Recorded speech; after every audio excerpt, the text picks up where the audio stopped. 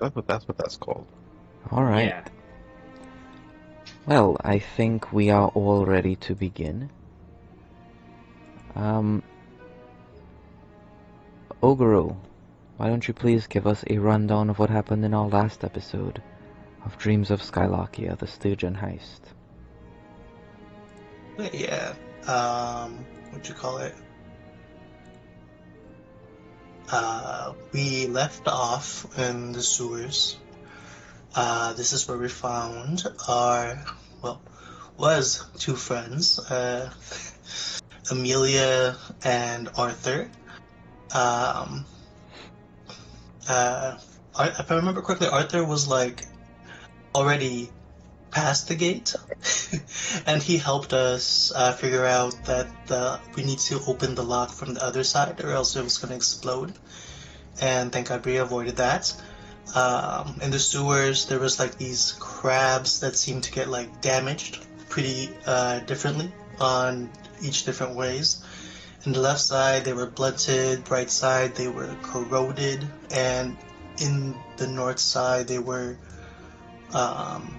like they were eaten by an ooze, Right. basically, and dissolved. The group fought their way through the sewers with the assistance of Shilda the Hag. They made their way beyond the good old boys, the guild company that met all of you in Blackwall, and made their way into the vault itself. And in the vault, what did you all find? Remember, we found that an explosion happened during our time there, and we found a peaceful and a petrified guard. What you call it? We were able to deduce that they were specifically looking at Prince Bruden's signet ring, and that they were trying to destroy it first, but they eventually failed. And we never see the ring in this place in the first place, so we deduced that they possibly have taken it.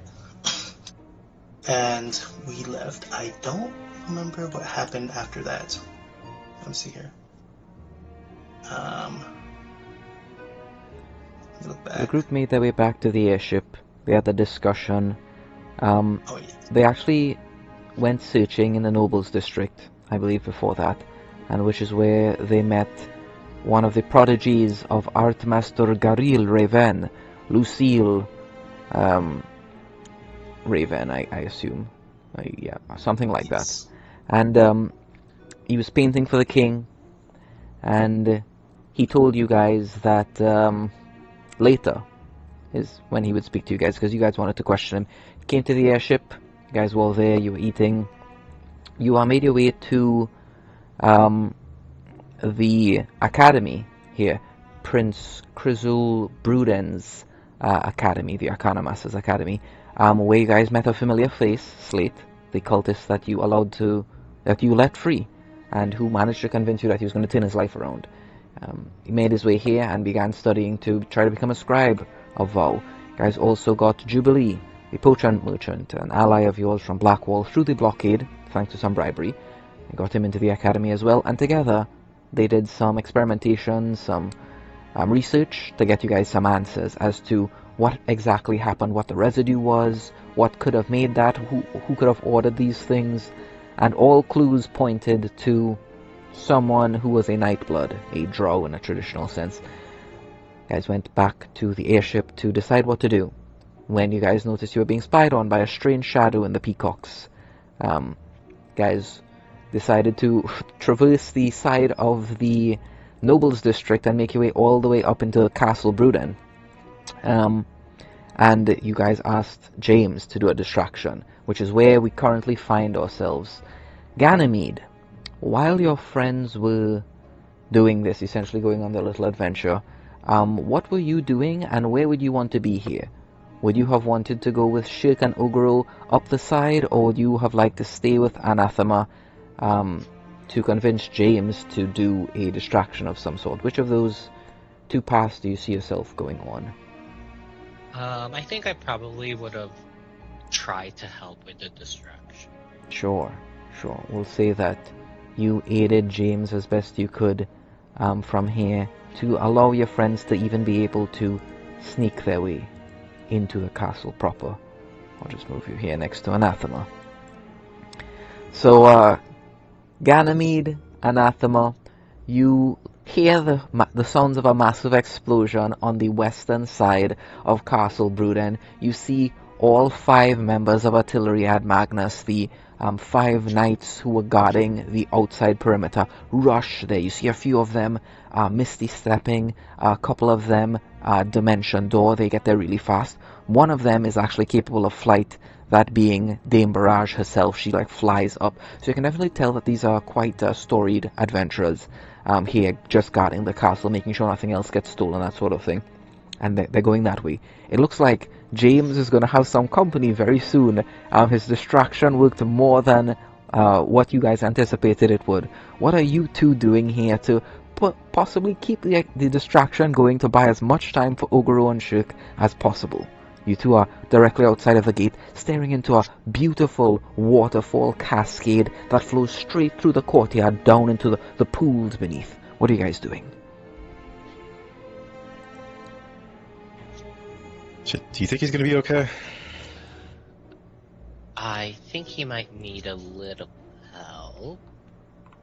And as I say that, I'll cast Spike Growth and then Plant Growth around it. So it'll be, the Plant Growth is like 100-foot radius, and I'll kind of have it start growing out of the ground and just kind of try to make it as thicker and slow them down a bit. Sure. Go ahead and click on the spell, and we'll see how things play out. As behind you, you guys can hear regiments of Skylarkin defenders making their way up through the nobles district behind you. Oh, a level 2 spell. Let's see the levels of success here. Could you give me a spell casting roll, please? And this will be what the DC is for anyone trying to make their way through this type of deal, something along those lines. People trying to inspect it, trying to stop it with their own magics, that sort of thing. Just give me a spellcasting roll. 27. Alright, so the Skylarkian defenders, the regiment that comes up behind you, says, "Oi, civilians, get out of the way, in the name of Isilin!" And they attempt to move you guys out of the way. Do you guys move out of the way for them? I'm gonna glance at Ganymede and then be like, probably, right? Yeah. Sure, you guys get out of the way. They go to the gates, and their captain has keys for these gates. He puts it in, opens it. You see some arcane runes flicker across the gate. This was definitely enchanted in some way, trapped in others. They make their way through, and there's this. Could you describe what you've done with the outside gardens, please, Ganymede, in a bit more detail? What do they see? Yeah, they would have seen that the grass and various flowers and bushes have all kind of started to grow outwards and almost kind of look like hands that are slowing them down. What the hell is this? They take out both of their long swords, they draw it. You can see the golden, actually it's magenta light of Visulan, flames cross over their blades as they begin cutting their way through. They're making almost no progress, Ganymede. You think that none of them will be able to find James. You think you've successfully bought enough time for him to very likely escape, and as well buy enough time for Ogoro and Shuk. Anathema, is there anything you would perhaps do to aid your friend Ganymede here in buying as much time as possible?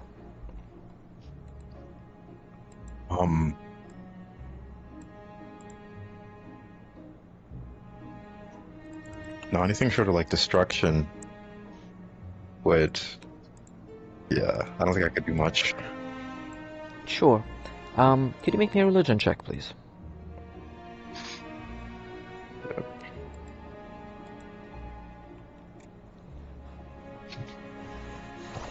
11. Okay.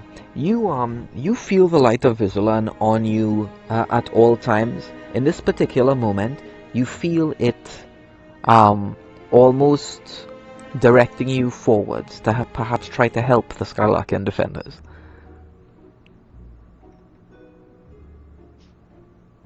Help them? Mm-hmm. What do you do?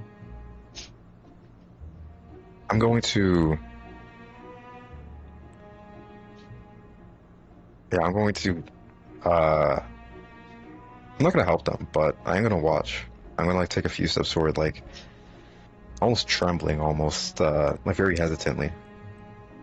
Like at the last second, I'm just gonna like stay back and watch. I'm still kind of conflicted. Alright, very well. Then, with both of them dealing with the reinforcements making their way to see what the noises were, we will go to the heart of the castle, where the visiting nobles are currently residing within their quarters, with Shirk and Ogoro. Shirk, Ogoro, as described before, the walls of this pristine palace guest room have been torn, the wallpaper broken, paintings torn down, chairs knocked over, some broken, the mirror is cracked, there are wine stains all over the bed. There are a few daggers, daggers in the shape of silver leaves that are embedded in the wall nearby, and you can see poison dripping down from those daggers, quite deadly looking poisons. There's a resonance, a flare of the arcane energies that have been dispersed here. I'd like arcana checks from both of you, please, as you're looking at all these scars and cuts into the walls and the floor and the ceiling.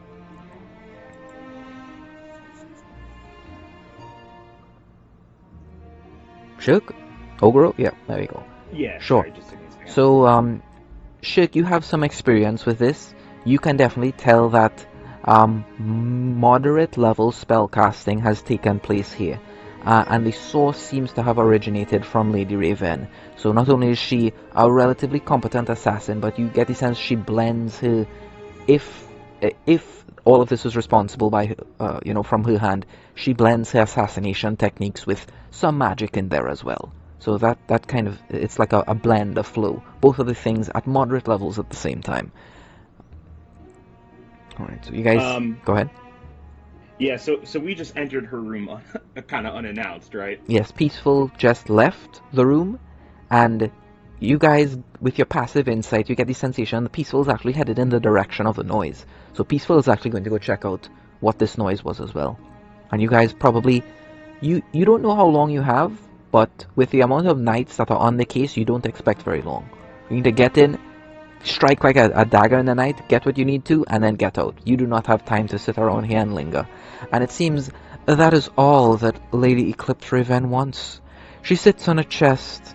She holds a bottle of wine up from one hand. She uncorks it, and she begins drinking from the bottle directly. There are crushed wine glasses along the floor, some that have been used as dagger practice, and others destroyed by some sort of magic. She drinks from the bottle, she looks up at you. You. And there's a scowl in her face. But it quickly disappears, it dissolves into her warmth, like a single drop of rain does in the middle of an ocean, just disappears into it.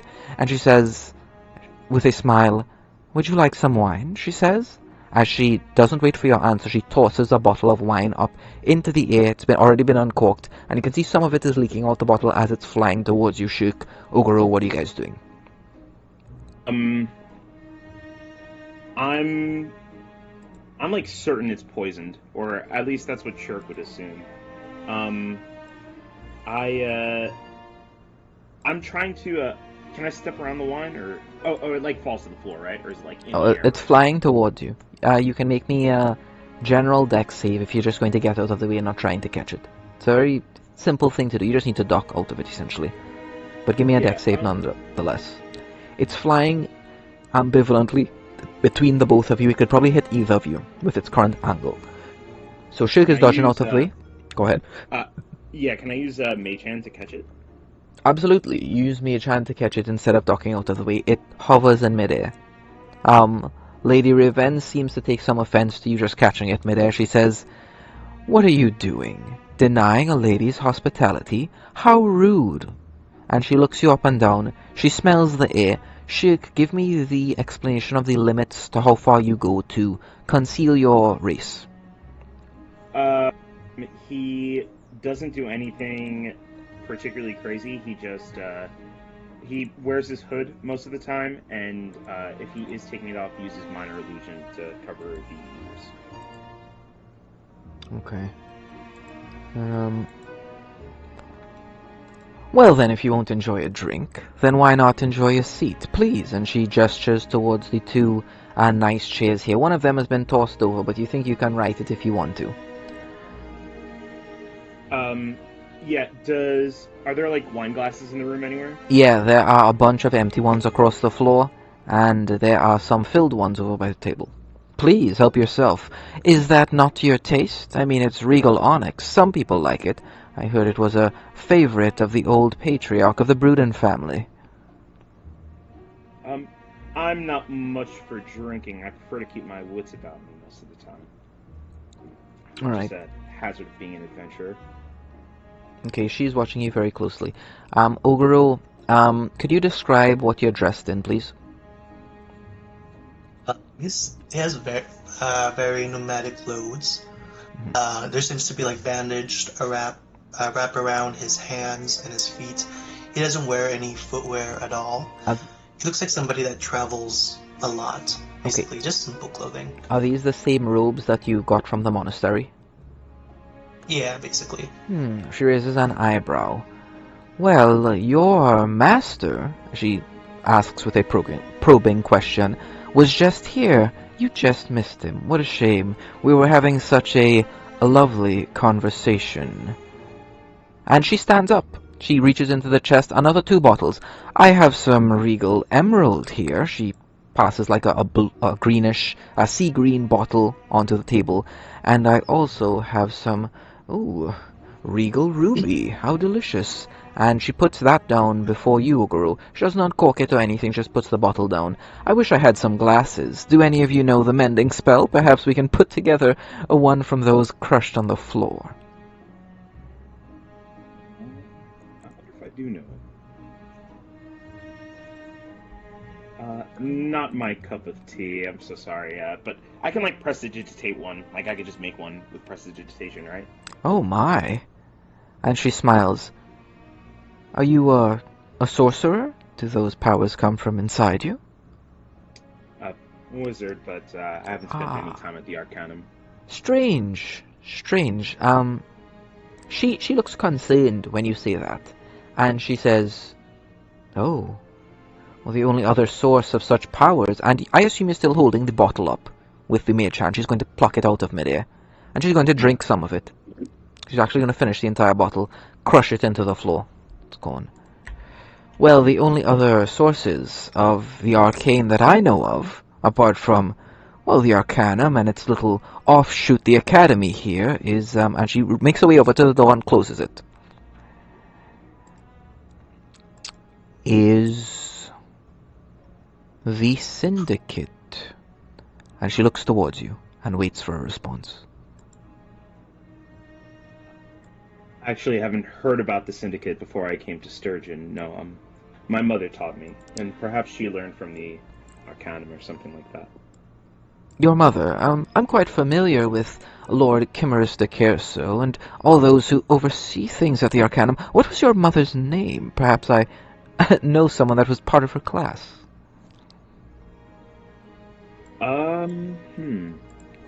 You don't know your mother's name? You must not be a very good son. If one of my children forgot my name, I would be quite disappointed. And what about you? And she turns towards Oguro. What's your father's name? Oh, sorry, mother's name. I don't know. Could you guys give me an insight check, please? Yeah. This would be like any way your characters, okay, read into things. Shirk, you don't know if she actually slipped up, or if that was deliberate, but, and you read this as well, Oguro.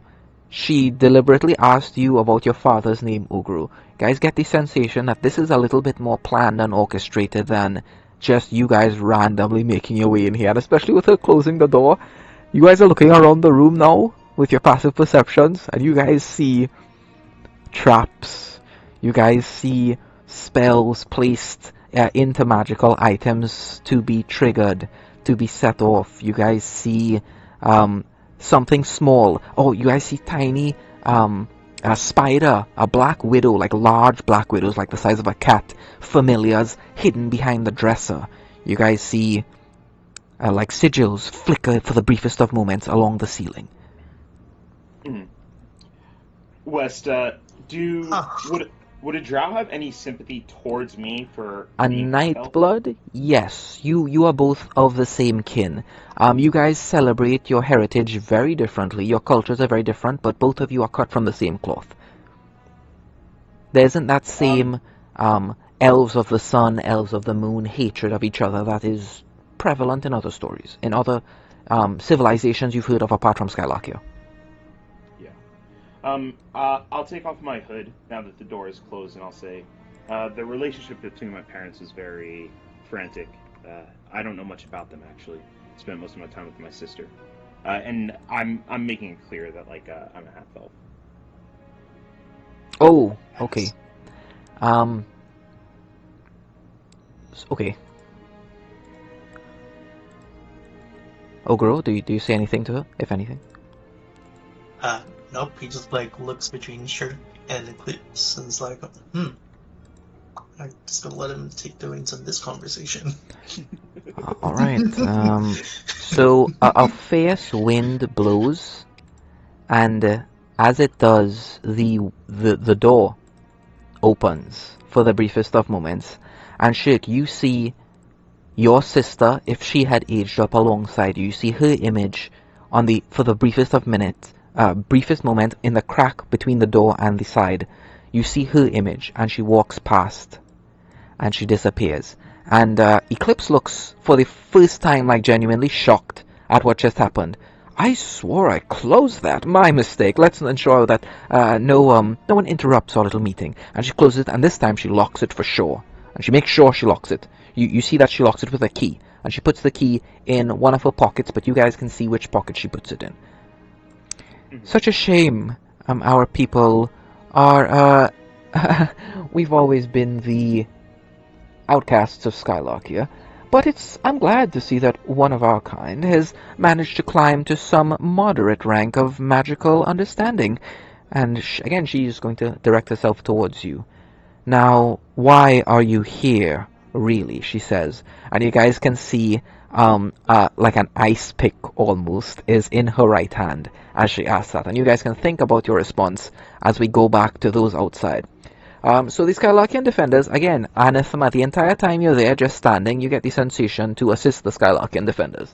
But you ignore that, whatever this is, instinct, this omen, and eventually the Skylarkian defenders are about halfway through the garden, and they say, this is tougher than we thought, and they just keep cutting, and Ganymede and Anathema. And they're about halfway through. Given the next few moments, the next minute or so, they're going to be all the way through. Are there anything else you guys are going to try here to either distract these people or help them along, or what's the plan? You guys didn't come up with a signal with Ogoro and Shuk as to when the event was done, when the thing that they needed to do was done. So you guys just have to guess. Ganymede, Anathema, what are you two doing? Do we know where they would be, kind of, like, Yes. building-wise? Yes, like, would eastern they, side. Yep, eastern side. So from your angle, it would be the right. They're up along the right terraces, onto the balconies, into the nobles' quarters and guest rooms, up there on the right side of the palace. Then I would use one of my wild shapes to conjure my familiar, and I'll have it be... Have I noticed, like, the kind of, like, common birds that have been in the city? Peacocks. Outside of the Yep. peacock? Oh, outside of the Just peacocks? peacocks? Sure. Yeah, There are a whole lot flying. of, like, maybe like pelicans and those types of... seabirds is what you'd normally expect Okay. from a place like this that have... Then, yeah, I would have one turn into, pelican's too big. Oh gosh, I'm forgetting what they're called, but... Kingfishers, seagulls... Yeah, I'll have them be a seagull. Sure. And, I'll kind of just, like, move, like, close to Anathema and just, like, kind of put my hand on his shoulder and be like, I'll I'll try to warn the two of them that the guards are almost there, Okay, and so then I'll. you're turning into Yeah. a seagull. Or I'm not turning into a seagull. I'm having my familiar Ah, okay. go, Sure. but I'll go and look through my familiar, Sure. which means I cannot see or hear anything. Sure. You send your seagull and you're looking through its eyes and stuff, and you're flying there. Make me a perception check with the seagull, please. Let's see. With What- advantage, you would know the general direction they decided to try to enter from, so do it with advantage.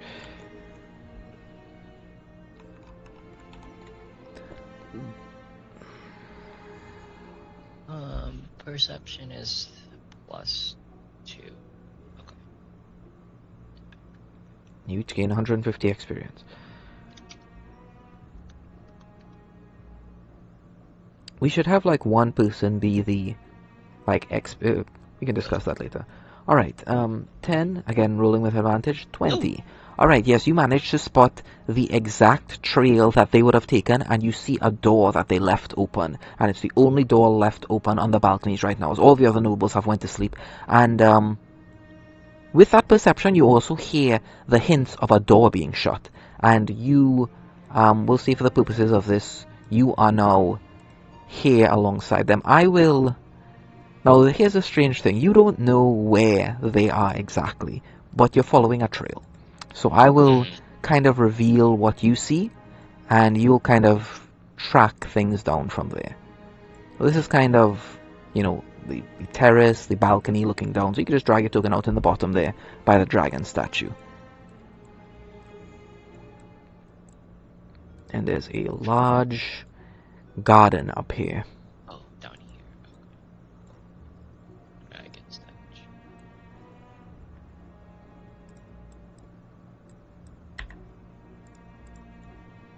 Oh, okay. So you're flying, you're in your seagull, you're flying, you're again tracking, and you see their tracks. I'll just give you like a general outline of, I guess, yeah, I'll just say your seagull senses are just kind of leading you in that general direction. There's some tracks from people running through the garden and like traipsing over a few nice flower bushes. There is only one person you can see out here in the middle of the night, and it's a female form, and she's sitting sharpening a rapier. She's quite clearly a light blood with the pointy ears. Female form, dark hair. She looks like a female version of Shirk. As a matter of fact, it could almost be a twin of Shirk that's female. That's what it looks like to you. Okay.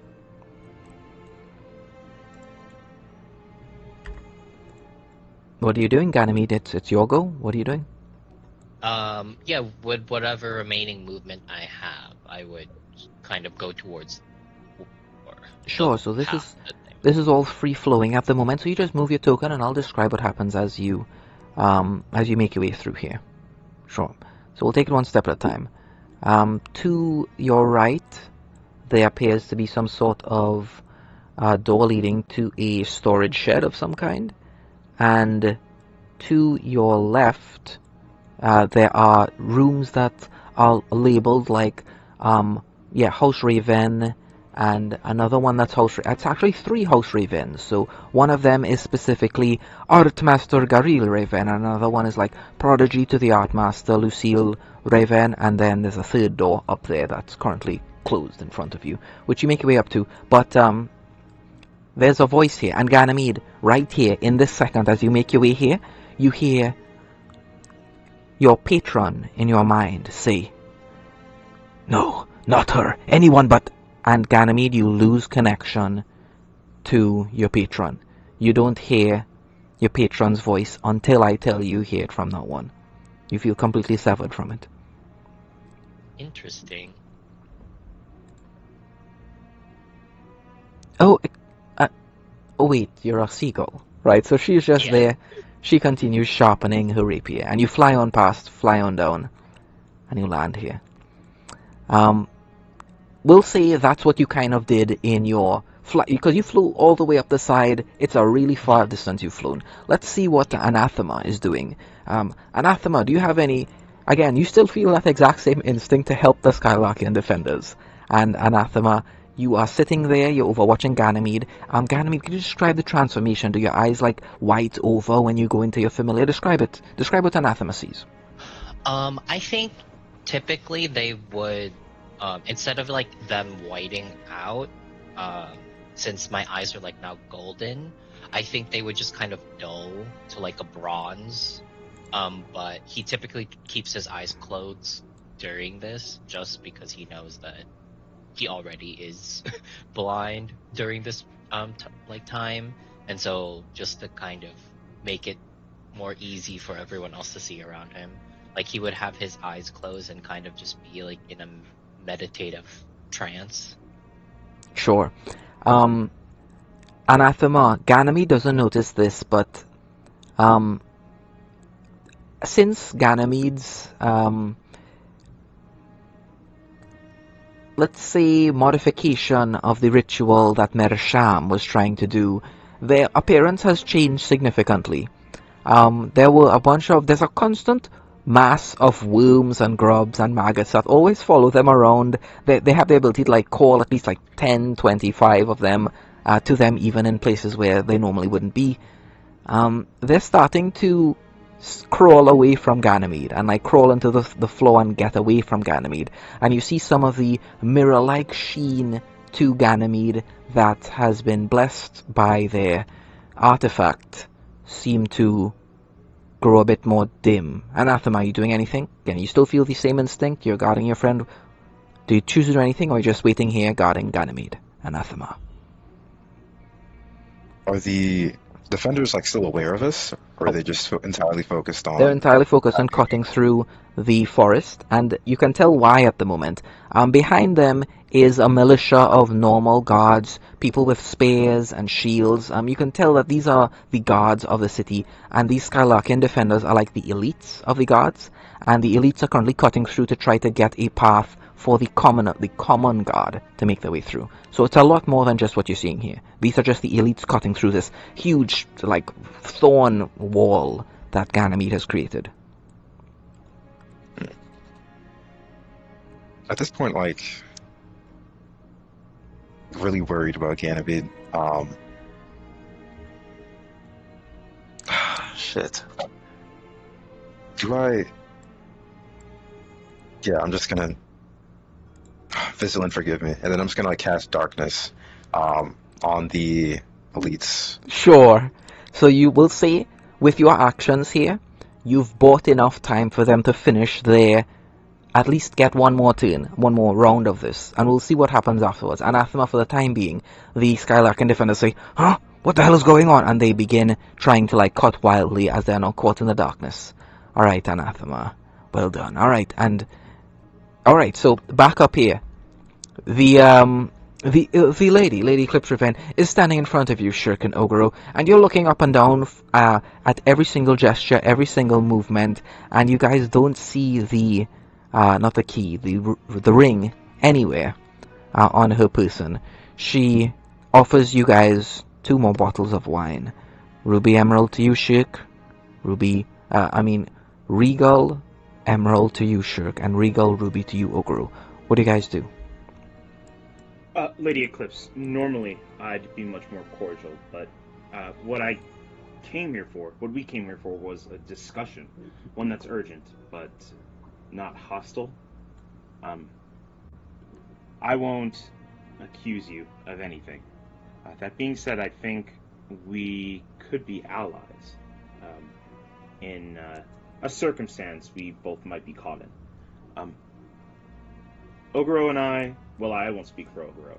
I don't care much for justice. Quite frankly, with the events going on in Sturgeon, I'm not very interested in who did what or when or where. All I care about is the fact that the person currently incarcerated for these actions is somebody I swore to protect. I'm only interested in getting him out to safety, and whoever else's lap this incident may fall on isn't really any of my concern. Such loyalty. Lord Bruden, right, Kristen Bruden.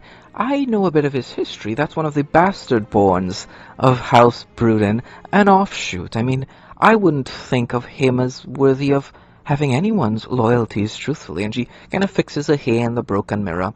She takes off a dagger, one of the daggers that's dripping poison from it, and she twirls it around in her thumb a bit, and comes back over.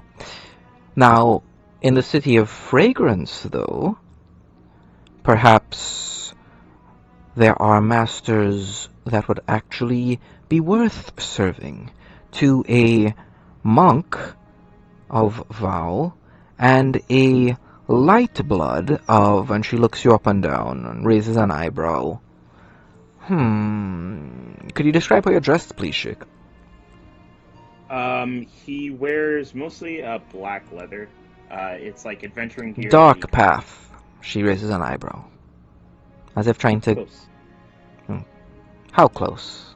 She sips a bit of a wine. The midriff, actually. Now, that's what I would like to call your first strike. 2 more of those, and not only will you be departing my abode, you'll be departing this entire plane of existence, because you'll be dead. Do I make myself clear? I'm sorry, my lady. Did you think I was joking? She raises her eyebrow. No one lives in the midriff. The Guild of Vow has their headquarters there to train their knights, but no one lives there. Unless you're from Dunwich, but you don't look like a fanatic. My family did. That's why we lived there, because it was isolated, and my sister and I would have been safe. I didn't come here for your story. I came here to find out why you're here. Why are you here? Why did you come to traipse in onto my abode? What is it you're looking for? And, oh, right, and she's beginning to put it together. Loyalty to Prince Kristen, okay. You guys are here. Loyalty to him, looking to wipe his name clean. And now she's beginning to put together perhaps why you might be here. But her question still stands. She wants to hear the words from you. Be direct, right now. Why are you here? And just then is when Ganymede, you knock on... You make your way to the door, Ganymede. Yeah, I would kind of peck at the door. Peck, peck, peck. You could respond, Shirk, as she hears someone at the door. We're busy in here. Go away. Go ahead, respond, Shirk. Lady Eclipse, we're looking to find who took the ring, and all the signs we found point to you. She laughs at your accusation. What proof do you have that it was me?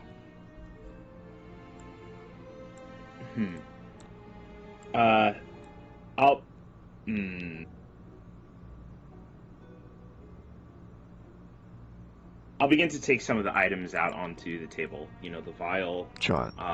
the evidence that we found. As you're doing that, she makes her way over to the door, looks through the peephole, and she sees a seagull. You see a darkness come over the peephole, blocking the light from within the room, and you get the sensation someone's probably looking at you right now. Do you do anything, Ganymede? You're a seagull, you're sitting there. I would squawk. Squawk? Okay, make me a persuasion check, I guess, as a seagull. The seagull's trying to persuade her that maybe it's someone's familiar, something along those lines. Give me persuasion. Or something similar that you think would help you here, but usually, like, persuasion is what you're going for, you're trying to give a good impression, is what I'm reading here. Yeah, the squawk would be less so for her and more so to try to alert Shirk and Oguro. Ah, okay. Yeah. So Yeah, I'm not trying to be, like, nice to her, just, like, trying to let out a warning. Sure, then I'll just say that manages to succeed. You let out a warning. I don't think that Shirk or Oguro know that you have a pet familiar seagull, do they? Is this the first time you're using this? I've used my familiar before during Okay. Um, fight with sure. Sure. Shirk and Ogre, you guys are hearing the squawks of a seagull outside. Lady Eclipse doesn't seem to pay it much mind. She comes on back, and she's here to look at whatever you've placed on the table. Could you guys give me a list of the things you put on the table, if anything? Yes, it is a. Let me just pull out my notes real quick. I know for certain, vial of nail polish. Okay. Looking at it now, it's the exact same midnight purple hue of her nails that have been painted. And I'll say, Lady Eclipse, don't take me for a fool. I see the plan here, right? I show you the evidence, you kill us both, and then whatever else happens, happens. But please, I'm speaking to you with sincerity. I think we can find a mutual agreement here that benefits us both. You're speaking to someone from Fragrance about... what? She moves in a bit closer. Oh, I said sincerity? Sincerity. Oh, you would be a lovely slab of meat to the devils and demons in Fragrance. How naive. How simple. She picks up the vial with her nail polish. She kind of makes her way over. And tools it a bit. Comes back and puts it back down on the table. I mean, I'm sure there are many ladies with nail polish like this.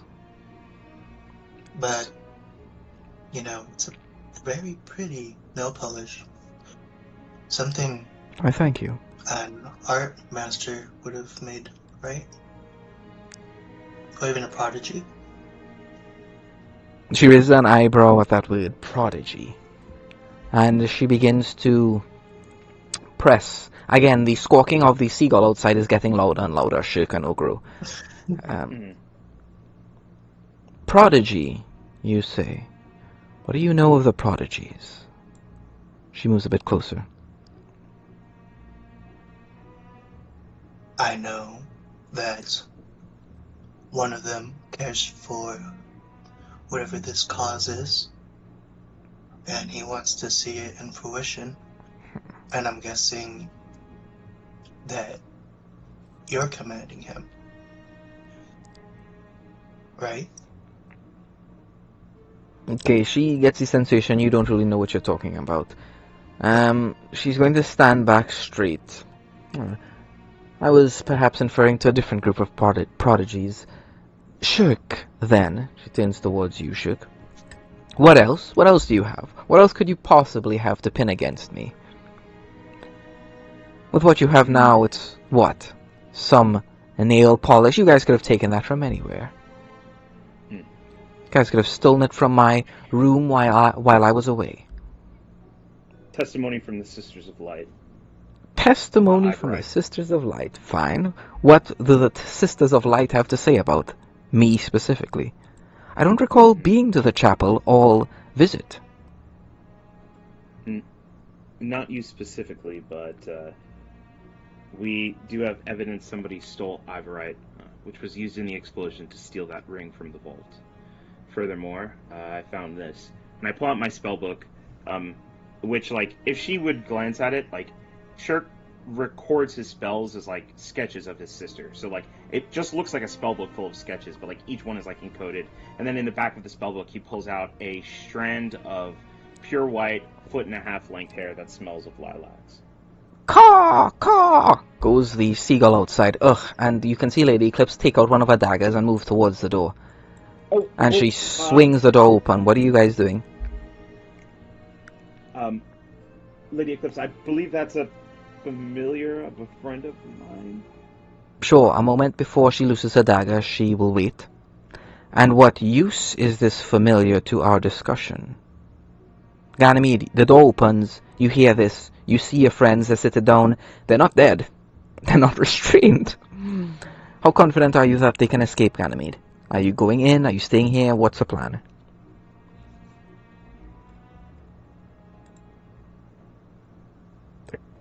The cat's got Ganymede's tongue. Oh, sorry, it was muted. Yeah, I would have my familiar kind of motion with its wings, towards the balcony as like an exit. Ah, okay. You're giving them a gesture, sure. Yeah. The seagull is giving you guys a gesture towards escape, towards freedom, towards running away, perhaps. Mm. But Eclipse doesn't loose her daggers. As a matter of fact, she gestures the little seagull in.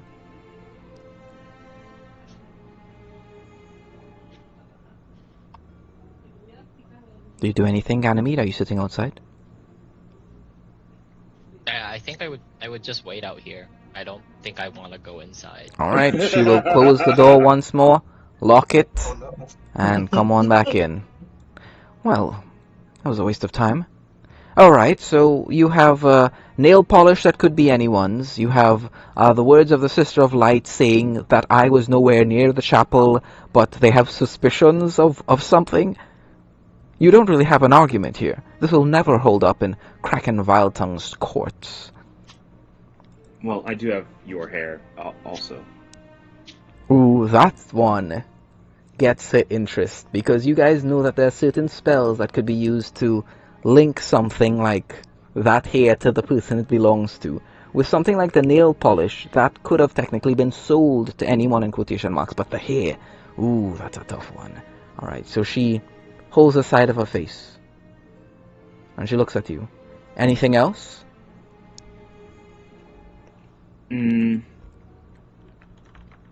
I look to Ogro to make sure that that's it for us. Let me see.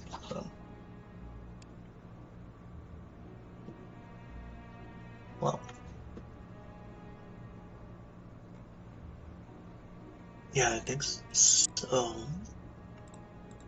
The rain is starting to come down quite heavy outside. I mean,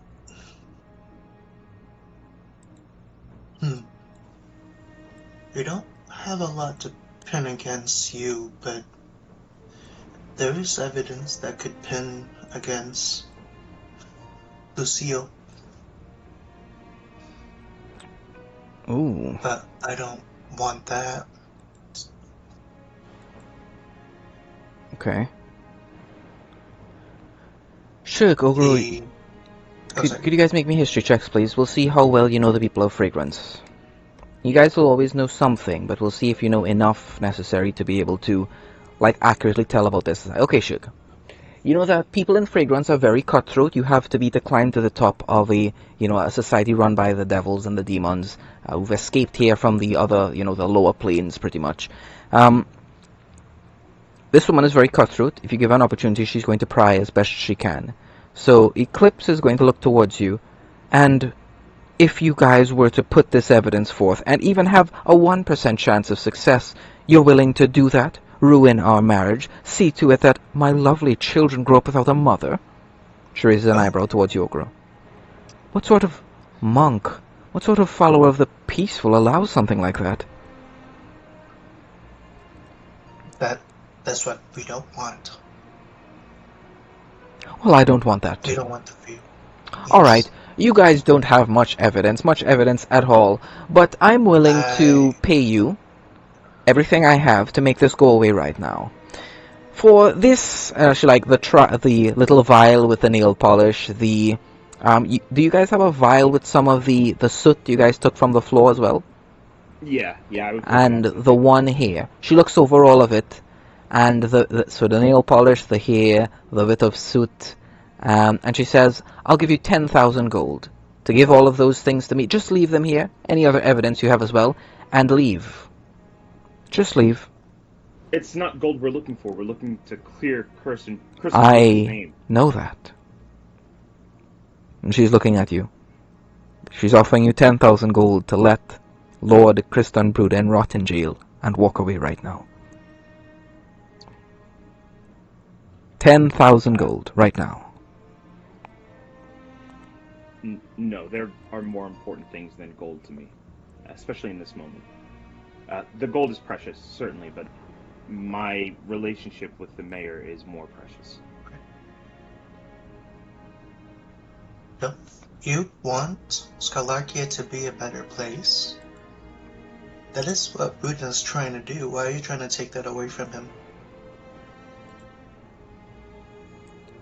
Especially, you know how the rest of Scalarcia treats Nightbloods. Why do you want that for Blackwall? Blackwall? Just raising an eyebrow. I don't care about Blackwall. Why do all this? I go through the trouble to seal a signet ring of anything in that vault. I mean, But you didn't artifacts galore. just want to steal it, do you? You want it destroyed. Okay, now she's looking at you much sharper, and you guys can tell that she's gripping the dagger a little bit more firmly. She steps backwards here, and she moves. Her back is to the wall, right? She's staring at you. Her eyes never leave you guys, but she leaves the bottle of wine that she was holding in her left hand on the table. She's holding the dagger in her right, and she moves her left hand up, and it's in a position where at any moment she could move it over to the painting directly behind her. Like in a single moment, she could. At any moment, that could happen. Mm-hmm. You all are a bit too smart for your own good. Who have you told about this theory?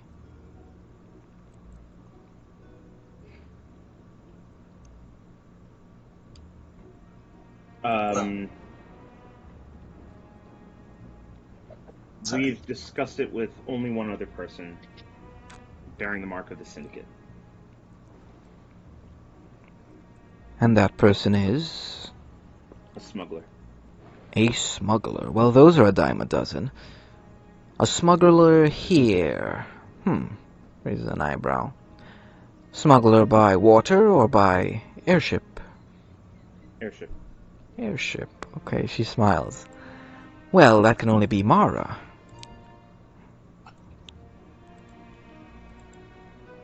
Is it Mara? And you guys, to keep your composure here, as she's deliberately looking for some kind of response, you guys can give me right now. performance or deception if you guys are responding to her question. It seems she knows a lot for a lady of House Raven, nobility. She knows a lot about the Syndicate of Silk. Mm-hmm. Especially like the day-to-day workers in a city like this. So if you guys are trying to conceal that it's Mara, I mean, yeah, you guys can make performance or deception to just hold your composure, not give anything away, as she's looking for something in what you're saying. Okay, Shirk, is that a 7? Yeah, it is. That is a 7. Oh, did I get it right? Oh, there are actually a few airship captains within the Syndicate. It's good to know my instincts are guiding me true. Maybe the blessings of Lolth are more than just a rumor, eh? Rillis? She smiles a bit. Yeah. He just meets her gaze. So you won't take 10,000 then? Quite rude to deny me twice. You sure that there is nothing I can do to persuade either of you to see reason here?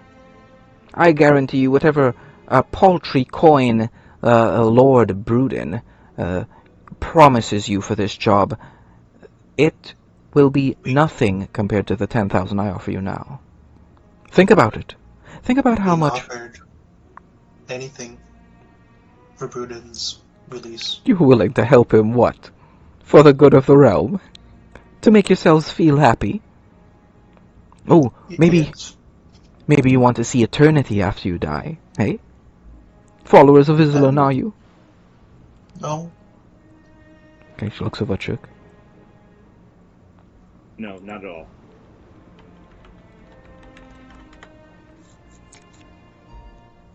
Alright. So, we're at a bit of an impasse here. Let's see what is happening elsewhere. Anathema.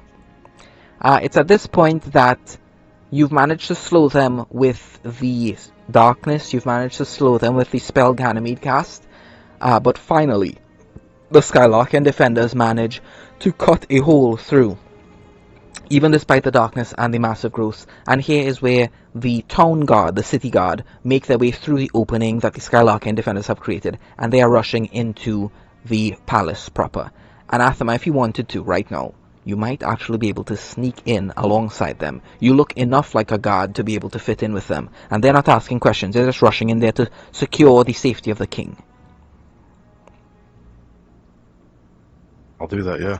Sure, manage to make your way in. Give me, Wait. Go ahead. I'm gonna like. Well, first I'll have to like put Ganymede in like a bush somewhere. Sure, Caname's hidden in a bush. And then you're following in after, right? Yeah. Sure, we'll just say Ganymede is hidden in a bush at the moment. Alright, Anathema, you make your way into the palace. It is absolutely opulent in here, and it's swarming like a beehive that's been disturbed. People are running along the floor, those who can't fly, you're making their way up the stairs, they're checking every nook, every cranny, every broom closet. A few people can fly, not many. You see members of artillery at Magnus, those female spellcasters who are guarding the outside. One of them says, I think we know where he is. Lord Peaceful's found him. Let's follow. And they are making their way down to the dungeons, actually. Artillery at Magnus is following after. Supposedly the Peaceful has found him, whoever that is, in the dungeon. And they're making their way down. Anathema, you're not really noticed, because you just kind of look like one of the guards who's coming in here. There are just instructions that are being given. Go here, do this, blah, blah, blah, blah, blah. Anathema, where are you going? What are you doing?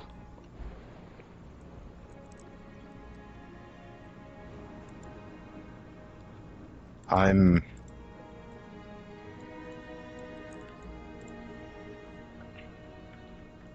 going to have to follow after the artillery. Okay, you're going Can I do to the that? dungeon. Sure, you can make your way to the dungeon. We'll say that's what you do. You manage to make your way into the dungeon, and we'll come back to that after. Okay, you're in the dungeon. Let's see here. Ganymede, is there anything you're doing? You're hearing like tiny pieces of this conversation. You don't hear your friends like screaming bloody murder or anything, but you're kind of isolated here. Oh, I can't hear you, Ganymede, if you're saying anything. Sorry. And I don't hear any guards coming or anything. Make me perception with the seagull. There is certainly movement in the palace, but as to whether or not it's headed towards you with a 10, you're not certain. You can hear movement. There's certainly guard orders being shouted, but nothing in your direction, as far as you can tell. Okay. I guess I'll like move up back one just so I could see if guards are coming down the hall. Sure. At the moment, you don't see anyone headed down. Oh, yes, you do. You do. You see 5 female figures flying, west to east. That's all you see with a 10 right now. 5 feminine figures flying eastwards.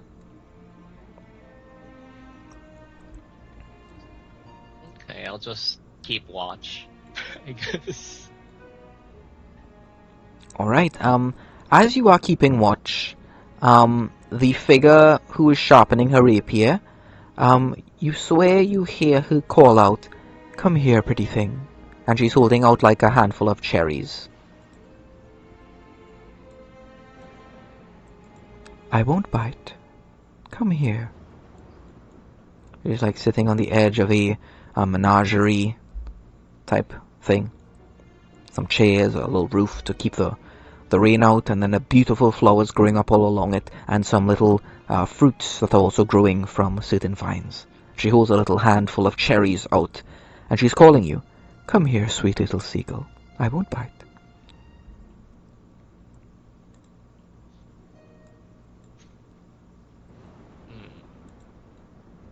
Okay, well, it seems like they're doing fine, whatever they're up to. So I'll go over and hop over here, Oh, see if I can also see more.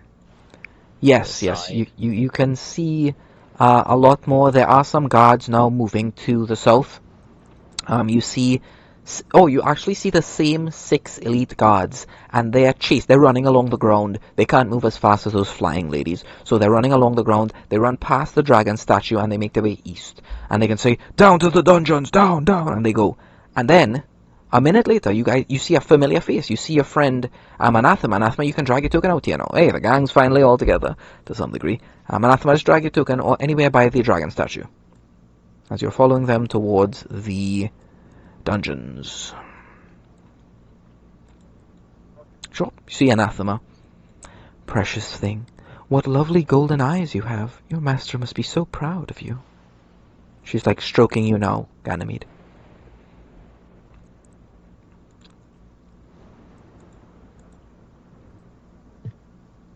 Yeah, I would kind of like look at Anathema, like tilt my head a little. You, And then, yeah. the seagull is recognizable enough, Anathema, that you recognize the familiar of your friend Ganymede. I'm gonna stop like mid stride. I do see Rillis. Was it Pride? Pride Rillis? Pride Rillis. So you see a woman, beautiful, but she has a lot of scars across her face. Almost like it's specifically 4 scars around her face, like she was clawed by something, and there are little black marks, as if it never really healed properly. Her ears are pointy, long. You can definitely tell she's a light blood. She was sharpening a rapier. She's kind of set it down to the side a bit, but still within reach as she's petting this small seagull. I'm going to raise my hand, like sort of like hand motioning, like with the general vibe, like, is everything okay?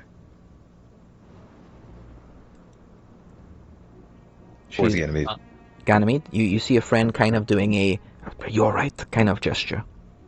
Yeah, I would kind of motion with my wing towards the door that I know Shirk and Ogre are behind, and then Sure. yeah. Anathema, you see the seagull kind of gesture as it's eating these cherries to one of the doors. There are 3 doors on your left in this terraced guests' bedrooms kind of thing. The first one says Art Master Garil Raven. The second one says something along the lines of First Artist Lucille Raven. And the third one says Lady Eclipse Raven. And Ganymede, well, the Ganymede's familiar is pointing towards the Lady Eclipse Raven's door. What do you do, Anathema? Kind of worried about. I don't know who the him is. I'm kind of worried. Shit, is it James? Or just curious broadly. But upon seeing the gesturing, I'm going to head back up towards where Ganymede's at. Okay, sure. Make your way up, make your way through the garden. Oh, another guest. Oh, and one of the... Are you a devil blood or a demon blood of fragrance? One of the fragrance born, then. She smiles towards you. Oh, and what a lovely sigil you have. Someone loyal to Vizalan, eh? What is the cost? Indeed, madam. Oh, pleasure to meet you. Make your acquaintance, sir. Sir Knight. What brings you here on this fine evening? I came to meet my dear friend over there that you seem to have in your hands. Oh, this. Seems your master is here, eh? She pets you on the head, Ganymede. Well, you have, quite a wonderful pet, and Ganymede, she'll pick you up and let you go.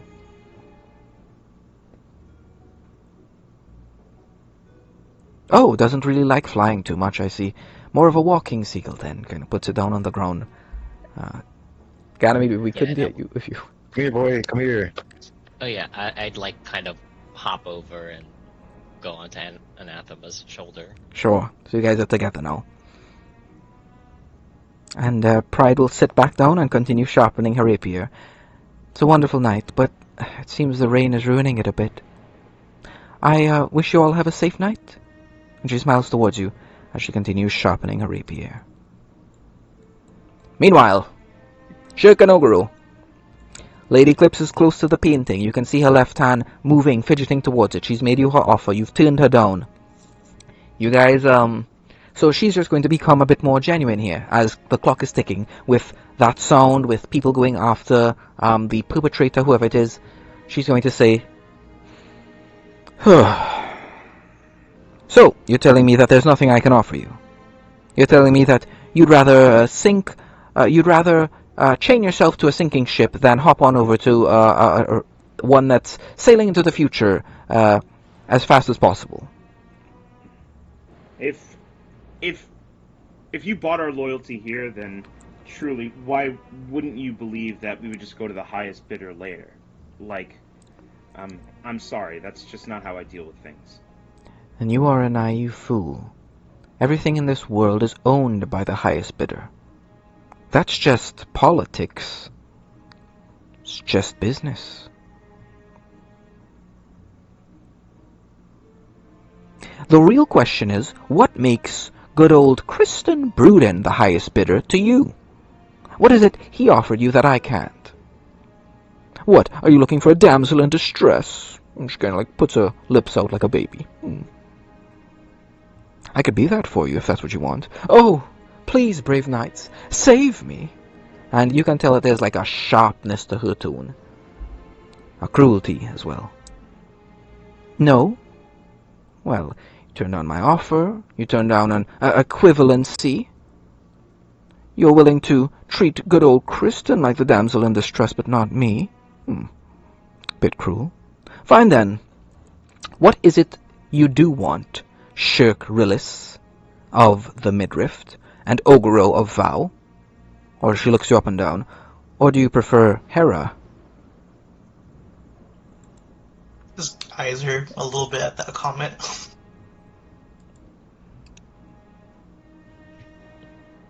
I want my friend out of bars. She'll tap. She'll tap her nails. You can see why it chipped a bit. This is one of her nervous tics. Is she does that thing where she's like tapping her nails down onto things. She's a bit pensive.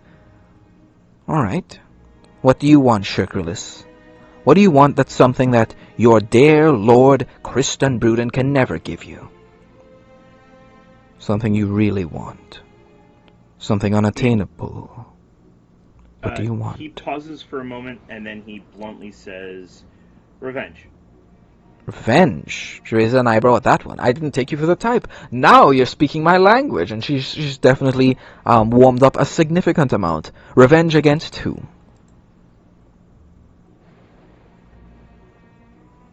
I look to Ogro, and I think I could trust him, and it kind of seems like we're at a standstill without me saying it. So I just come out cleanly and say, the Eternal Blight. Okay, as you say that, Anathema and Ganymede, would you guys have been walking over to the door? Yeah. Sure, then by this point, you guys are at the door, and could you describe how your... Oh wait, can your seagull speak with your voice when you're doing this thing? No. Okay, not so a seagull. So it's the communication is a bit one-sided here. Anathema, you look towards the seagull. Seagull, go ahead and communicate with your friend. What does your seagull do?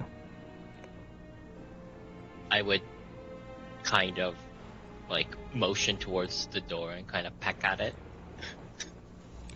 All right, Anathema, you're getting the sensation that this seagull really wants you to get through the door. All right. He's kind of like shrugging, and he eventually he's like hesitating, but he's like, all right, just knocks on the door. Oh, we are fine in here. We don't need any new linens. Lucille, is that you? Hello? Lady Raven. Ugh, what is it? She looks through. What are you, a Skylarkin defender? I don't need any protection in here. They ran somewhere else. He's one of our allies. Okay, she'll turn back towards you. How well armed do you look, Anathema? Not very. I still have like all my weapons, but like when I was approaching the don't even know how to describe her. The woman sitting on the fountain, sort of. Ah, yes. I kind of Right. like kept all that behind me. Okay, do you keep your maul on your back? Yeah. Okay. Drop the maul. I'll let you come in with the rest of it. Put it on the stairs somewhere. You can come in with the rest of it.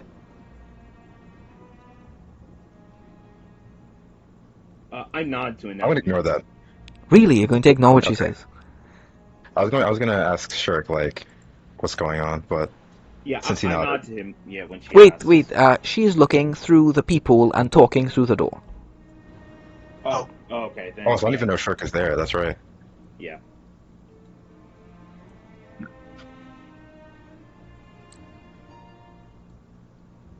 Are you sure?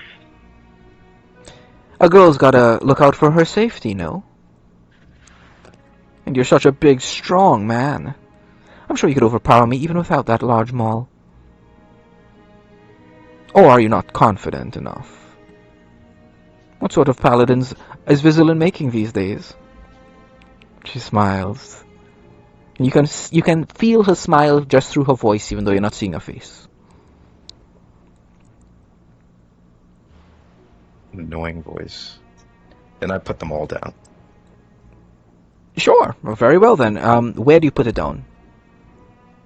Uh, I'll just leave it directly at my feet. Alright, sure, it's directly at your feet. We'll just say the maul is there. For the sake of this, it's just laying on the ground. Very well then. She unlocks the door. She pulls it open. More for the party. That animal will have to stay outside. I don't want it shitting on my rug. And you can see the rug is just like torn to shreds. It's been cut up a bunch of daggers stuck in it. Give the rug a look. I'm sure worse things have happened to it. Sure, worse. Make me a persuasion check, Anathema.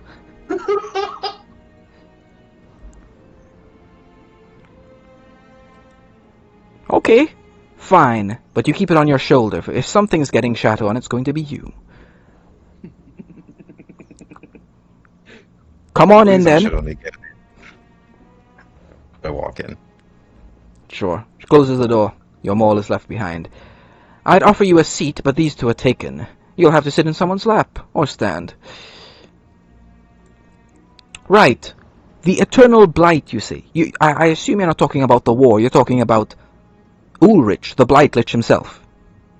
Yeah, that's what I've learned so far. Then, perhaps we can forge an alliance. You there. She points towards you, Anathema. Closer. I do not want my voice to have to carry. Closer. Closer. Fine then. There's fine. Is this a goal shared amongst all of you? My allies in the Syndicate of Silk, we have been aiming to prevent the return of the Blightlich for quite some time. I'm sorry, your name is... She looks towards the devil blood or demon blood, the fragrancer here. A tiefling in front of her. Your name is... Anathema. Anathema. Lady Eclipse Raven of Fragrance. Pleasure. Alright. Are we... That seems like something we can finally do business on. Revenge. My type of medicine. The Blight Lich, yes. I mean, there are tales told that liches always return, although the process is not certain as to how. But yes, ensuring that he does not return, or when he does return, it's in as weakened a form as possible, and he's destroyed as soon as possible. Yes, these are things we can finally work together on. What about the rest of you? Anathema, Ogro, are these your goals as well? I would like for him to not return. I would say the same. Fine then. All of your proof, put it on the table. And then, maybe, we can do business. And from out behind her back somewhere you guys don't see exactly where she takes it out. Maybe it's hidden on a secret pocket in the back of a dress or something like that. Maybe it's in her hair. You guys aren't certain. It's very long hair. It's like covering her back completely. She pulls out a small platinum ring with 3 gemstones in it. 2 of them look dull, but the third one, the one in the middle, the emerald there, is glowing brightly. I take out all the evidence that I would have gathered, and you know, if I would like suggest everyone does the same. So I take out, some like info notes I've written down about like people visiting the academy. I put the vials down, the soot. I think that's everything we had. The hair, of course. Sure, you guys can just say either I put all the evidence I have or I hide the evidence. That's all you need to say right now.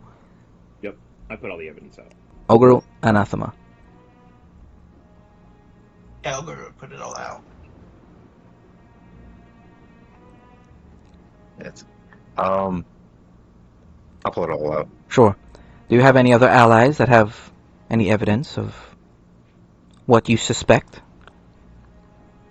No, people have assisted us, but we haven't really informed them of our plans. What about The only one that? might know anything is Mara. And what about the... I'm just kind of like... thinks back. What about the 4th member of your companions? And what about that strange skeleton? And the scrawny scribe from the academy? No, when we spoke about things, they sought to learn as little information as possible. Get the sensation that she doesn't know what Ganymede's name is, but she's asking about Ganymede. Yeah, and I say, he's actually part of this conversation too. He's the seagull. You, Bird, do you have any evidence? And Ganymede, would you... Go ahead. Yeah, I don't think I have any on me, since I knew I was gonna wait outside. So Don't I shake think my head. you have any on you? Or do you know you don't have any on you? I wouldn't have had any on me. Oh, okay. Not even on your main body outside? Wherever it is? Oh, that's sorry. That's me talking to you as the DM, since the bird can't speak. Okay. Sure, we'll just say you put the proof Oh, yeah, down. I shake my head. Alright, then here's what she'll say. Fine then.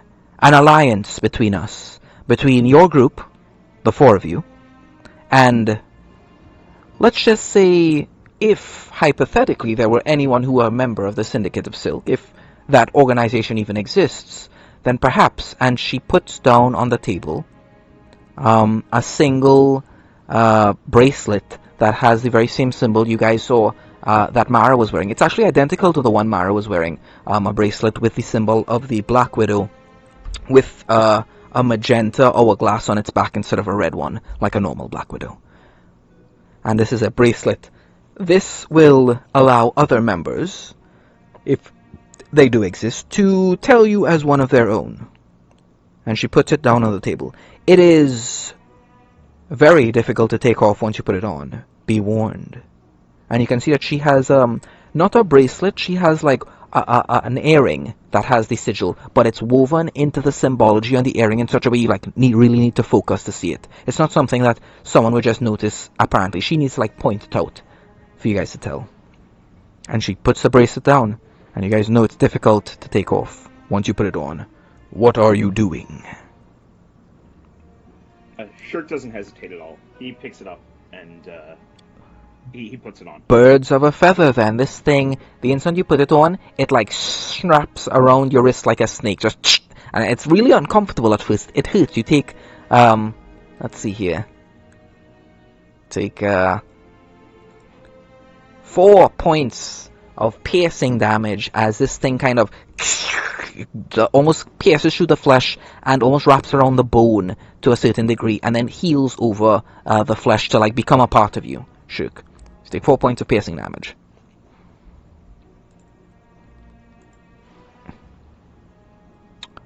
And now she smiles. Now! And she plays with the ring a bit. This thing. I am not in the habit of not completing my marks. And she will... Let's just say she pulls over the nightstand, Right, no, she'll go back and she'll just sit on the chest. Huh. I'm not in the habit of failing in any of the tasks I'm given. Ooh.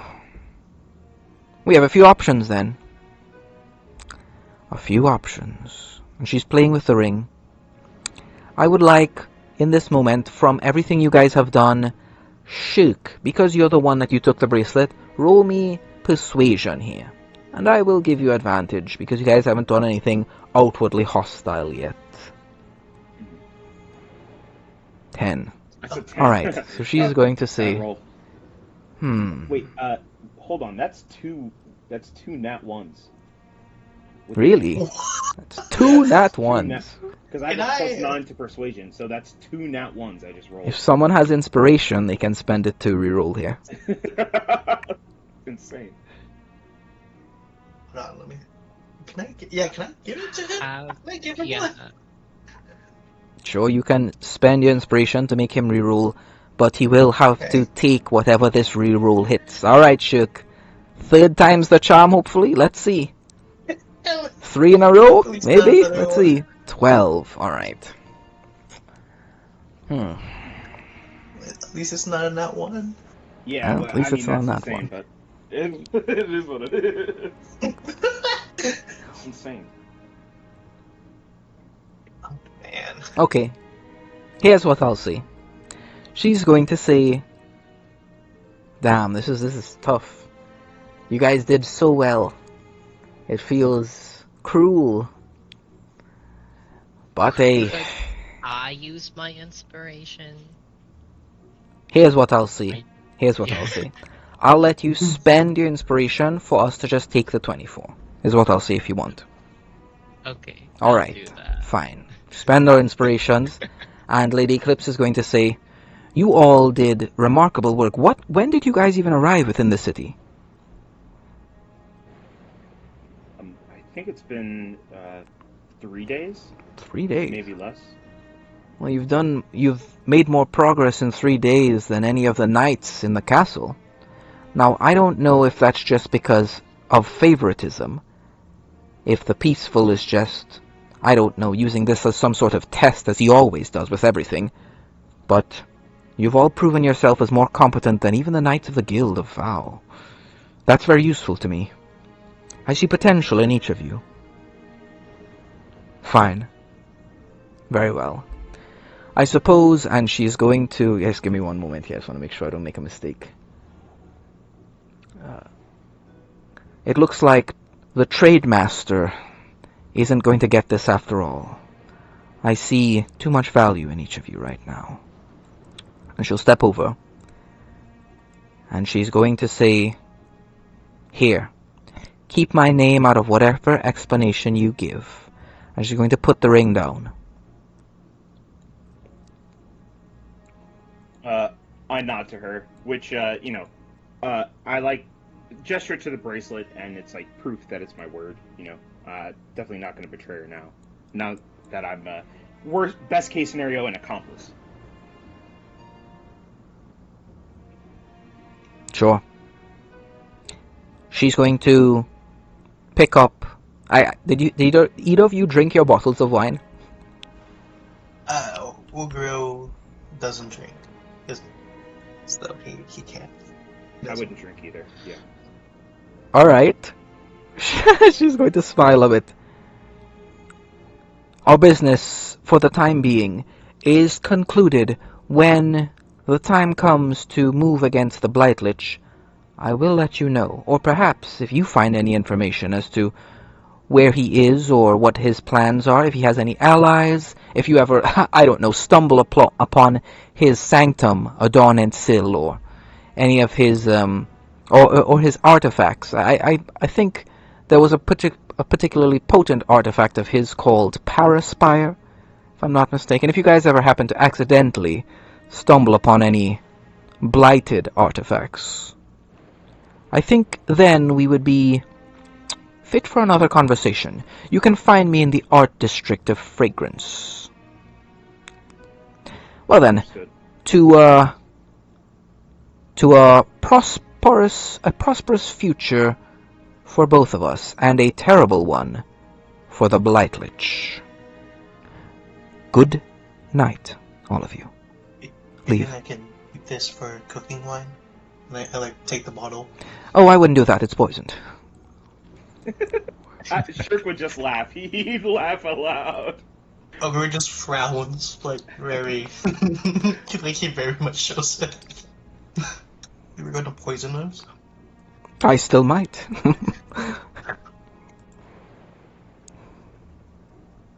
Come on, get out of here. Just keeps frowning.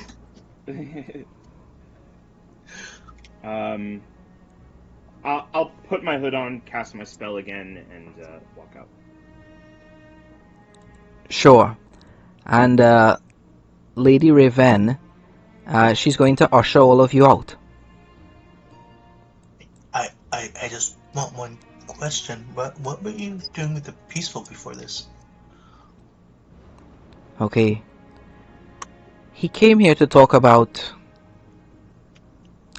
you. Huh? What? Wait, why? Well, he came here and he told me that if I hurt you, he might have to regress to his old name. Told me he might... Well, I'd rather you leave it to your imaginations, what he told me. And of course, I still wanted to poison you. What can I say? I'd love to see someone like him angry. Ooh, I find the idea exhilarating, actually. Who knows, and she plays with the dagger a bit. I still might, Ogro. Please stop leaving me already. I thought we were friends already. Allies, sure. Okay, allies. Whatever you say. TikTok. Gotta get my beauty sleep. Right, let's go. Bye. And I'll step outside. Sure, Shik. You step outside. Whoa, girl. Wait, hold on. Wait, before that step. Shik, you step outside, and it hits you in a single moment. There's a figure flying towards you, leaping off a tree, thrusting towards you with her rapier. And where do you have the ring, Shik?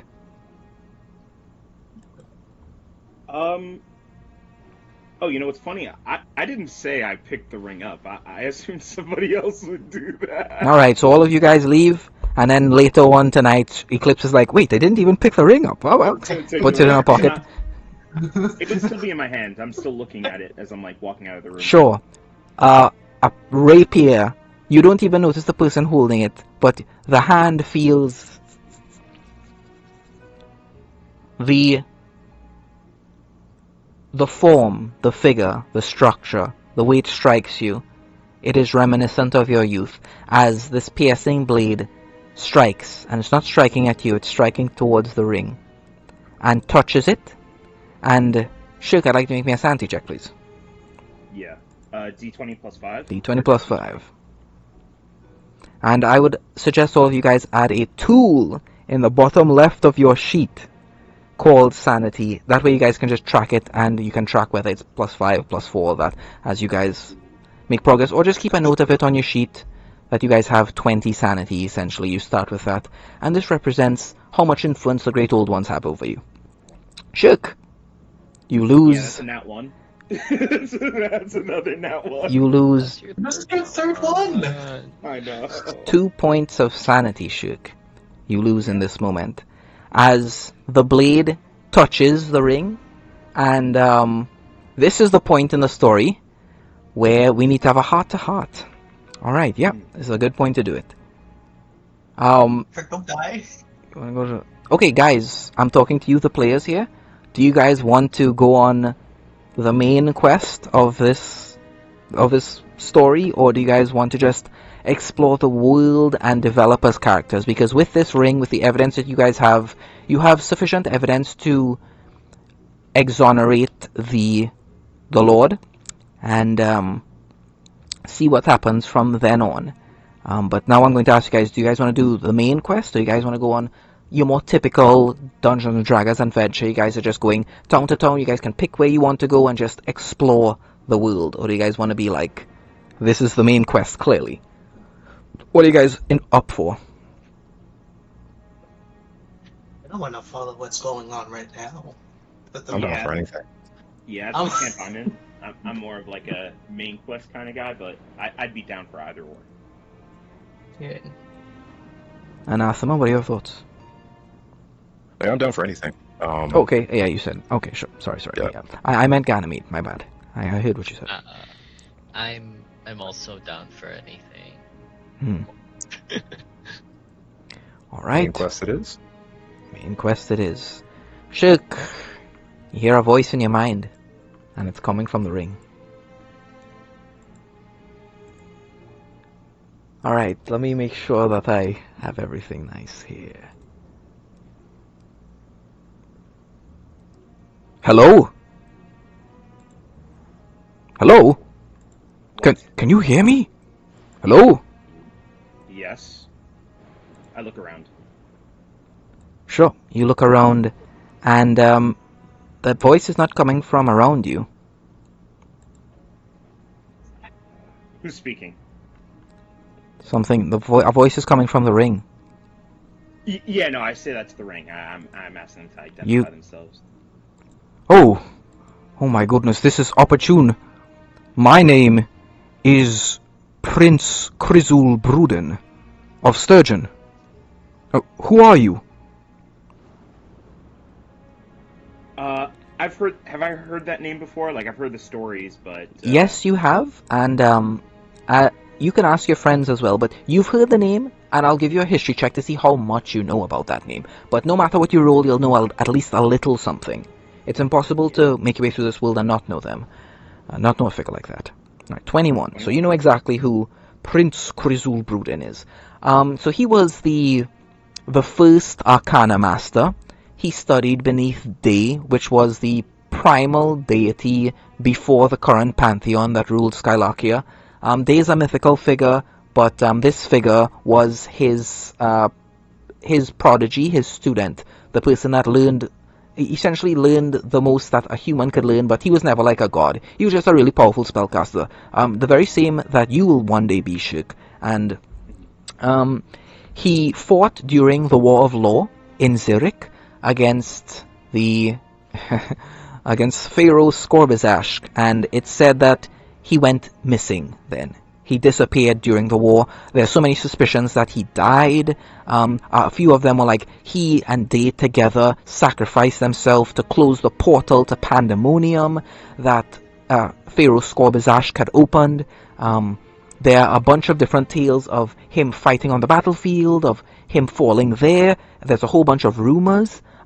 You get the sensation you would have to meet one of the figures that fought in that war 100 years ago. So we're talking Dice, the Wrathful, Lord Whisperer, the Grandmaster, the Teal, the Timeless, these legendary figures. You would have to speak to one of them to know exactly what happened, but according to your studies, he was a legendary figure about 100 years ago who disappeared during the War of Law.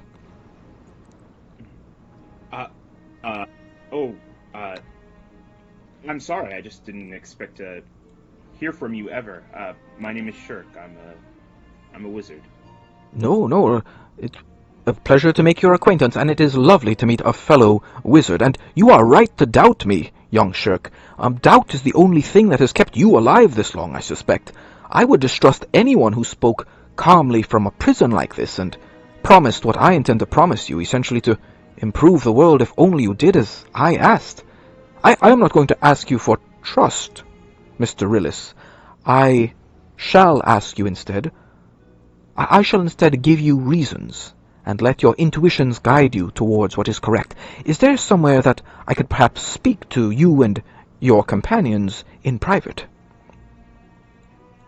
Get out, says Lady Eclipse Raven, as Shirk is just standing there, whispering to this Yay. ring. Come on, Sorry. get out, all of you.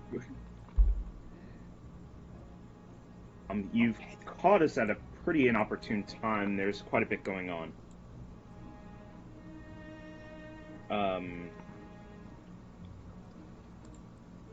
But I mean, like, it's not like they're gonna kill James or the mayor. So, yeah. I mean, does this glade, like right here, look like a safe spot to speak? Sure, I'll just reveal its entirety to you guys, and you guys can make your decisions whether you guys want to stay, whether you guys want to go elsewhere. We don't need to leave. Yeah. Fuck. They're looking for us. Yeah, that's right. It's not a great time. Could this wait? We're trying to exonerate a dear friend. Yes. Allies are the most important currency in all the world, and if you mistrust them, they shall inevitably come to mistrust you.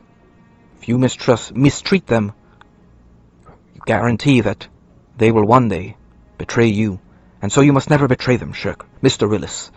Please go, save your friend. I shall be here at any moment, and I would suggest putting this ring on right now. You know, that's odd. I've felt the same way for a long time. And I put the ring on. Sure, put it on. It feels very comfortable. You feel some protections wearing the ring. Mm-hmm. Like minor bonuses to AC, minor bonuses to save, that sort of protection in quotation marks. Yeah. And I'll say, all right. So as like, I don't see the figure who did that, but I'll say like to everybody else, you know, like as we're walking to figure out what to do next, like we're leaving her room. So we need to explain how we came into. We could still blame the cultists if you guys think that's a good idea. Yeah. Yeah. All right. Let's get Ganymede's body, and then we'll meet up with that company from the guild and explain the circumstance to them. Got you. All right, where is the group headed next?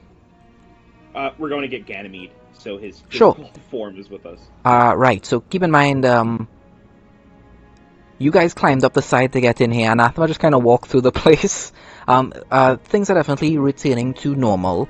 It seems they've caught the perpetrator. You guys hear rumors here and there of, yeah, apparently it was that guard captain of that guilty fellow Lord Bruden, or just Kristen, the bastard kid.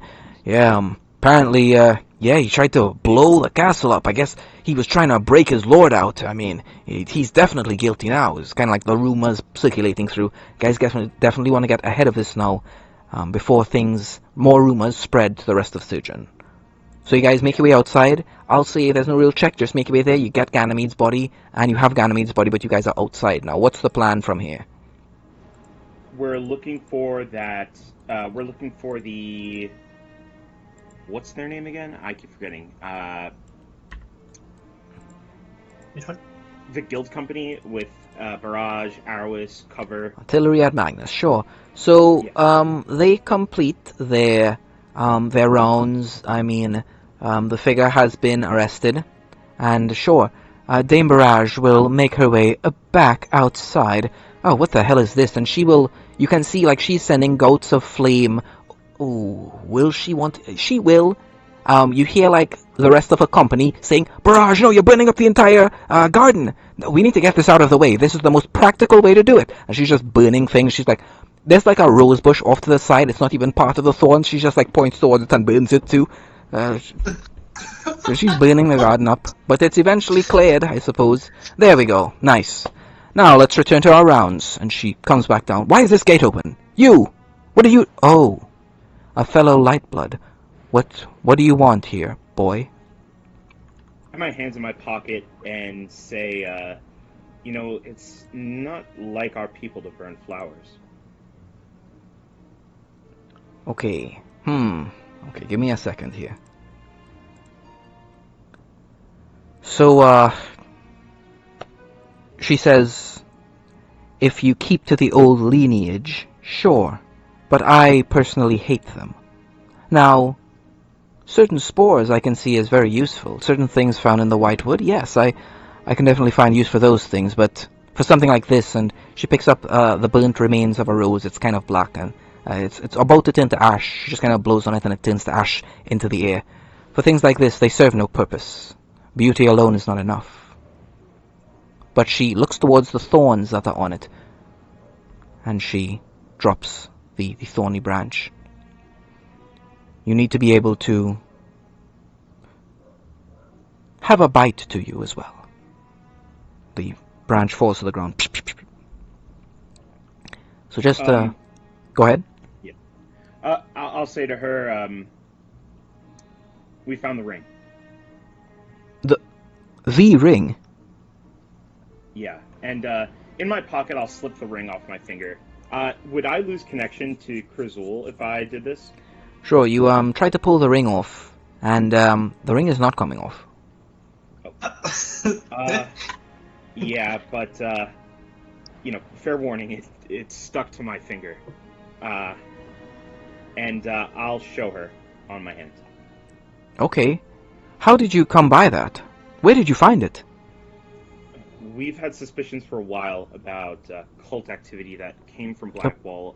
Give me a single moment, and she'll take out a piece of paper where it looks like they've drawn kind of what the ring is supposed to be, and she holds up your finger and looks at the drawing that she's been given. It is indeed the ring, and she puts it down back into her pocket. Yes, please continue. Where did you find it? Right. So there was cult activity from Blackwall that we followed here. The mayor was interested and fearful of something like that. There's a beach not far from here, by the docks, where the cult was stationed for a bit. And when we were ransacking the place, we discovered this. Make me deception check. Yeah. Is there any way... I'm trying to see if I can... Oh yeah, you each get 1,000 XP for your negotiation with Eclipse. Okay. Yeah, I'll just make deception. Ganymede, can you cast guidance secretly or something? I'm scared. I've been rolling a lot of ones. Ganymede, we can't hear you. Thank you. I'll pat you on the back and cast Enhance Ability Sure, to give them to advantage. give you advantage. Yeah. Oh, thank God. That's a relief, dude. I think we can have a conversation now. I was actually thinking... 25, so you succeed. I'll let you know that right up here. I was actually having a kind of a conversation in my head about not wanting guidance to be a part of it, a part of my world. I want to know what you guys think. It's not like I'm trying to nerf the players. It isn't that. It's just like when one person's playing, they're having their moment, and then kind of someone comes out of nowhere like, I guidance that. It feels like you're kind of taking the spotlight in that single moment. I want to know what you guys think. What do you guys think? In my opinion, and when I've DM'd before, I always do it if you can find a way to give guidance in a covert manner, or you have the foresight to think oh, somebody's gonna do it, then that's fine. But mid conversation, somebody's just I cast guidance. That's yeah. All right. What about the rest of you? I want to know what you guys think. It might affect my decision, but I'm still leaning on the I'm not too interested in having it. Tell me what you guys think. I feel like before we did overuse it a lot, but I kind of trust it right now that it won't be used 10 times per session. Well, here's the thing. If you have it, you should use it. Yeah, I'll add it. My problem is, it's the same reason I don't like Lucky. It's just, it's interrupting the flow a bit, in my opinion. Alright, Anathema, Ganymede, what do you guys think? If you I was just going to say it doesn't really... Oh, No, you can go. No, you. Go first. No, you hang up. I was just going to say... I mean, I don't think it works, really often, in that, oh, I guidance that kind of thing. I think it's part of preparations. For example, I think before we started combat in Blackwall, that final fight, you were everybody do your final actions, in readying for that fight. I think that's the only Not the only, but like that's like the main reasonable like usage of it. If that makes sense. Okay. Alright, Ganymede. Like impromptu, no. Yeah, I guess as the de facto guidancer, I don't. If so, then could I change my subclass? Because that's the only reason I took the subclass was to get guidance. Really? Well, of course you'd be allowed to change that. And I also state that if your thing is like giving you this, you would like choose 2 other things, but that's pretty interesting. You choose your subclass for the guidance. Then if that's your Yeah. decision, Since like I guess part of like sorry. if that's your decision, if that's something you're interested in, then I'll allow guidance for this campaign. And then maybe if we have a campaign later on, then at the beginning of that I'll let you guys know. Because if this is something you're interested in, if it's like the buffing aspect and that's something that you really want, then I'll allow it for this campaign. For you, Ganymede. Yeah, because I guess like kind of what, especially with how things have played out with my pact question mark, and how like at least specifically with Haster, I'm not as well versed in all the other old ones, but how his kind of pantheon is about being like an actor and kind of writing a story with your life, and that's kind of why I chose the subclass. With a lot of it is like changing fate. I know in like higher levels, like I'll be able to like get like kind of like free inspiration with how I can use my like Okay. abilities and stuff. And so if you wouldn't like that, then I'm very happy to swap over to a different subclass. So No, I think, as much as I don't like it, I think if this is something that you're interested in, if you decided your entire class for it, I'll allow it for now, for the time being. And if you're interested in changing your class at some point in the future, we can have that discussion then. So you guys know what I think now. I like things to be a bit more smooth. But you know what, sometimes there is that, like you guys using the inspiration to stop yourself from being effed by a particularly bad group of rules. Alright, then let's continue on here. Shirk, you show this. You try to convince them. And Shirk, you don't know if it's because Dame Barrage likes you, or, you know, she feels sorry for you. But she says, alright, the king must be made aware. Were you able to find out why they stole it? And why didn't they steal anything else? Why that dumb old ring? Well, I have suspicions, but you see, the events of what happened in Blackwall there are differing accounts, and the rest of my party have a much different story of what went on there. I imagine the mayor would tell you the same story as us, that the cult was seeking to perform some ritual, and it seems that they're traveling quite a bit and looking to perform similar rituals elsewhere. This ring was a part of one of those. The king will want to be notified immediately. Alright, I will be... cover, Arrowis. Oh, yes? Both of them kind of... 2 female light bloods who could be twins come up behind her. Stay here. I'm going to inform the king personally. Dame leaves, she flies up. She goes into like his terrace, his balcony, opens it up. She actually comes back down, kind of princess carrying the king, and drops him down onto the ground. Oh, oh yes. Oh, you found it. How wonderful. Hand it over, and you actually hear Prince Krizul Bruden speak in your mind. Actually, he doesn't speak in your mind. He speaks aloud through the ring. Vormont? Vormont! My boy, Vormont! And the king kind of looks around. I hold the ring up Grandpa? to the king. And looking at the central gemstone, the emerald, in the middle of the platinum ring, the signet ring, one of the signet rings of House Bruden, you guys can actually see... Let me just see if I can get you guys a good enough picture here for Good old man Chrysul Bruden. Yeah, so you guys see Prince Bruden. Looks like this. Prince Bruden. Older gentleman, darker hair, tan skin, quite regal in his appearance. I'll go into his full description later on, but pretty much what the prince says is, Vormont! Little Vormont, yes, it's me! Oh, Grandpa! Grandpa, where have you been? And have you always been trapped in that ring? Why, yes, I have always been trapped in this ring. Then why didn't you say anything sooner? And Prince Bruden says, I couldn't, no matter how much I shouted or screamed. No one heard my voice until just this very day. My God, please, come on in. Oh my goodness, this... Wait, and he looks back at Barrage. So, it's not the bastard? And Dame Barrage looks towards you, Shook, and gestures a hand towards you to speak. No, he was innocent, and James and the rest of my friends were trying to prove that.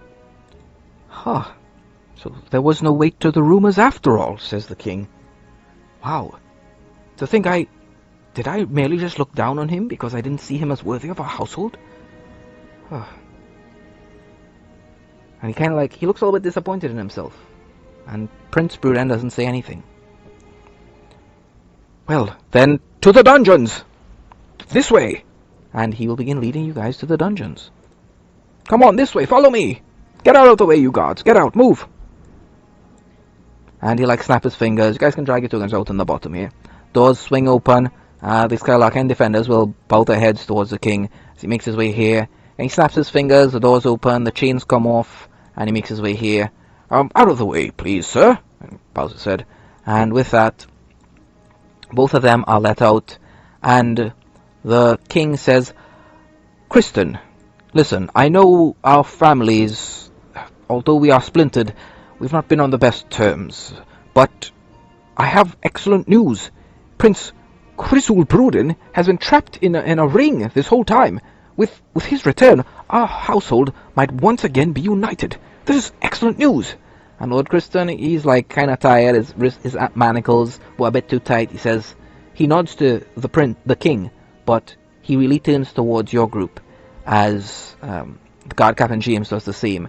And you can nod his thanks. And he comes towards you guys and says, "Who really stole it?"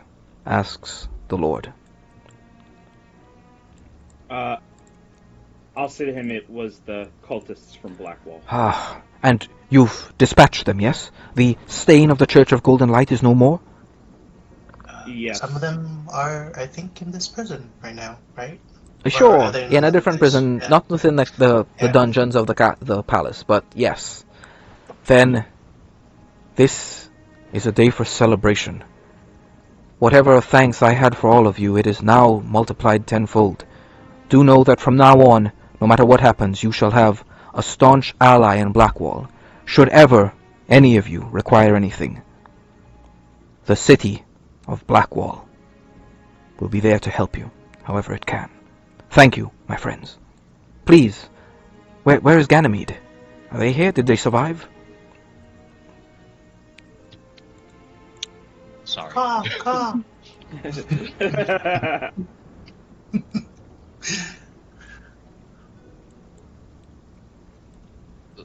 Sure, there you go.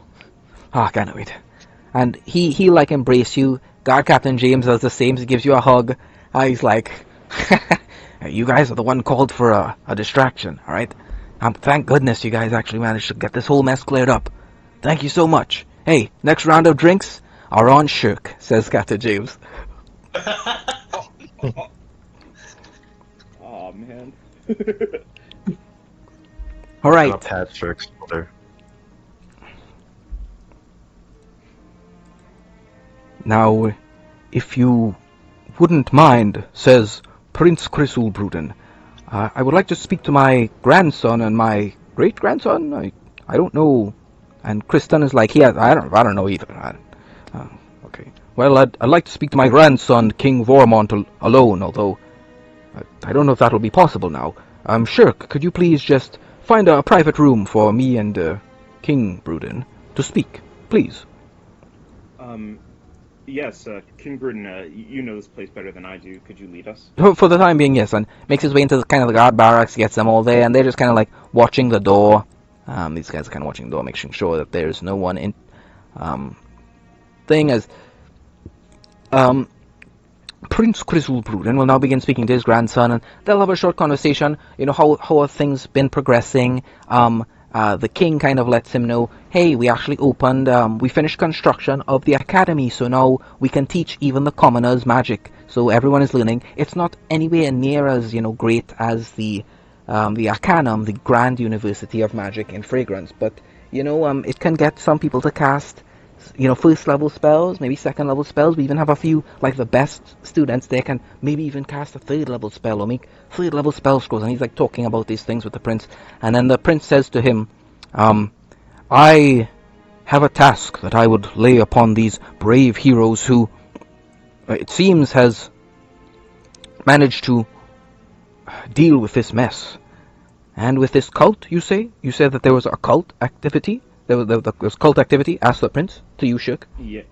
Yes, it seems to be spreading. Then not just to Sturgeon. this is an ill omen. This is an ill omen indeed. If the cults are active once more, then their masters are as well. We must work against them. But first, for an evil that has long threatened this land. I fear that the Blightlich is going to return. And sometime soon. And with him saying that, this is where we're going to take our break. If you guys are leveling up, you guys can handle your level ups now. Yeah. Let me calculate real quick.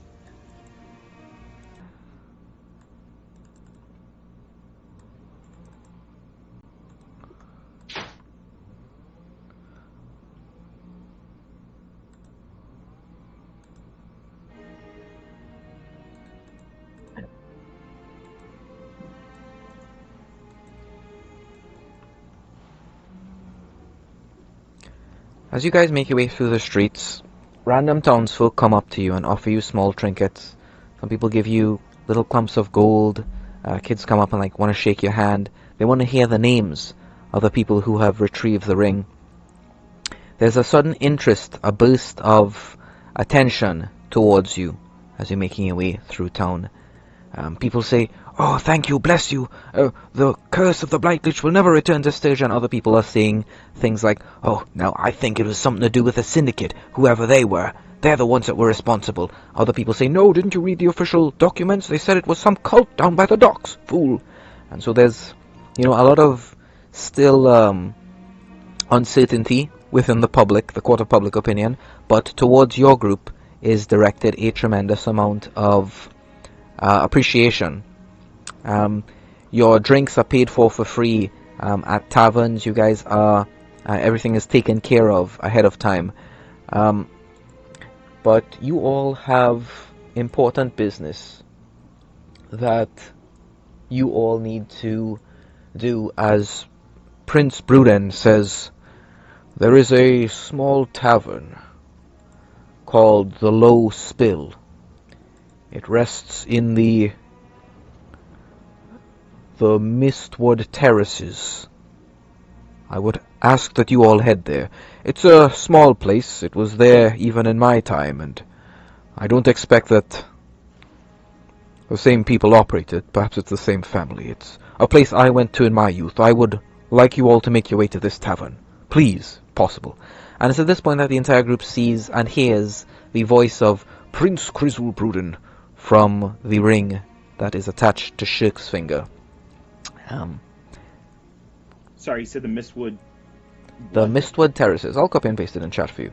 So you're heading to the Mistwood Terraces, and you are looking for the Low Spill Tavern. Mm-hmm. Okay.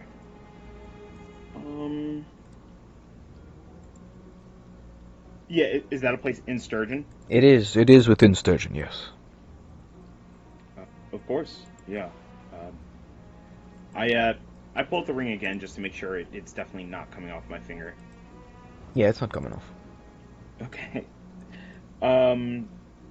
Yeah, we'll make our way there. Very well.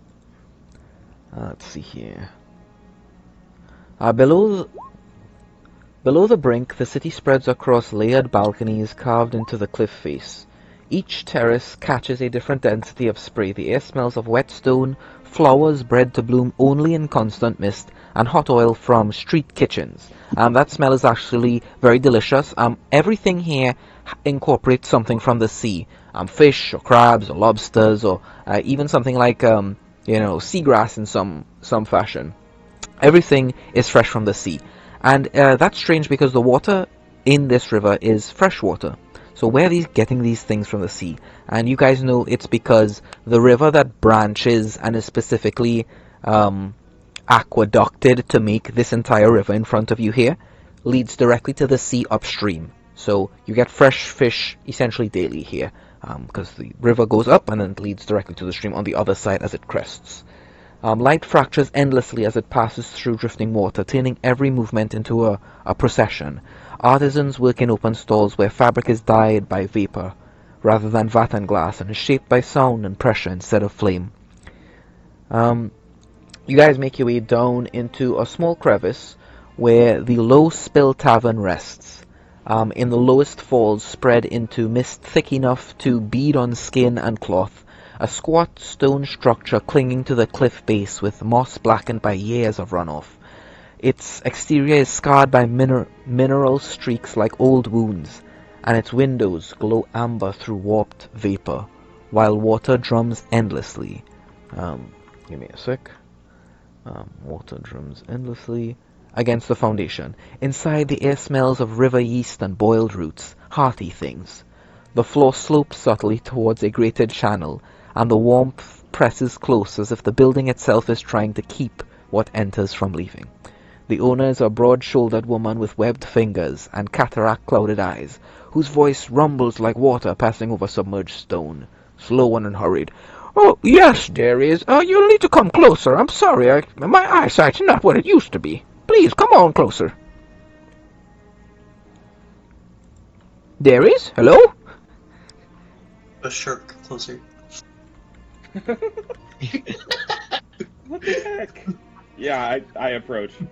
No, pleasure to meet you. My name's Anasha. It's so nice to have some people come on into my establishment. Please have a seat. I have some drinks and some nice hearty food sent right your way immediately. Sure, yeah. And we find like a secluded booth somewhere in the bar. Are there a lot of patrons here? No, you guys are the only ones. Okay, cool. Yeah, somewhere quiet towards the back. Sure. Make your way towards the back. She comes on over a few moments later. She's got some mead. It's thick, and she's got some stew. Oh, did you all hear them stories about a group of heroes finding that stolen ring? It really warms my heart to know that people still carry on the legacy of all those heroes that went on and died in the wars in Zurich. Really makes me feel safe. She puts the food and drink down. There is? She's like looking around. It's like no one's responding to anything she's saying. Yeah, no, they're pretty cool. My thoughts Sure. exactly. Alright, well, enjoy your drinks and your meal. And she goes on, she heads back. And the prince now speaks to the entire group. You guys can see his small form within the gemstone. Prince Crizul Bruden stands tall without stiffness, long black hair worn loose and bound only at the nape when ritual demands it. His skin bears the mark of sun and river alike, darkened by years spent outside halls and beneath canopies of living leaves. His eyes are deep and unreflective, always watching for hints of betrayal from even those closest to him. He wears deep forest green noble's attire threaded with sigils that suppress excess magic rather than amplifying it, seemingly a refusal of spectacle. At his throat hangs a star-shaped amulet cut from a single piece of fallen skystone, its facets dulled by usage and age. He carries no visible weapon. When he speaks, his hands move to accentuate and reinforce his speech. He listens longer than comfort allows and speaks only when silence has done its work, with large pauses between words. When he looks at someone, he searches for turbulence, for the place where thought rushes too fast or stands too still. His voice is low and measured. each phrase shaped as though it must endure long after it is spoken. First off, let me extend my thanks once more. I do not know why no one else within this family of mine has managed to hear my words, but you all were able to. Do you have any idea as to why that might be? Well, before I was able to hear you, somebody like struck the ring itself with a rapier or something like that. It could have been maybe, I don't know, percussive maintenance. Just needed a good whack. Okay. Does anyone else have any ideas?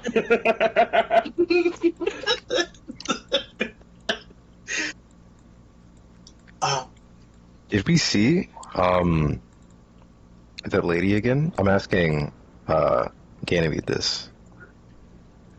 I do remember there was a lady with a rapier that was outside. She looked an awful lot like you, Shirk.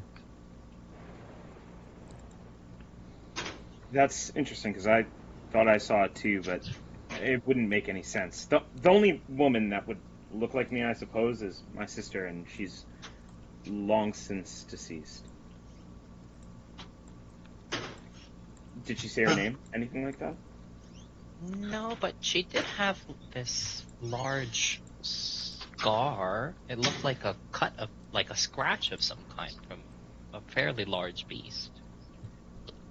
Wes, did my sister have that before her passing? Nope. Yeah, that wouldn't have been her. Her face was pristine, and I miss it dearly. On a side note, oh yeah, so I still don't hear any voices in my head, or do I hear them again? From the moment after your patron said, "No, no, anyone but her," you have not heard his voice. I haven't heard anything from the the voice in my head either since I kind of laid eyes on her through my familiar. He seemed a little scared of her, so Quite nice. So Then, whoever isn't it? yeah, it's very nice. I can finally hear myself think. Yeah.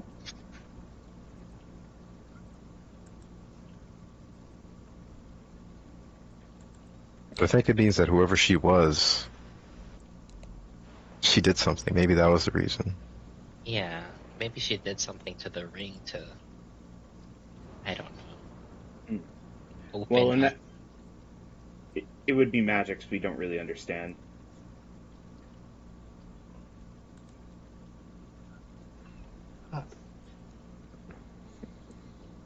Yeah, I wish we had more information for you, but I think that's all that we have. Speculations right now. Well, it was the Blightlich who imprisoned me in this ring during the War of Law. Have any of you had interactions with the Blightlich before? Not directly. But indirectly. Yeah. If you don't mind, I go ahead, Anathema. I've had I've talked to him before. I've interacted with him. You've talked personally with the Blightlich. Personally. My goodness. Not Could personally. that be it? It's possible. What about the rest of you? Do you all share this bond? This link? Yeah, I look towards Orguro. I mean, I've been told one of his henchmen came to my village and destroyed it. Destroyed. How did you survive?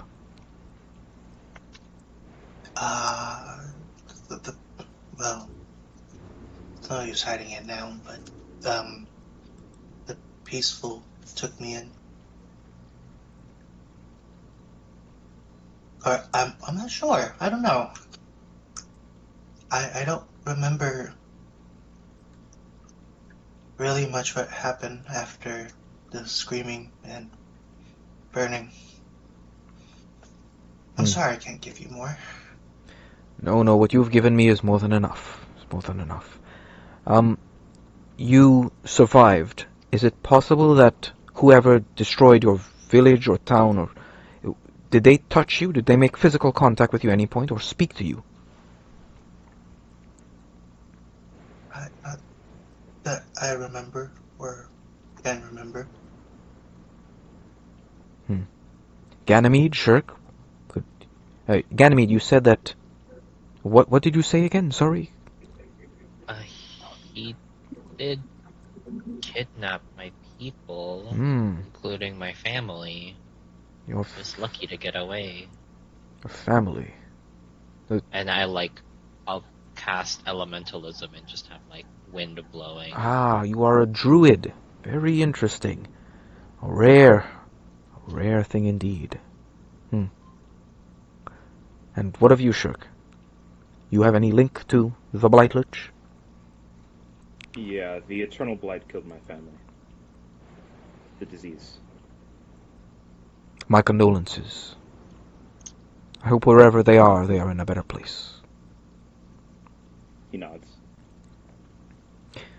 Well, now that I've learned about you, I think it only fair that I let you know about my interactions with the Blight Lich. As I've said, he imprisoned me in this ring during the War of Law. I faced him there in Zurich. He was collecting what wars produce most of, dead bodies. I still remember his words.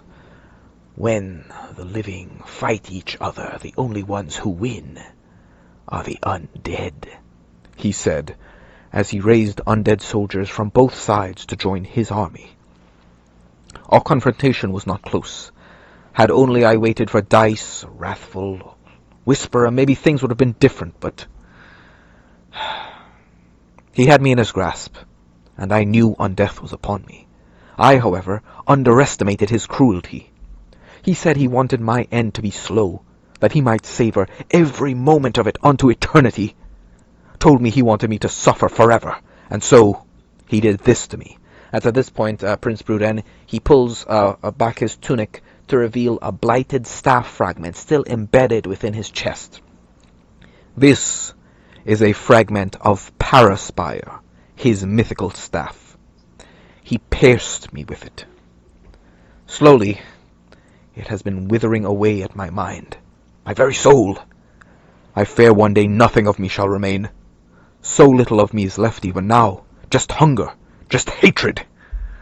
Hunger to see Skylarkia's failures wiped clean, a hate of all our weaknesses. So long as I remain imprisoned here, I shall never truly die. But what will eventually become of me shall be worse than even that. He told me that, even if I were freed, my rot would only hasten until I were as dead on the inside as he. I hope that is not true, but I dare not underestimate his cruelty again. Your group are the first to hear my voice. This must be because at least one of you bear the Blight Lich's mark. And he eyes you each with a hint of suspicion. Perhaps this is a favorable miracle of day. And then he catches himself here. And you all get a deep sense of regret from him, as they, the former god of Skylarkia, supposedly sacrificed himself to close the portal to Pandemonium that the great old one, Cathanid, well, you can speak his name, Cathanid, stepped through to try to invade Zurich and then make his way to Skylarkia to invade your homeland. So this god, sacrificed himself to seal this portal and seal away this horrible great old one. I was sealed by the power of the Paraspire, and only by its power can I be freed. That Nightblood girl, what was her name? Eclipse? Yes, she tried dispelling the magic, and then blasting this ring apart, but neither worked. I suspect that only by the Paraspire shall I ever be freed, but even if I were freed, I would still wither away.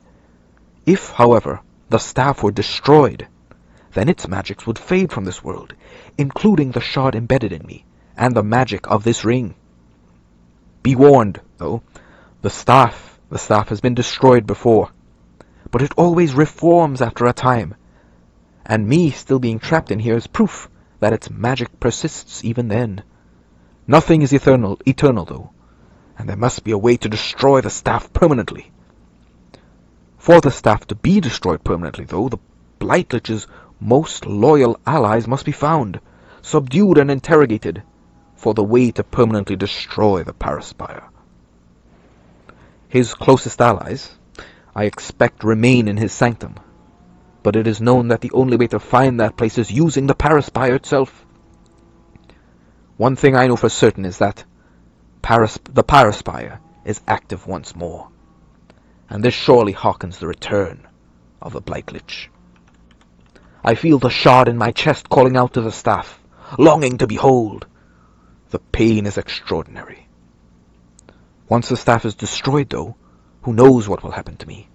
I hope I shall be freed, and find myself cured, but perhaps that is just another underestimation of the Blightlich's cruelty. I do not care about my life, for who knows how much of me shall be left by the time this task is completed. I only wish to ensure Paraspire is dealt with. The task I would ask of you is this, brave heroes. Take this ring I am trapped in with you. I will use the shard embedded within me like a compass to point you towards where I feel Paraspire's taint. Find the Paraspire and use its power to locate the Blightlich's sanctum. Invade the sanctum and find those most loyal and trusted of the Blightlich's allies. Defeat them, confine them as the Blightlich did to me, and then interrogate them. Find the true way to destroy the Paraspire before the malign energies of the staff corrupt you, and rid Skylarkia of the failure of the eternal blight. If this task is beyond you, I bid thee take this ring to the Guild of Vow instead.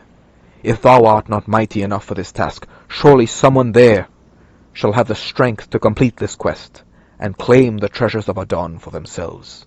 After all, who knows what treasures untold yet remain unclaimed within Adon? And just then you guys hear like a loud sound outside. Are there any windows that we're able to tell what's going on? Yeah, you peek outside and you guys see the very same person that you spotted in Blackwall beating up Jubilee, and he's walking through the streets. Looks like he's searching for something. The large knight, the armored figure. We kind of stay hidden here, and I'll say to the rest of the party, I want to find Adon and Still anyway. And anything I can do to stop the Blightlich, it seems like a good idea. So, I'd rather handle this between us than going to the guild, if that's all okay with the rest of you. I mean, I want to find out what happened to my village, and I also want to join the guild if this is something that will get the guild's attention and possibly put me up as a candidate. I want to see this through. What about you two? I still need to find my family, as well as the rest of the order. So I'm sure dealing with the Lightlich will probably give some insight into Blightlich, yes. where they are.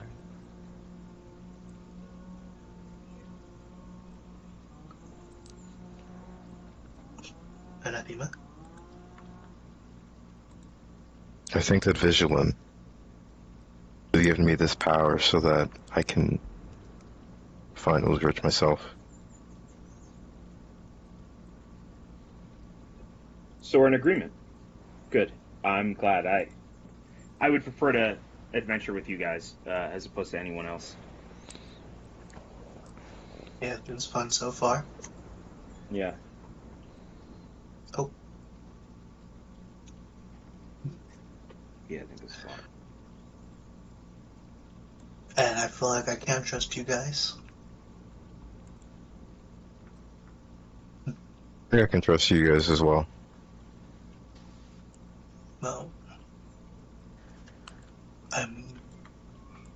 at some point, you guys guys think you have interest in joining the guild? Mm, I What if there's don't. guys like that?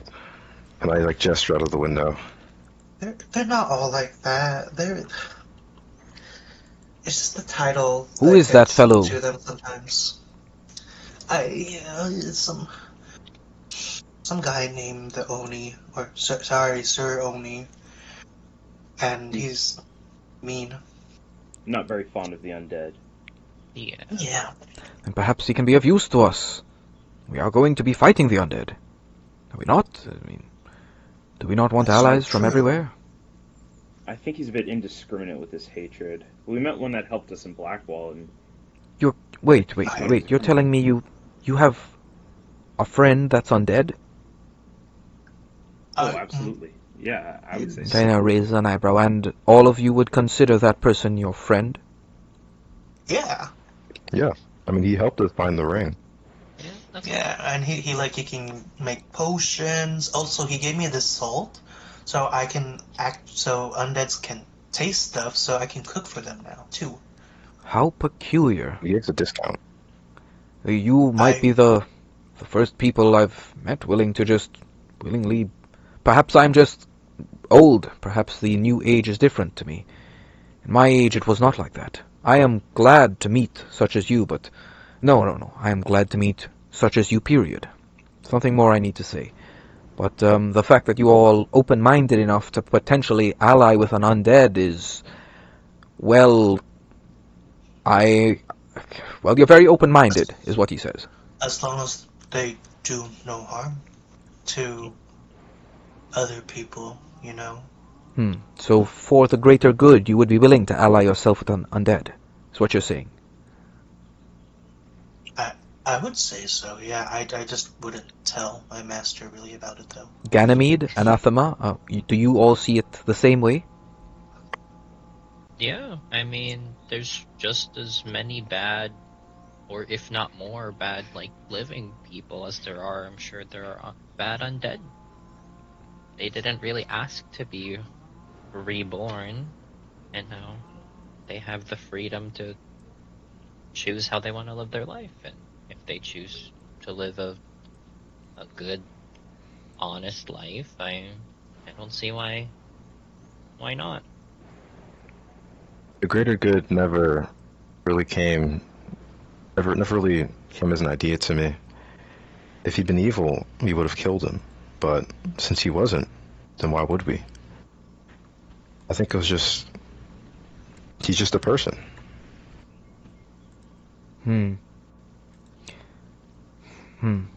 I would like insight checks from the group, please.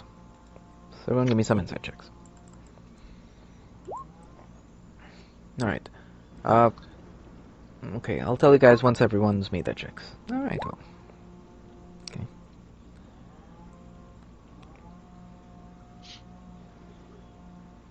Anathema, are you gonna make insight?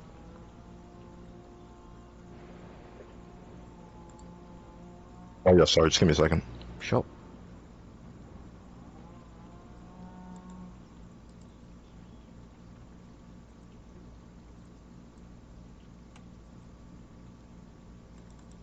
Yeah, it's just like loading. Got There it. it is. Alright, to Shirk and Oguro, you guys are, you're convinced that this fellow, I mean, he literally got sealed in here by the Eternal Blight, so he is probably really not favorable towards the undead at all, Oguro and Shirk. You guys think he may honestly despise the undead, or hate it on a fundamental level. Ganymede and Anathema, you guys sense an underlying, he's almost like secretly glad that you guys are willing to see through all physical forms to the true enemies, the true evils, and willing to work with anyone. Like you guys have the determination to work with anyone to achieve the greater goods, pretty much. The greater goals here. So you can tell he's almost glad that you guys are can see eye to eye with an undead.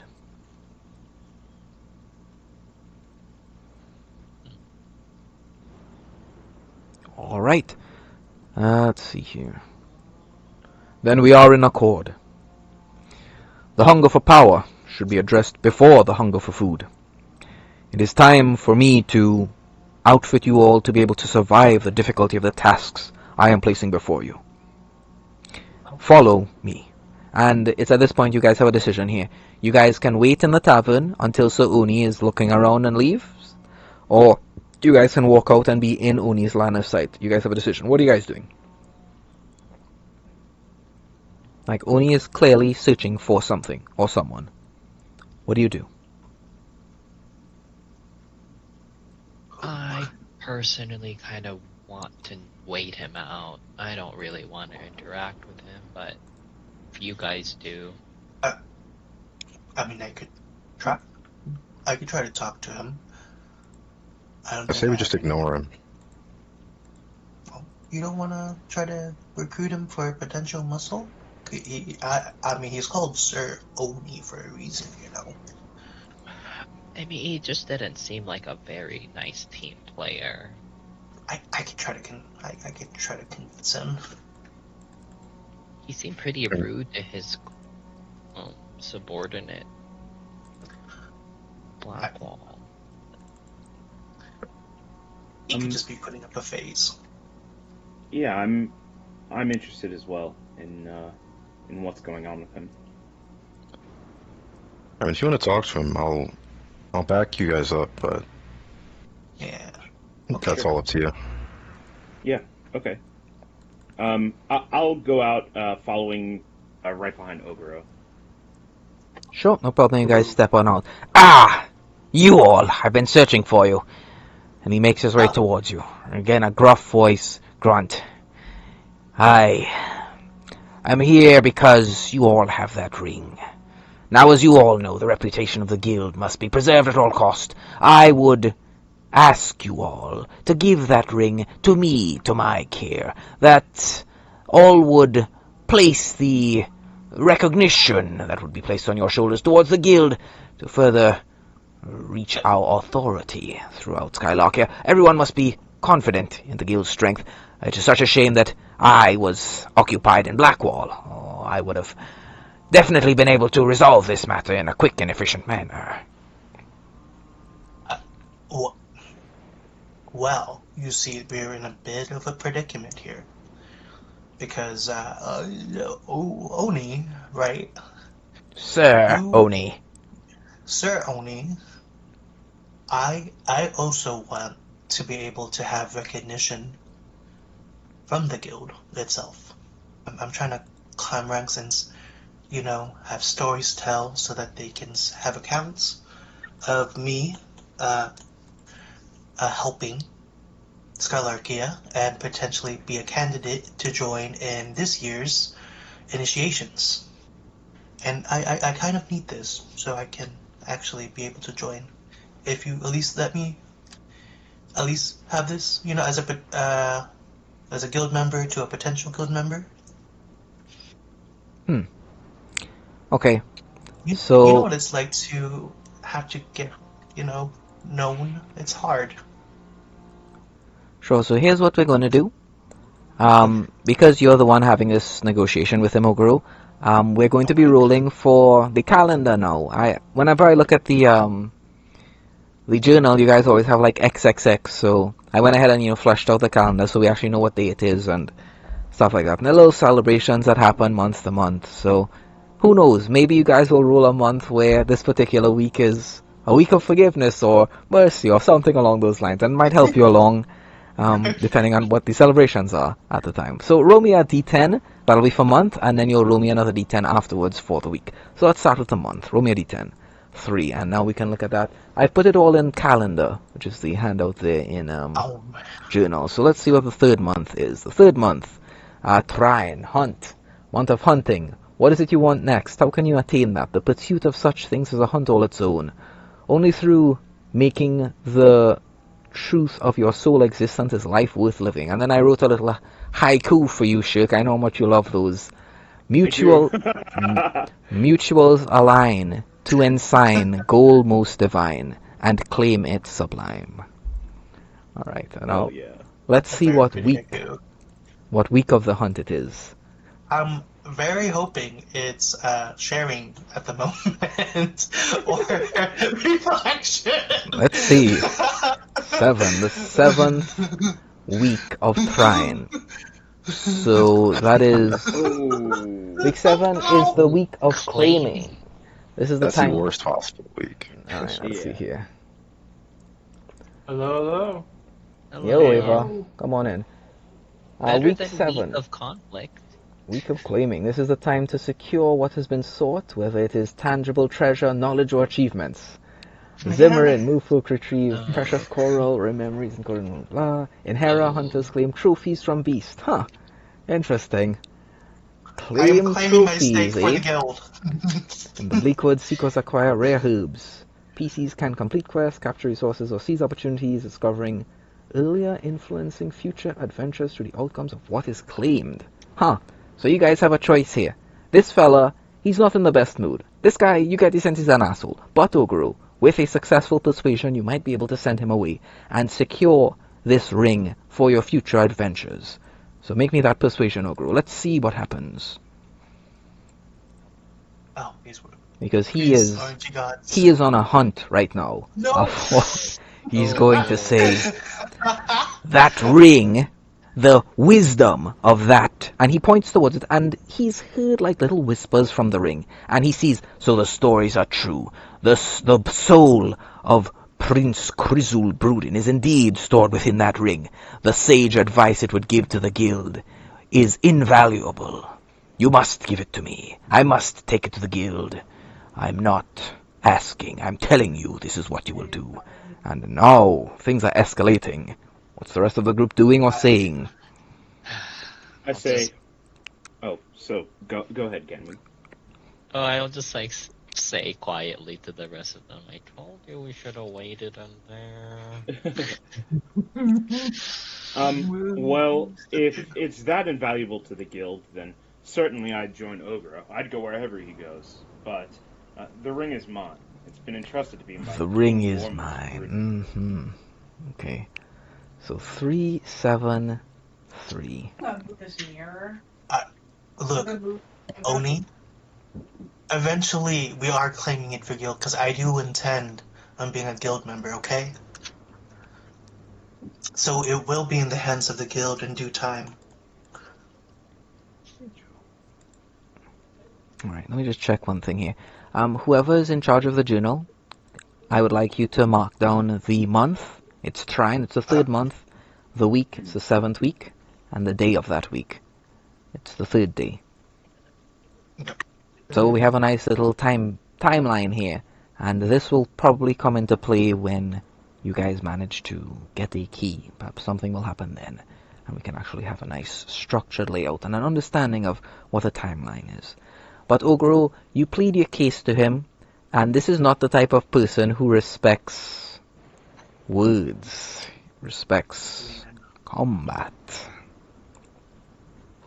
Can I insight to see what he does respect? Yeah, combat. I just said it. Oh, combat? Oh, damn it. Okay. Man! Oh, that's not what I want. Okay. You're almost alone. You know what? How about this? We battle in a claim of strength. Well, I won't say no to that. He snarls beneath his helmet. There's like a little bit of a look of regret and Ogre. Uh-huh. Let's head inside this tavern. Arm wrestling, then. Yes. I let him, go first. Okay, this is You got a this. strong guy, Oguro. He heads in, he has to duck in to get in. When Oguro, he heads in, Ogre was panicking. Sure, I beat the calm before. I don't know if I can beat the Oni man. No, I got this. I got this for you. Yeah. If I'll be refereeing the event, then there's one contingency. I'd like to see something interesting. So for this case, each person can use all of their arms, and after that, I think that's fine. make me persuasion, Sheik. And the voice of the prince is saying, "Does anyone know enlarge? Does anyone know anything that can make him stronger? Now's the time." 21. Yeah, I 21. would enhance his since Oni's going in ahead with his back turned, I'll cast enhance ability and give him bull strength. Okay, Ganymede, make me sleight of hand. Oni doesn't have the best passive perception. Well, I don't know how he's going to react to this, but let's make me a general sleight of hand. Yeah, I would wait until he's like not. Then all right, do it with advantage. Sure, he's like half his head is in the door. He's just going off zones at this point. Do it with advantage. Oh my god! All right, I'm not so that great at it. all right, so he kind of stops and he says, "Well, if his and of all of your friends, Heron, are helping you, why don't I get my friends to come help me too? It's only fair, isn't it? They can buff me up nice and strong. Then it'll be a fair fight, won't it?" Oh no. Raw strength with just our own abilities. How about that? That's what I What we wanted. have. Okay. Damn it. Oh You man. can do it. You know? I just look back to the rest of the group. He's gonna crush my hand. West, I'd like to. I'd like to use. Hold on. I have some features here that I think might be helpful.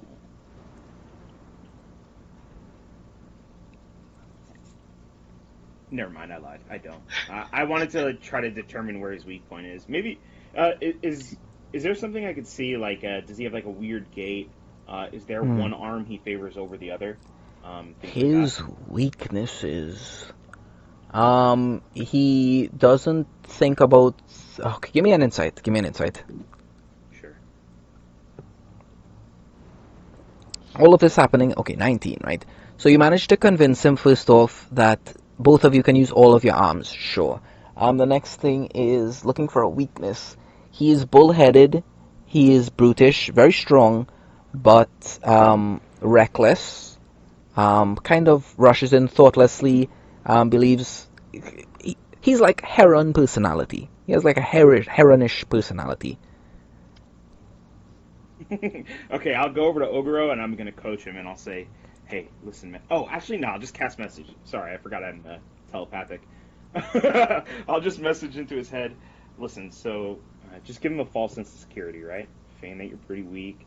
Let him win a little bit. Just try to resist. Once he gets confident, he'll start to ease up a bit. Pull out your arms and just flip him over. I think you got this. I love how you say false sense of insecurity when it's not false at the moment. I have faith in you. You carried me up a tower. You can do it. Pretty great feat of strength. Okay, you know what? He like stretches his arms. Do this. Okay. All right, monk. Let's see you stand up to a real warrior. He puts his giant Tetsubo's massive iron maul to the side. It leans against the wall. You hear a little bit of a crack as it does, and he puts his hand down on the table. And the lady at the tavern is like, "Oh yes, anyone want some drinks or food?" "No, woman, go from here." All right. He puts his arm down. He's waiting for you, Ogru. I assume you're beginning to let out your astral arms now. He's gonna let it out like at the last minute. I want to try to surprise him with it. I see. All right.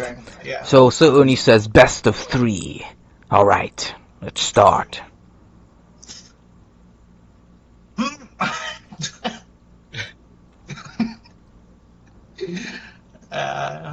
Let's go. What do you want me to roll, Rest? Roll me athletics. Roll me athletics here. Contested athletics by him. Let's see here. Yeah, this and this. Okay. Let's shoot. Okay, he's got a 22. Whoa! Ooh. Equal. Whoa! So you guys are going at it. You and him. You're pushing back and forth, back and forth. Somehow it's a stalemate, and Wow, this means that the first round, it draws. Both of you kind of... Oh, the table breaks. You guys put so much pressure in that the entire table kind of cracks beneath. I was kind of weak anyway and just crumbles. And technically it's a draw. He looks towards you and there's a fierce look in his eye. A strength that he wasn't expecting. If he was underestimating you before, he's certainly not doing that now. Whoever wins Sorry, the next... that was the adrenaline. Yes. Ugh. And the old lady there's... Oh, no, what's happening? I'll cast mending on the table and try to... Could you click on the spell, please? Let's take a look at what happens. Yeah. How big of a table is it? Let's How big just you call it guys 6 break feet it? by 6 feet. Let me just take a look at this. I know. I can't fix that. 1 foot in a... As long as the bracelet here is no longer than 1 foot. Oh, okay. Yeah, So- no, never You- mind. I thought it was maybe like a small, like, bar. You mend 1 foot of it. So it's enough to, like, the table holds together long enough that the next people to use that table are going to break it. But you, like, put it back. It's the older one can barely see anyway. And I was like, oh, it's fixed. Right, Oni Just let him in. moves over to a different table. Avar, it's at this point that Avar shows up. So Avar comes in the door. Avar, drag your token in. Hey, There you go. that's weird. Avar comes in looking beefy as normal. He was... Avar, the group kind of went to retrieve the ring, and they went on an investigation. While that was happening, Avar, will you be able to stay with us for the rest of the session? Yes, I'll be able to stay with like for the rest of the session. Yeah. Okay, then I have something for you here. Let me just make sure. Oh. Where did I leave it? Fill in Ava as to what happened, please, in the session that you missed in the meantime. Yeah, they already did. Okay, great. Well, Okay. Let's see.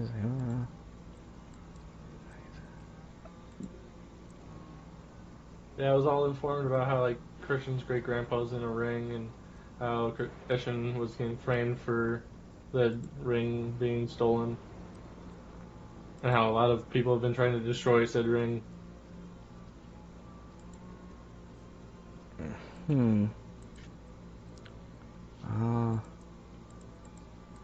Right, let me just continue as normal then, because I had something prepared for you, but I don't know where I've stored it. Oh, we can get to that later. Alright, Ava comes into the door right now, and Ava is quite a strong person, quite beefy, quite jacked up. Ava, did you level yourself up to...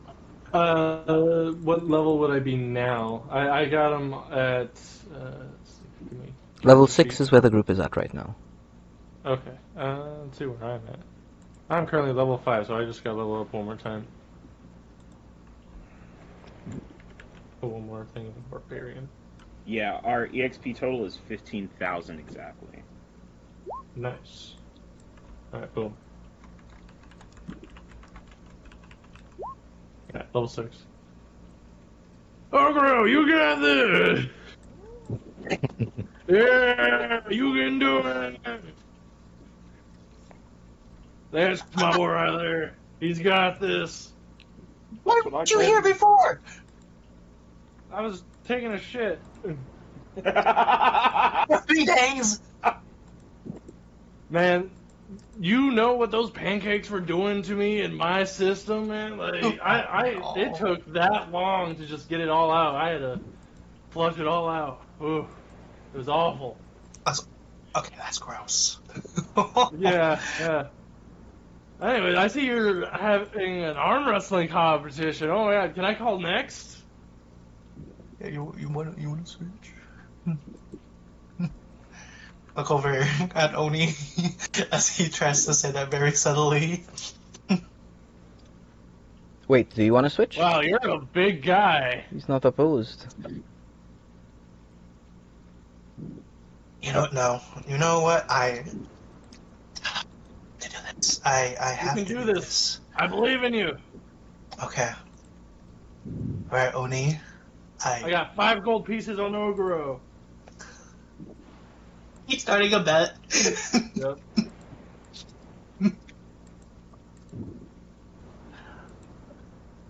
Okay.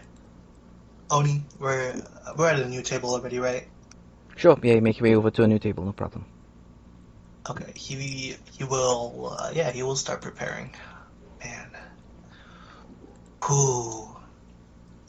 Okay, since seems like you're going all out, I will go all arms, and then he like summons his arms from his Sure, body. summon them, getting larger and preparing yourself for for the next bout, as you guys have just made your way through a tie. He says, "Come on, show me what the North can do.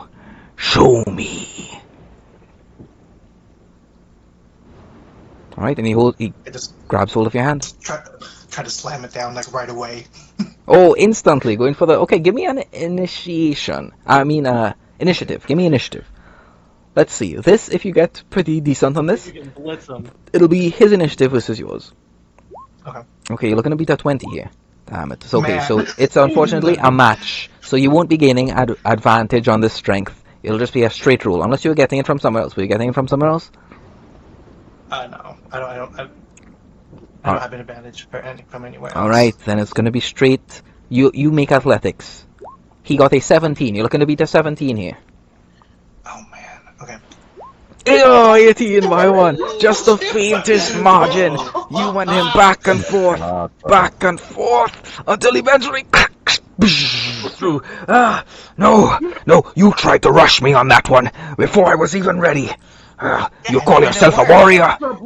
First of all, you can't even say that because you weren't able to hold yourself against it. Afterwards, it was free game. One more, Oni. One more. Fine, I'll win this one and then we'll have another bout afterwards. Grr. Alright, this is it. The final one. If there's anything anyone's going to do to try and help your friend, now is the time. As this is the final bout. Alright, he prepares. Yeah, Hey, who's got money? Shirk will chime in and be like, not to be anticlimactic, but you did say it was 2 out of 3. Oh, right, the first is We still. tied the first one, so no one won it. Or you could say both of you guys won it, technically. No one won it. Table broke. There was neither a winner. I use thaumaturgy and like create like noises in Cerrone's ears. Yes, you can certainly do that. Is there a verbal somatic component to thaumaturgy? Oh yeah, that's verbal. All right. He's going to be hearing you doing this thing while you're directing it Yep. towards him. Just like, oh, don't mind me. I'm just casually whispering to myself. Somatic gets does louder mean and that you do- have to do hand movements. No, it's just verbal. So I just say something and then it would happen.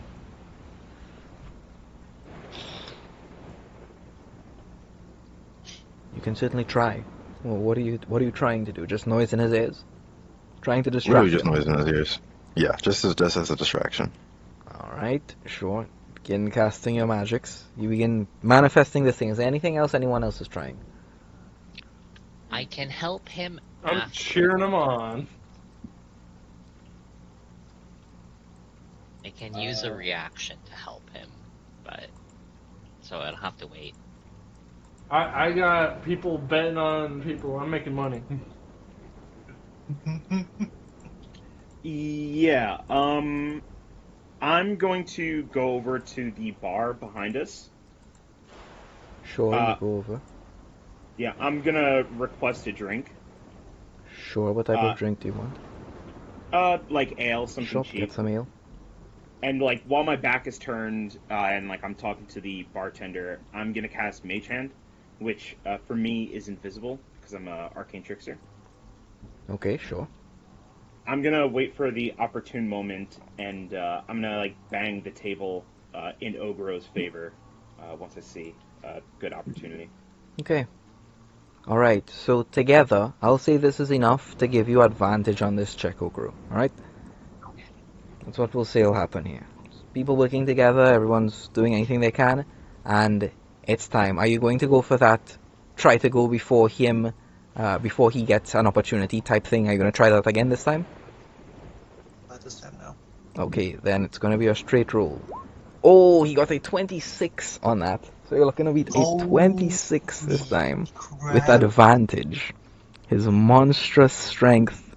Oh man. Okay, first roll. No. Oh, okay. One more. What? Another tie! So this time the Oh table my God, breaks a dude. second time and he says, No! I No! would add 5 Damn it! to Ogoro's with my Cosmic Omen. Okay, then in this moment, just as the table is about to break, right before that moment, Ogoro, you feel this surge in your muscles. Something within the cosmic vista looks out towards you, and it likes what it sees. You feel that shade move across the ocean, a ripple form a wave, and that wave washes over you, pushing you to victory. As you, just before the table breaks, grabs hold of his wrist and turns it to the side and manages to beat him. He stands up, and there's fury in his eyes. He's going to grab hold of his steel mallet, and he's going to swing it down towards you, Ogoro. Okay. I will put like okay. I do have a feature that I want to try to use since we just leveled up. Sure, what feature? And then I have something called Visage of the Astral Self, and then he will like grab like his chin and kind of like pull his hands back towards his head, and then he will summon like a visor or like a starry crown on top of his head, and he will say like in a very booming and echoey voice, "I've already won your test of strength. Is this how you going to represent the guild like this?"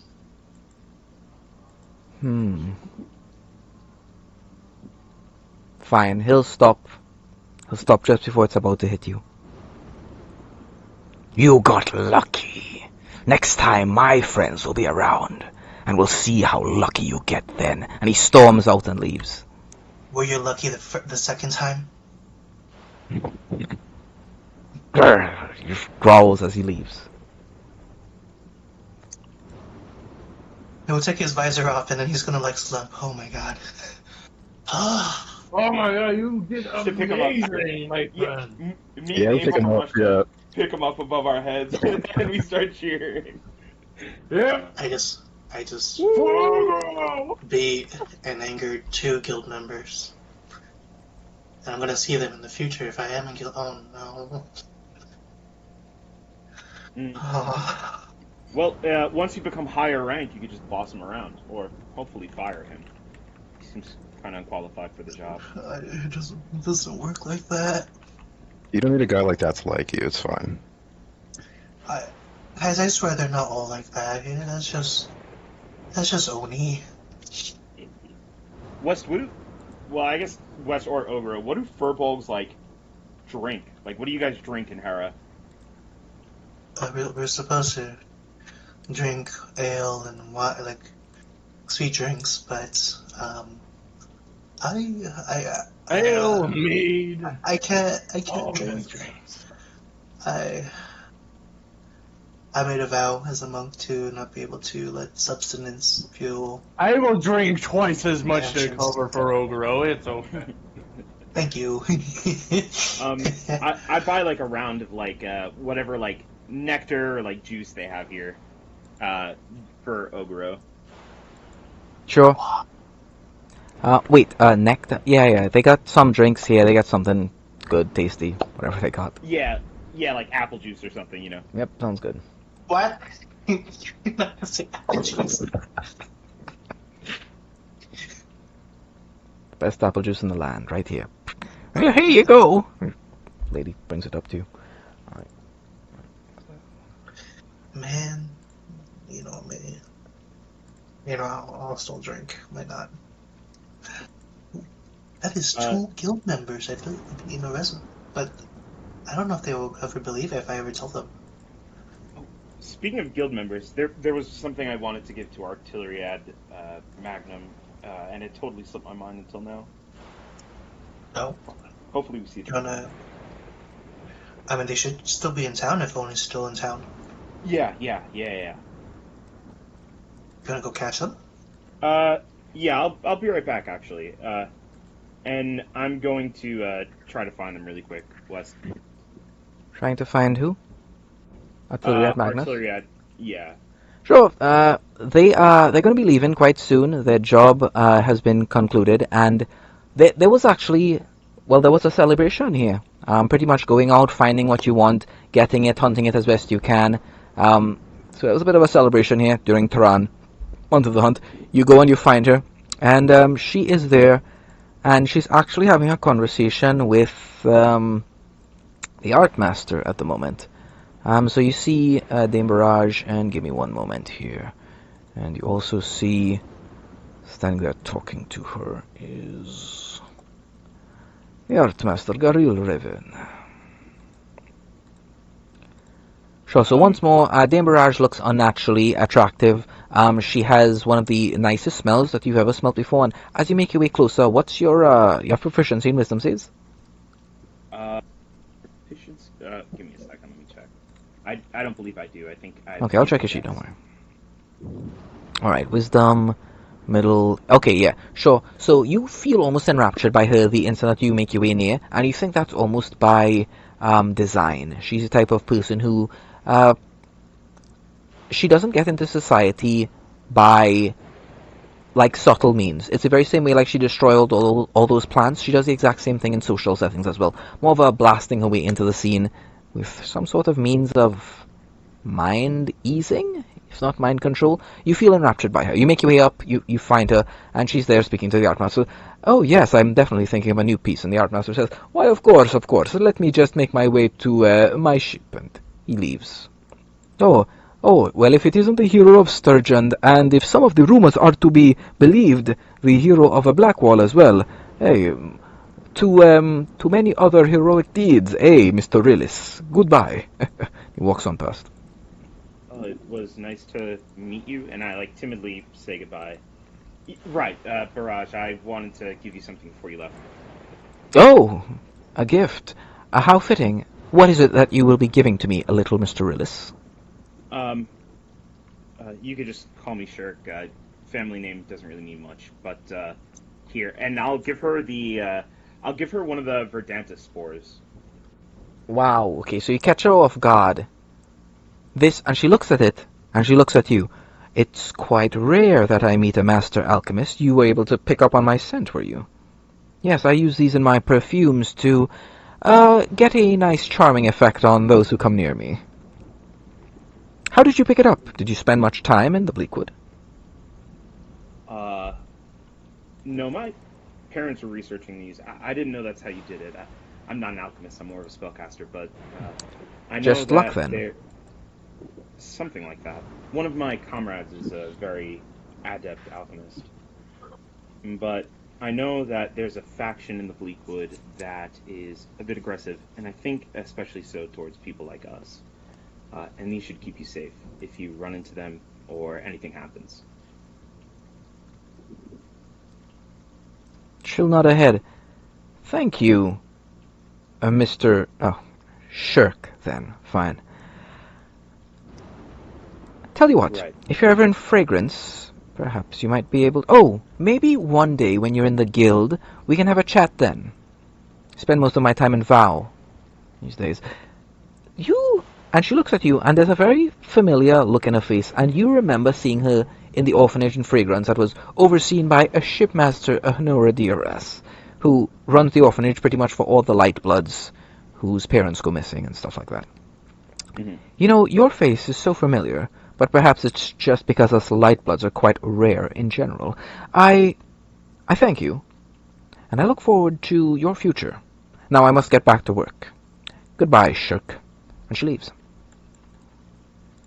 Okay, cool. And then I come back to the party Sure. after. Group reunites. A strange sight is playing out here. As... Let me just make sure everything is... Yeah, Avar, there is a red raven that's following you around. And when you... There's a red raven following you around, Avar. What do you do? It's posted up on a nearby gate.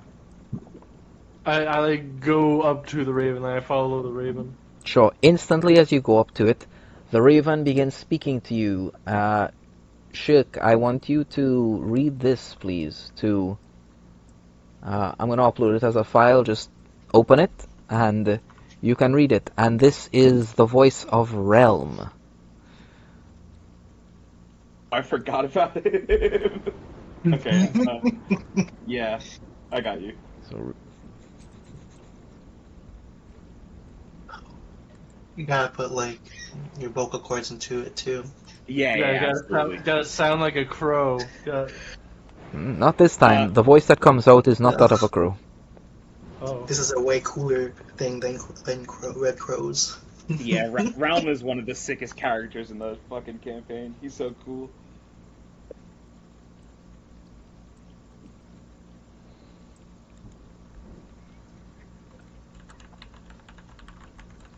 You can start. Oh, Whenever. did you put it in PC chat? No, I message it to you on Discord. I don't see it in our chat. You don't. This is a pretty bird. Oh, I didn't hit enter. You're right. My bad. Oh, all good. Here, let me. So the crow speaks in like this voice that's like booming, but no one else seems to like be like shocked by the loud noise. And he goes, "Avar, listen now and listen well, for these words shall find thee only once. I speak to you through red feather and sharp eye. Long have I stared into the marrow of this world and found it cold, lifeless, and hollow. I laugh because if I did not, is there? I think there's more that I'm just gonna download it. Give me 1 second. Yes, please do. It's all good. Yes, there is a lot more. You definitely want to download Oh, it. It does it so well too. This voice.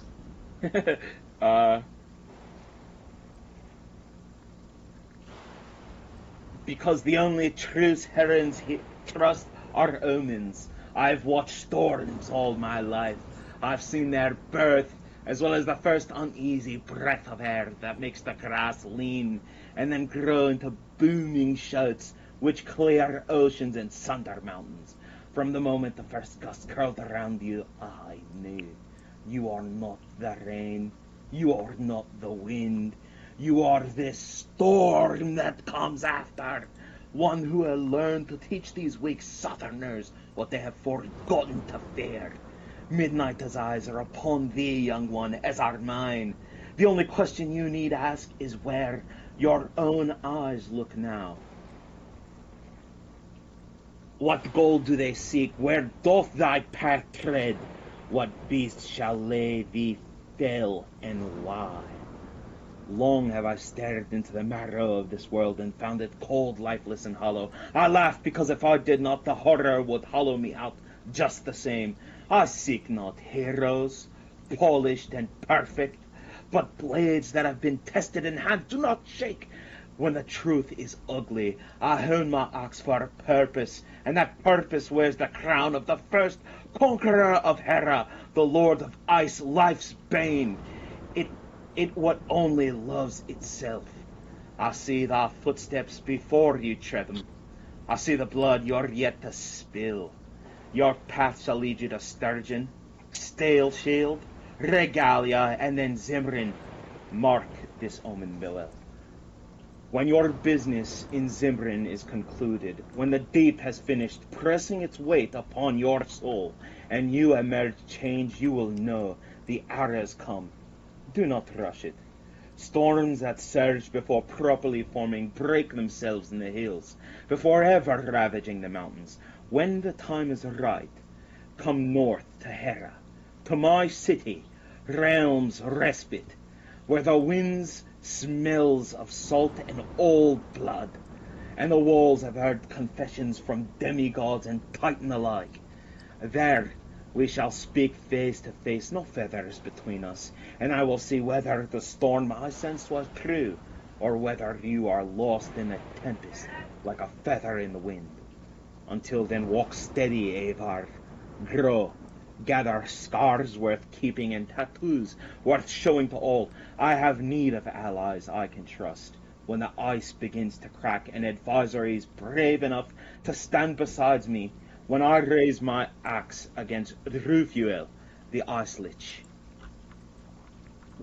And then the crow flaps its feathers some more. Yay, I owe you an inspiration. Very good job. And my condolences to your vocal cords tomorrow. Yeah, it's tough. I, our Hamthor Quentin, will make you proud. Crow seems to acknowledge your shout as it flies away and is gone. And I just copied the important part there in chat. So the omen is your path shall lead you to Sturgeon, Stillshield, Regalia, then Zimmerin. Mark this omen well, and once you have killed enemies worth killing and have tattoos worth showing off, head to Realm's Respite in Hera. And you being a Heron, you know a lot about Realm, but we'll keep that for a little bit later. You know him to be an ancient hero, shall we say. You know that one day, once your journeys are complete in Sturgeon, which you guys have just completed, Stillshield, Regalia, and then Zimmerin, Hera will be next. The 5th objective on the map will be for Hera. Avar, you sit down, you drink, and you prepare yourself for the things that you will need to kill, the recognition that is yet to be earned for you, inevitably. And and who is this? Asks Prince Crisul Bruden. Who's this? He's a friend. Friend, then. A brother. Hello. Hello, my name is Go ahead. My apologies. I am Ava Hamthroa Quinton, slayer of the worm that walks. And you I am humbled to be in your servant. Presence. And I am honored to have the service of such a mighty heron as you, helping me to ensure the failures of the Eternal Blight are never repeated.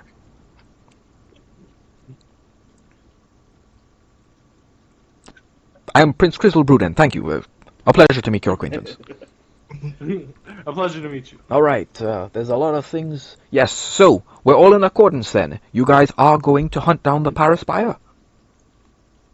Yes. All right. Then it's time for my gifts, my friends. Follow my orders now. All right. And I assume the group is following his orders right now.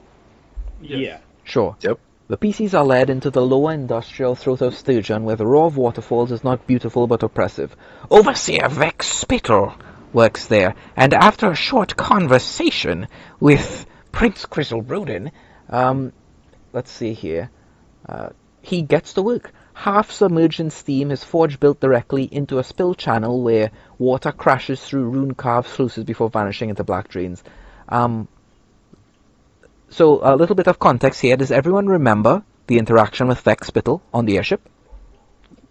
Yeah. Yes. Okay. Hold on. Kind of. With him and Mara? Yeah. So, this is the person Mara wanted to go into that tavern to meet. So, Mara, when you guys first met Mara, the captain... We finished something. Yes, That's what I remember. Yes, so she wanted to go in there. The guard wouldn't let her in because she'd been accused of smuggling. And you guys know that, in fact, she was a member of the Syndicate of Silk and was responsible for some smuggling activities indeed. You guys let her in, and you guys now have a favor to call in at any time.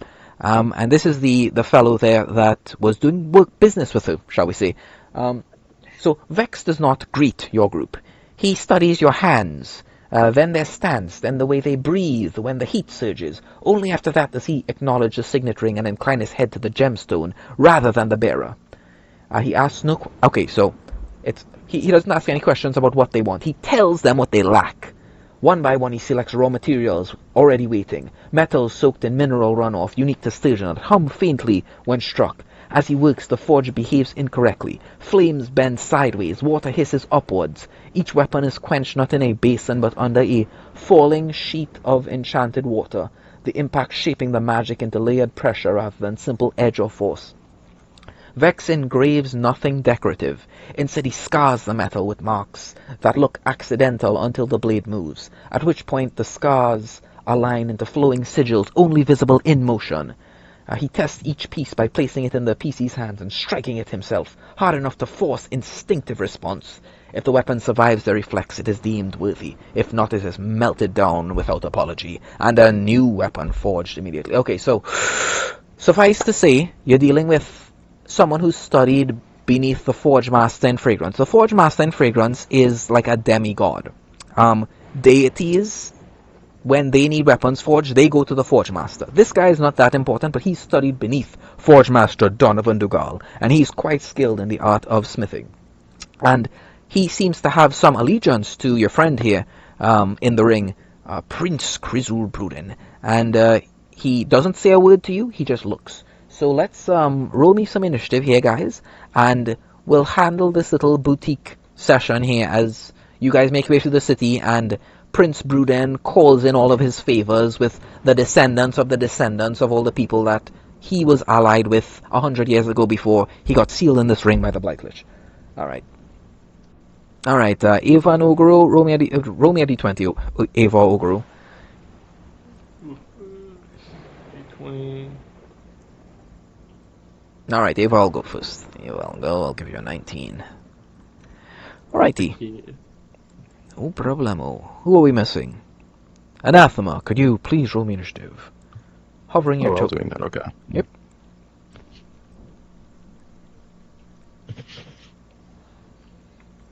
Yeah, let me just see here. My work. Actually.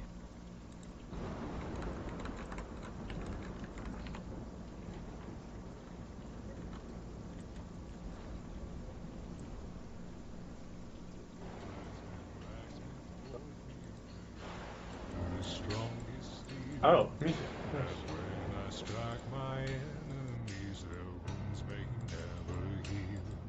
I know this song. Blacksmith of your blade, legends there shall rise. For the blade that you will forge for me will deliver us from the night, Alright, so while that's playing in the background,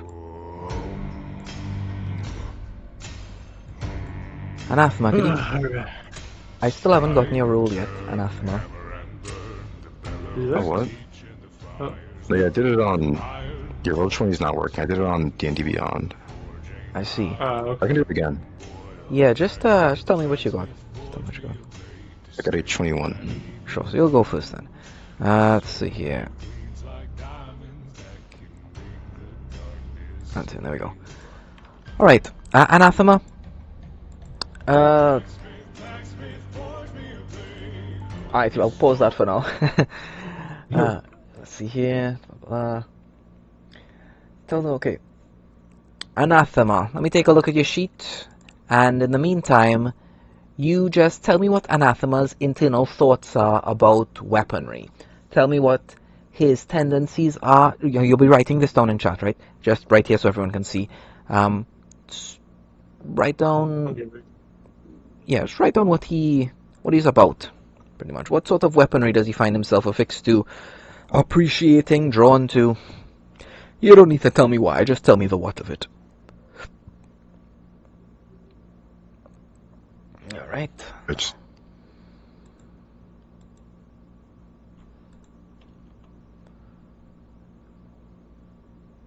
Okay, Anathema. We'll get this here.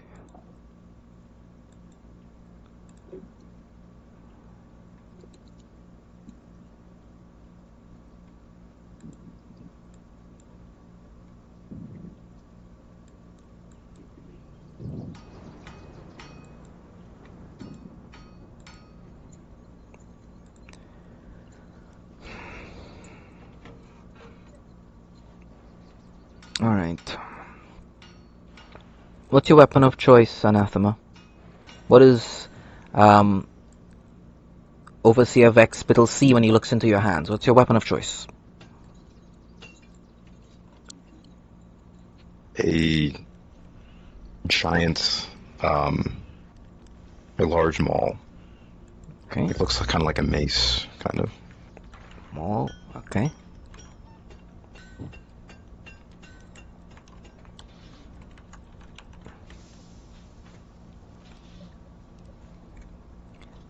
Alright.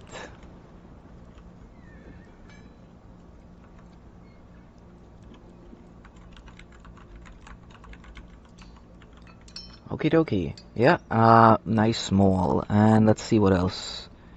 Yeah, that should be good enough for now. We got a nice base. Uh, Switch in chat. I'm not seeing in chat. Perhaps you need to reload. Maybe I need to reload too. I'll reload as well. I think it's just... It's taking a while. Okay, okay. No, I didn't see it in chat yet. It's alright, you can use Discord chat in the meantime. I'd like everyone else to please, as he's looking over your hands, tell me your weapon of choice. Tell me one thing you would like your weapon to do. Yeah, we'll just leave that in general. So Vex Spittle is a unique crafter. He looks at what you're worst at and kind of tries to fill that gap rather than trying to accentuate and make the things that you're already strong at even stronger.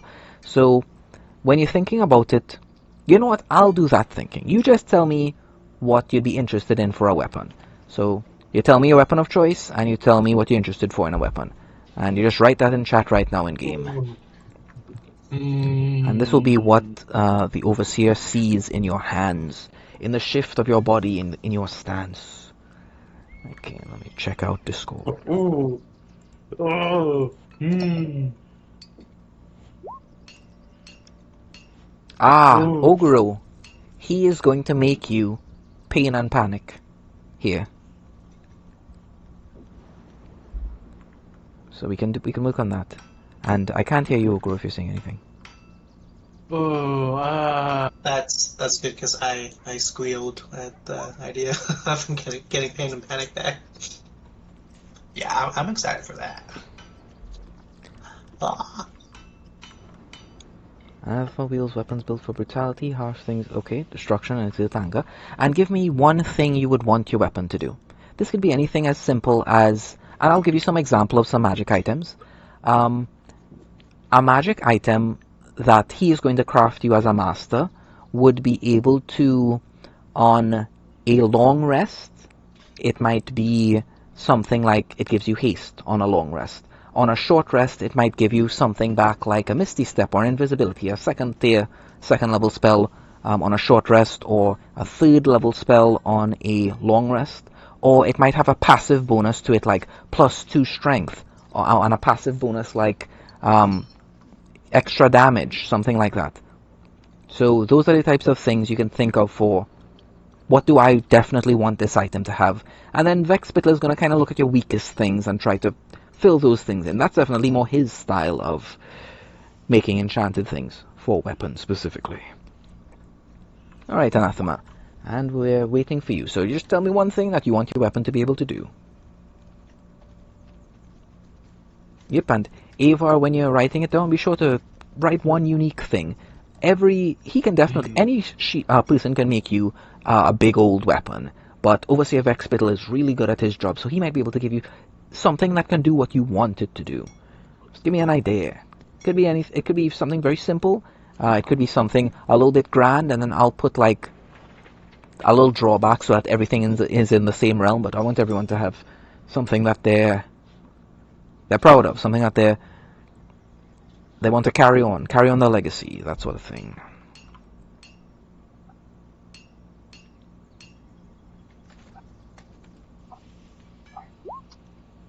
Your old needs like a blank screen for me right now. No. Oh. Unfortunate. It's alright, I can keeps them going as long as possible. I understand what you want. Okay.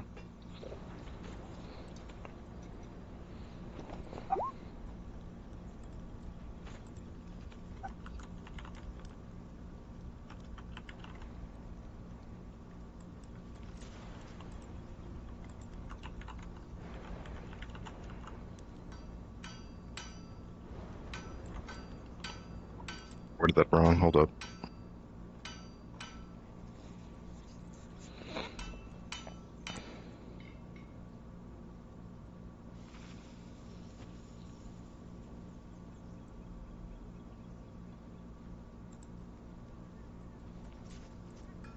Alright, I'm back. Finally. Yeah, there we go. We're back at it.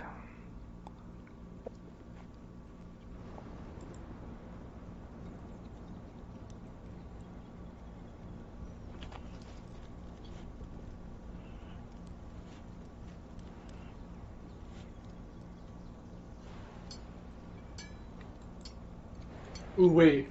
Oh, wait.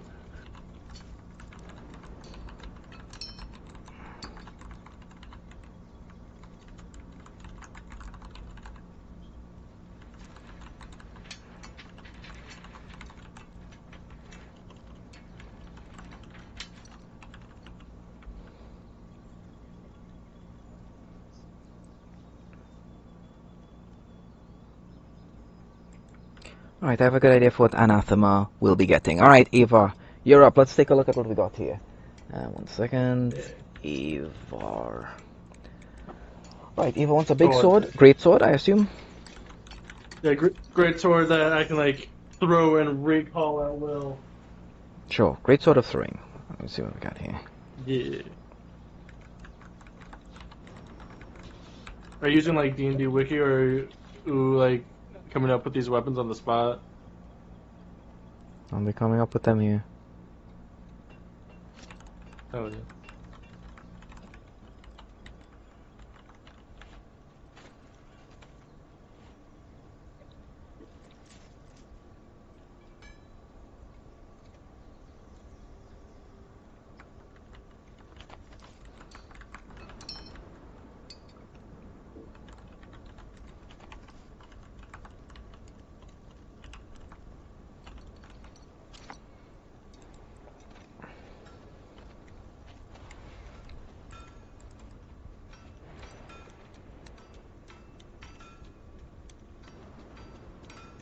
Okay.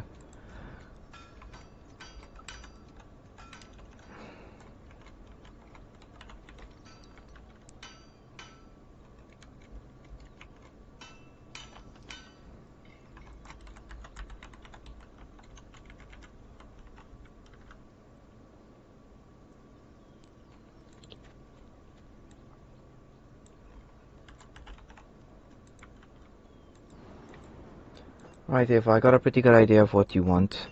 Alright. Ogoro. Alright, let me take a look at you here. Yes. Mm-hmm. Oh.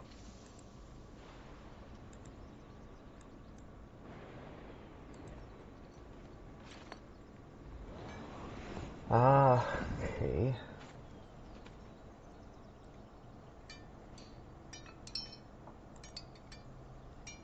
Damn it, Ogoro. What happened? I don't know. You didn't write down what I described pain and panic as, so I could just copy and paste it now. You bastard. Wait, it could be in the what you call it in the bio. That's where usually I I'll check it out. put like the yeah. Aha, okay. Yeah, I'll just go. Uh,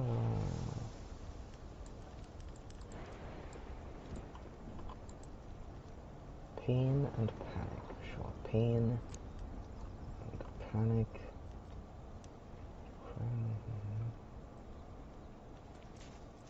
Ah, okay. Okay. Alright, let me see what you requested. Gauntlets, gloves, anything, so okay.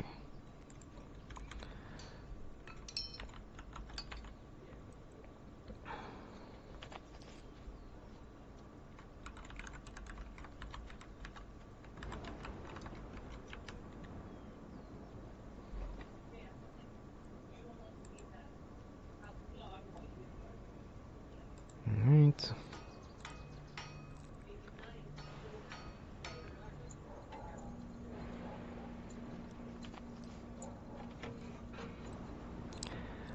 Ogoro.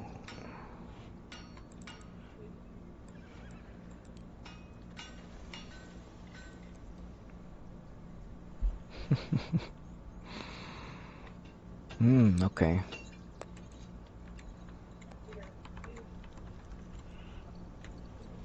Why are you laughing?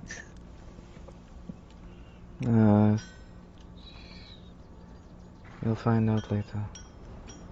Oh. What?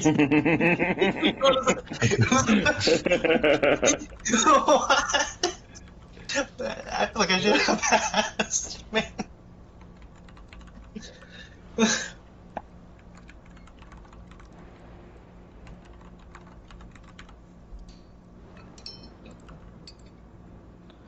What's the one thing you want this item, this weapon that the Overseer is making to be able to do? I could just have it be the old thing if you want. Yeah, I don't like those. Those are pretty cool. Pretty cool stuff. Before.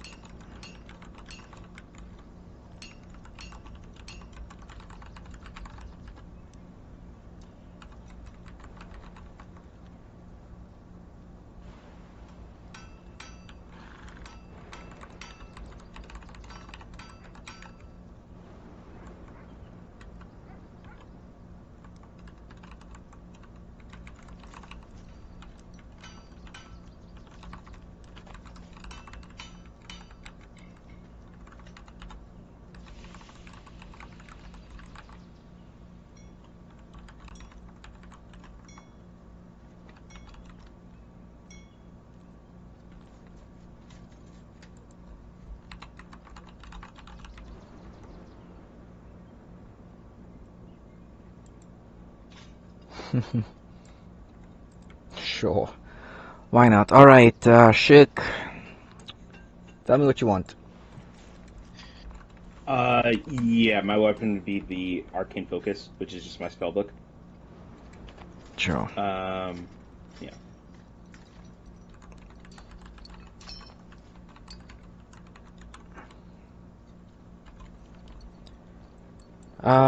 What's the unique effect?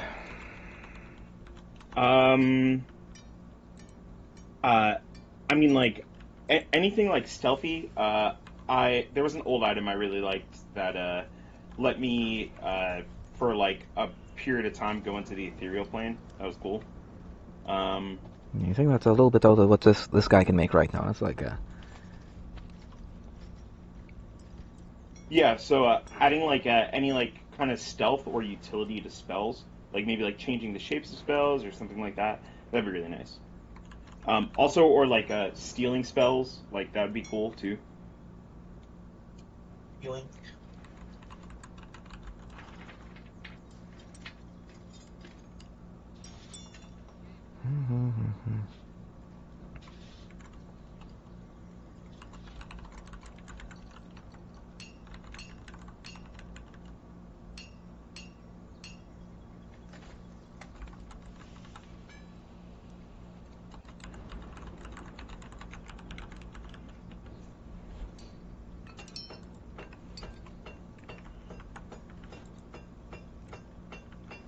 You said you want something that changes the shape of your spells?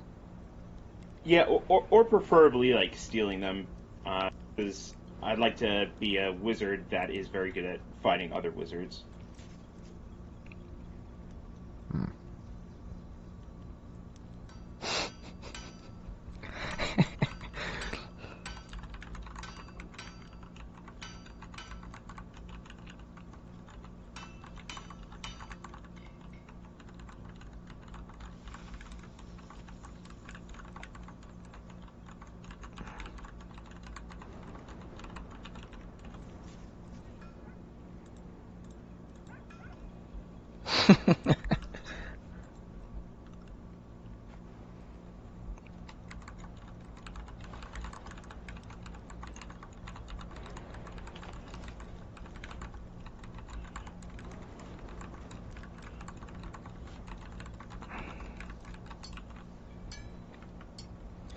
Alright, we got that, and let me take a look at your sheet here.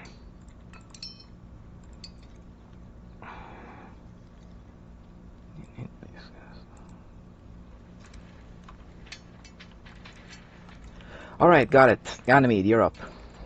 Ganymede. Alright, let's see here. I'm not seeing anything that you... Okay, here we go. Ganymede typically uses spells, but he does have a quarterstaff and shield. Maybe something to buff or heal others? Sure. You'll need to make a choice. Do you want something to buff or heal others? Or what are you thinking, Ganymede? I think buff. I think I've been good with healing so far. Okay. Buff or heal others. Okay, do you want this thing to be able... Oh, wait, you're saying buff? You said buff? Buff, yeah. Sure. Buff. This can go in two angles. It can be something that makes you buff, or it can do something that increases the buffs that you give. I think maybe increasing the buffs that I give. Okay, sure.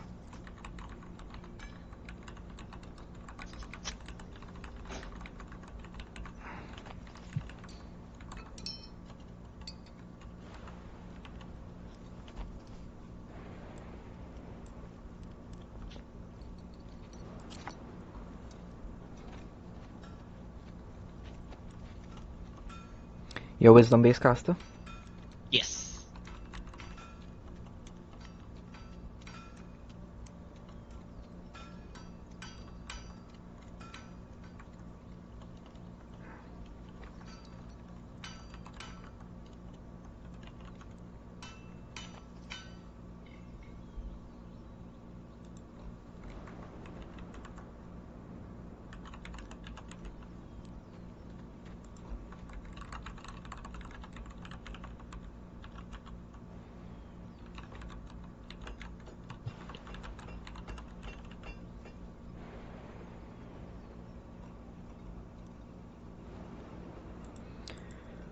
What shape do you want this to be? Some sort of spell focus, or do you want it to be some kind of quarterstaff, or? Because my spell focus is my map, so I don't know if I could change that.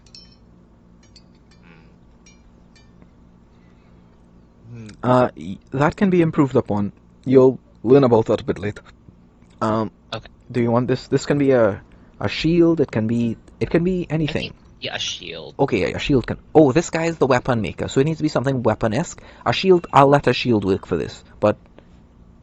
Would you prefer it to be a weapon, or are you okay with a shield?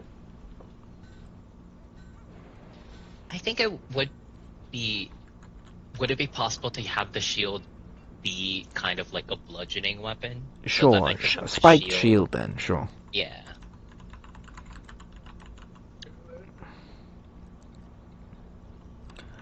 Shield... I'm gonna send you the kind of like idea of what I'm. Don't send me going anything. for. Don't send me anything. Okay. Okay, never mind then.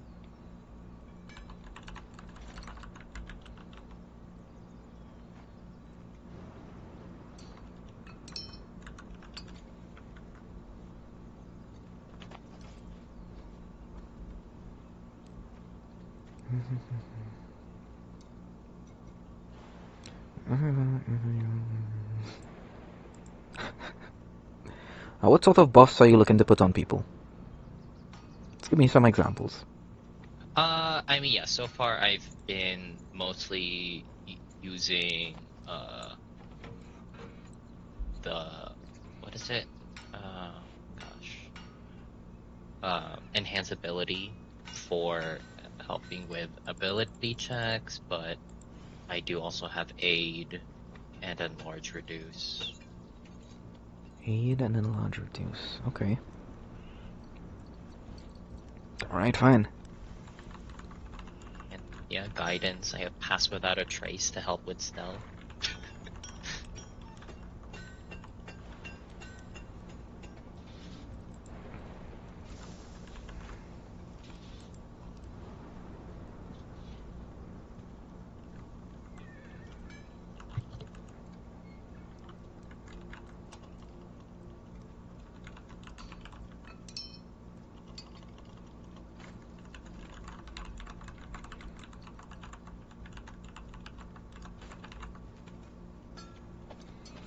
Bustle. Aha. Aha, I've got one.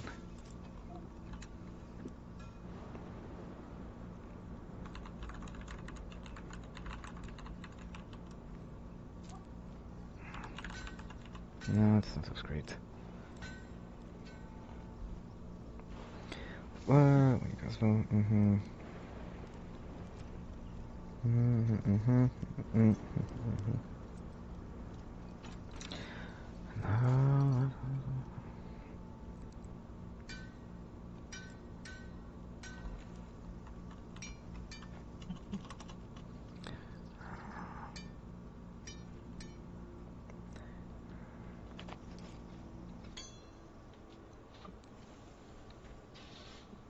Alright, this is definitely the toughest of them.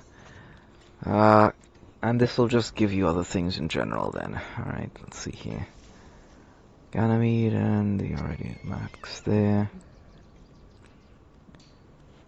Fine, I guess.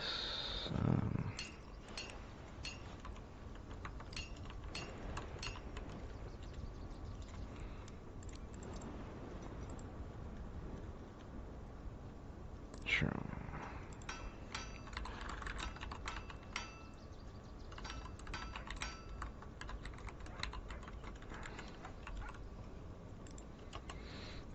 Alright.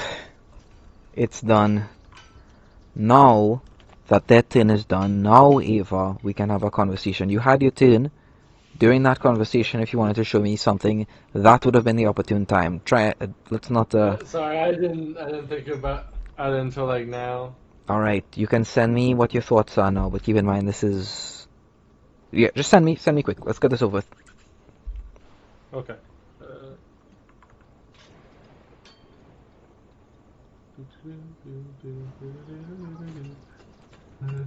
Sending west. I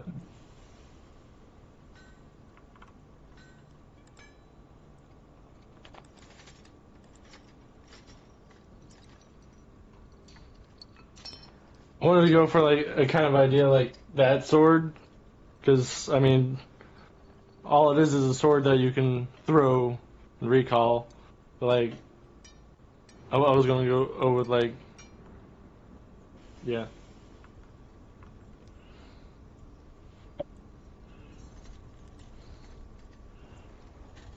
Hmm.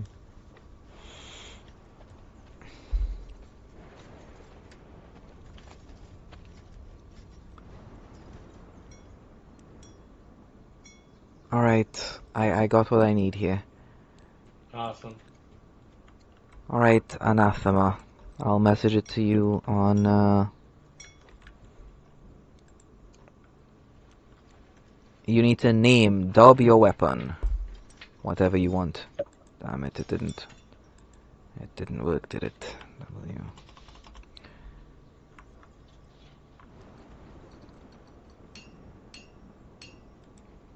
Do you see my message in Roll20, Anathema? Yeah. Okay, great.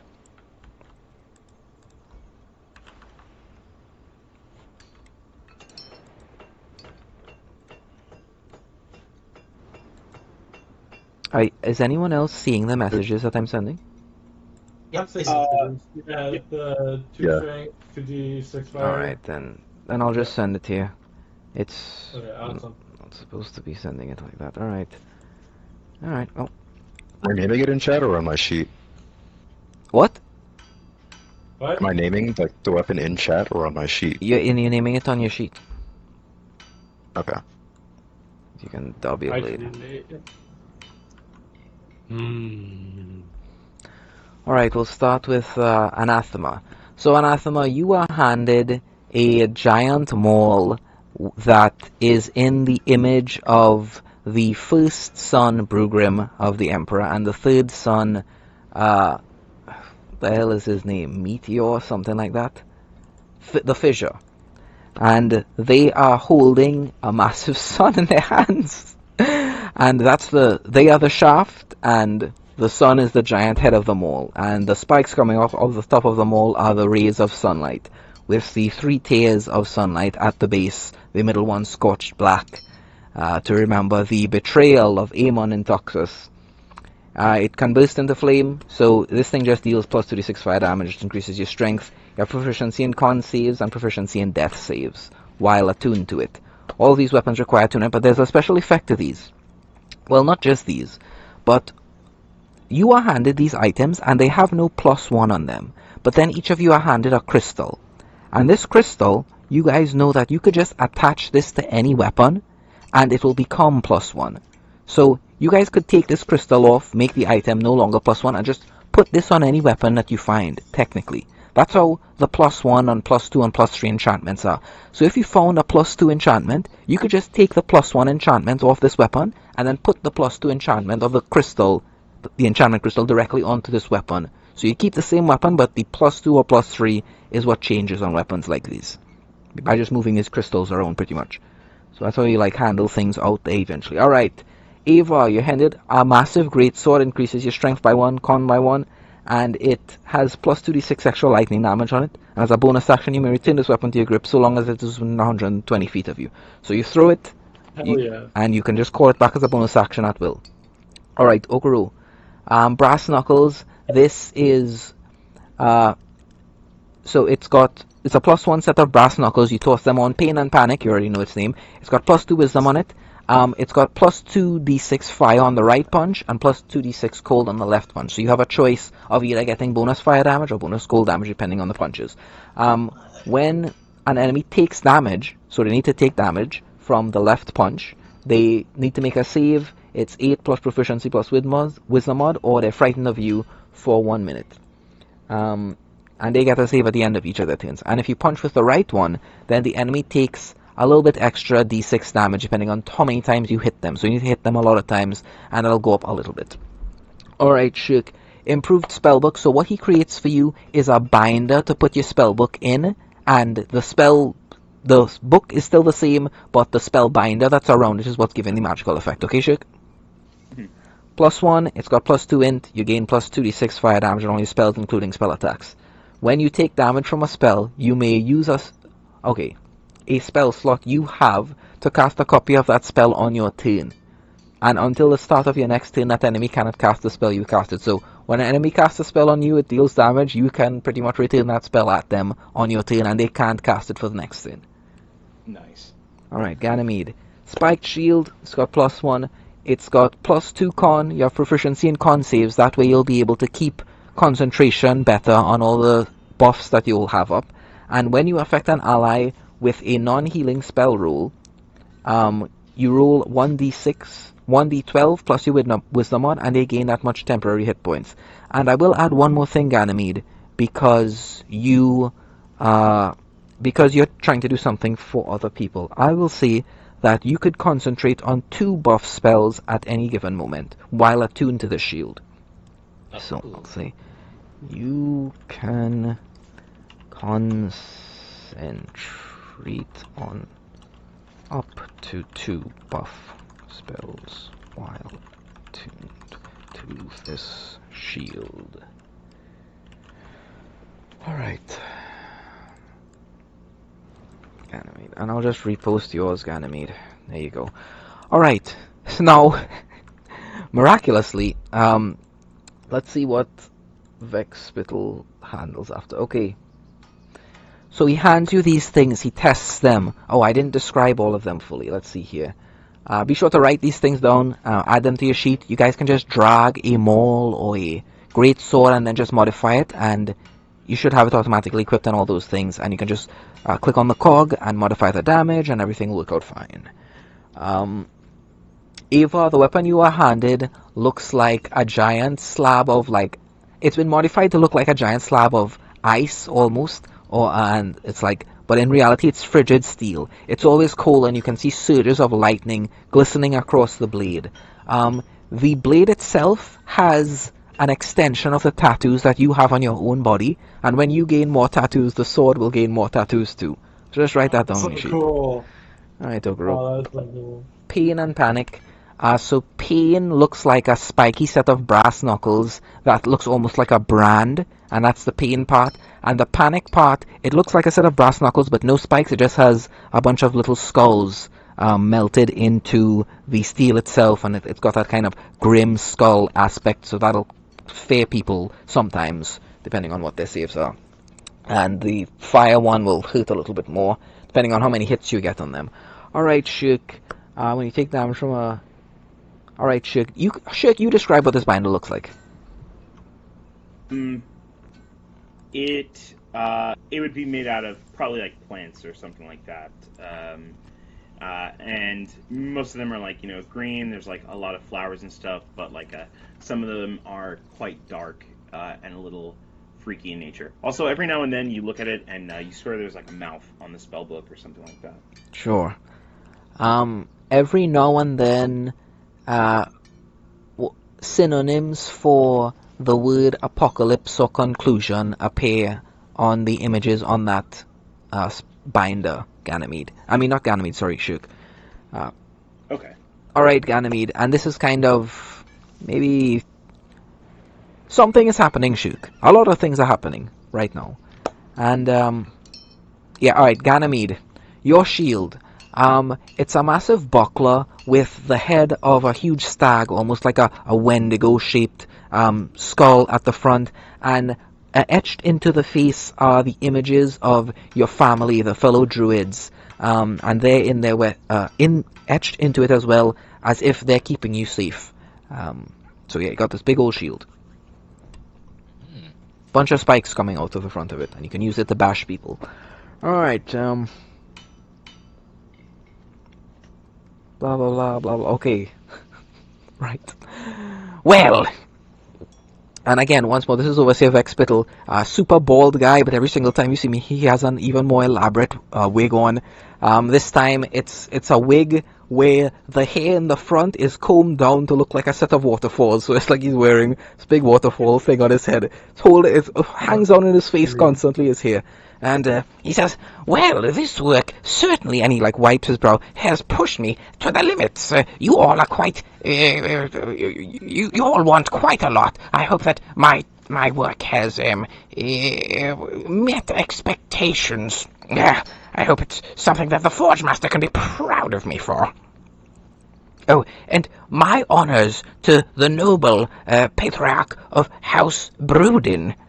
My honors, Prince Chrysul. He bows his head to this guy. Alright. Next on the list. Blah blah blah, his armor is on how. Okay. The prince wants to carry you guys elsewhere now. And by the way, the prince... Go ahead. No, go ahead. The prince needs someone to send some missives for him. He needs like 10 gold. This is to pay runners to send letters and stuff. He needs this. I require you to spend some money on some runners. Oh, yeah. I mean, 10 gold from the... Yeah, absolutely. We share gold evenly here. Sure. And he speaks to a runner. They write a bunch of letters. They go out, and so letters are being sent is kind of what's happening in the background. Eventually, a letter comes to him. You're asked to read it, and it's an invitation from the Art Master. Art Master Garil Raven, and he says, then the prince says, it's time. I assume you guys are following his instructions more. I assume. Is that the correct assumption? Or do you guys just want to continue on with the adventures? Yeah, we're following. We'd be following. Everyone's alright with this? Yep. Yep. Yeah. Alright. From the forge, they are taken upward into light that hurts the eyes. Artmaster Garil Raven. Okay, so it's time for me to do that scene. Give me a moment. The Silken Wake arrives. The Silken Wake drifts into view without oars or propellers, a broad-bellied ceremonial vessel of lacquered red steel that drinks the light instead of reflecting it. Give me a moment here. Let me just cut this down and... let's see what we got going on here. Let's do it. E, F, F. I've heard solar panels. Its sails rise in layered arcs above the deck, woven from spellcloth that shifts hue as you watch, colors folding into one another like thoughts reconsidered. No chains hold it. It remains where it wishes to remain. The surrounding ships give it distance without being told. As you draw alongside, the sound of the city softens like a choir descending for a solo.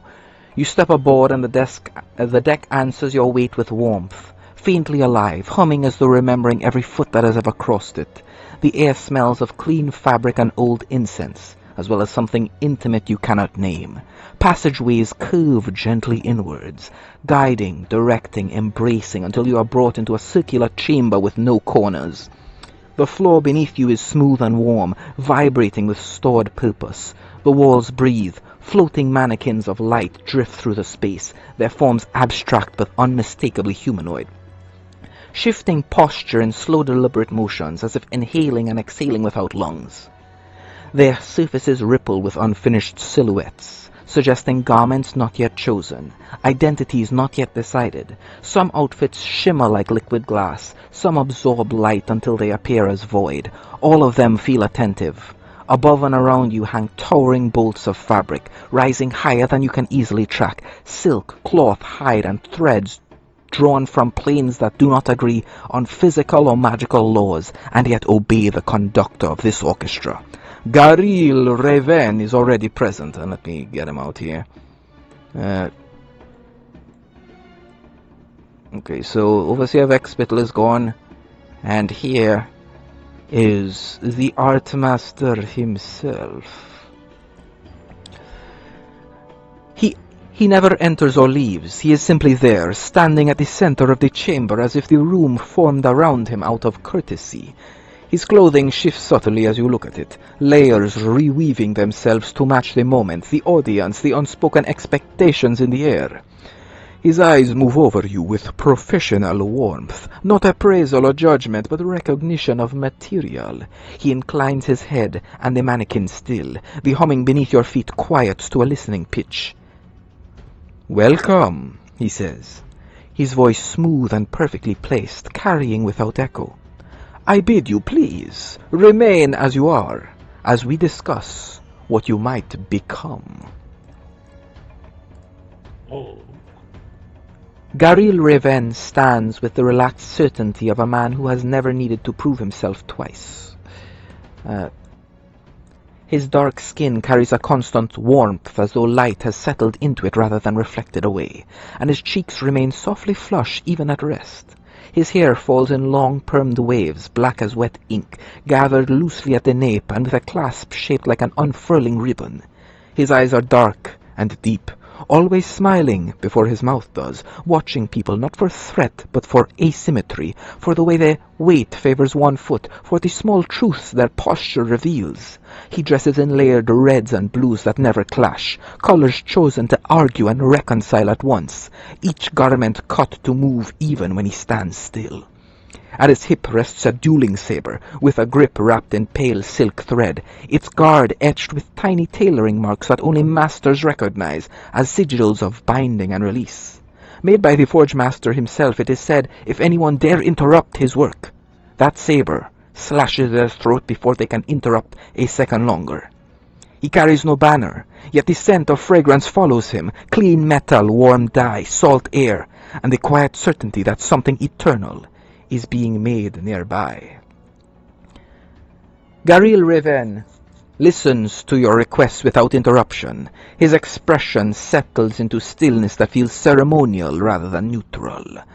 The chamber responds before he moves. The hum beneath your feet deepens and steadies, as if something ancient has been given permission to breathe. And now is where you guys can describe the armor that Artmaster Garil Reven, the Master of Art of Fragrance, makes them for you here. So, process number 2, guys. We'll take the same order. Ava, you are up first. You know what? Reroll. Reroll this time. More initiatives Alright. around. Whew. Loading. Come on. There we go. Initiative. And we are ready. Okay, wonderful. Ogoro, you are up first. Artmaster Garil takes your hand. He spins you like a dancer.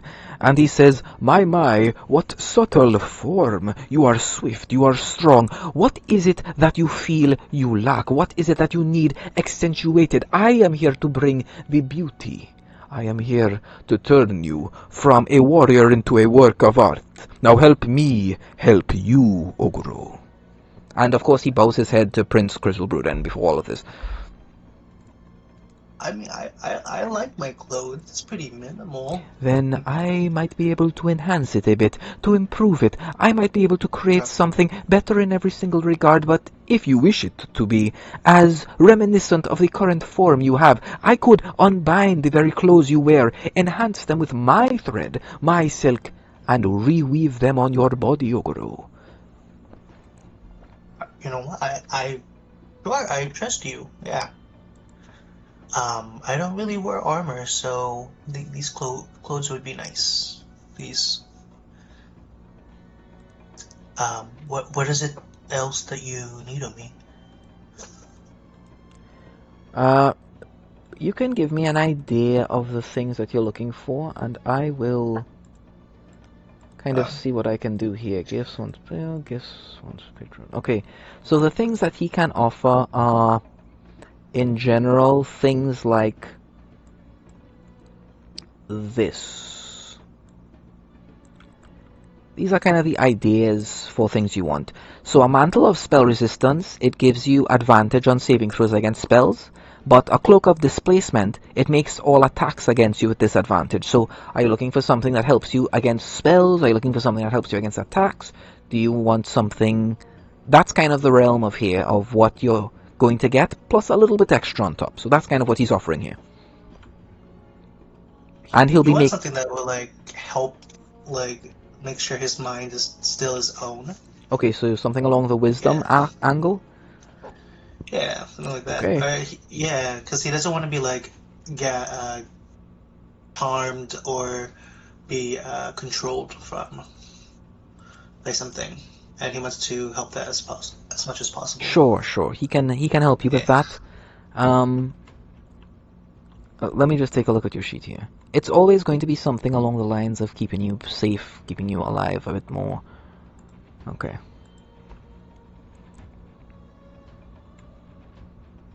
Very well.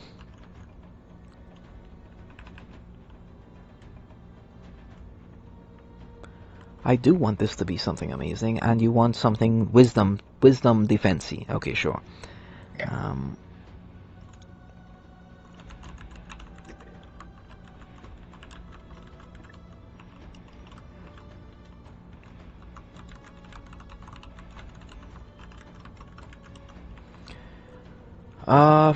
Okay, blah, blah, and that's normally the effect, and this will be +2 as well.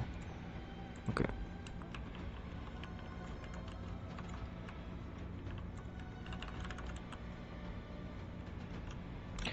Alright, I know what he's going to do for you.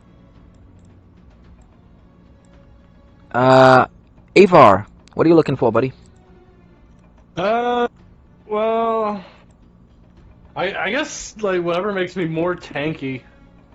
Okay, sure. Yeah.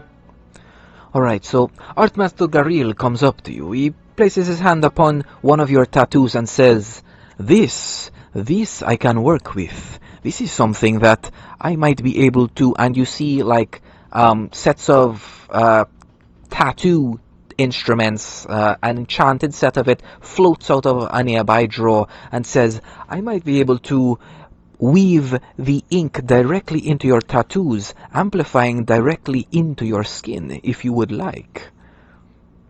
Oh, that would be so cool. Yeah, let's do it. The only thing, though, is to unattune to this item, you will need to cut it out. I don't think I'll have to remove it. It'll be fine. Very well, then. Something to keep you alive much longer. Understood. Let me take a look at your sheet here. Alright, I see that. +1 here, +1 there. The con. You already have that.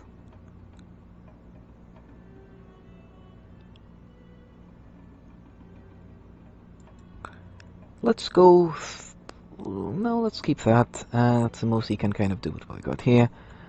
And advantage on... Do you already gain advantage on con saves from something? I don't think I actually wait. Hold on, mate. Here. Do it.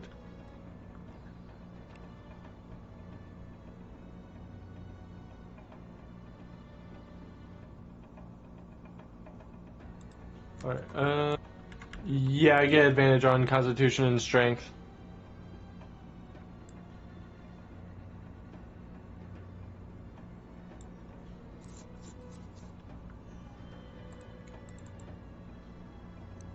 Do you gain advantage on Dex? No, I don't get advantage on Dex. I only get advantage on Strength and Constitution. Okay. Overall, and... Okay, I know what you're going to get. Alright, Shirk, your turn. What are you looking for? Okay, so Artmaster Garil comes up to you, your lithe form, your sleek shape, and he says, My, you are an appreciator of good fashion too, I see, and he kind of tugs on your jacket a bit. But you really must get something to accentuate these beautiful airs of yours a bit more. Try not to interrupt, okay? Right. Shirk. He wants something that accentuates your ears a bit more. That, let us get this hair out of your face. Let us... you are trying too much to hide. You must show yourself off to the world. Do not be ashamed of what you are, Shirk Release. Sure. Well, I'd like something that would help me be a little quicker to dodge. And also, like, if I could disguise as a nobility here and there. It helps with persuasiveness.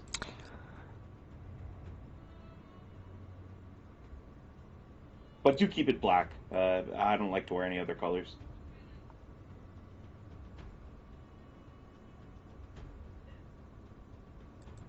Alright,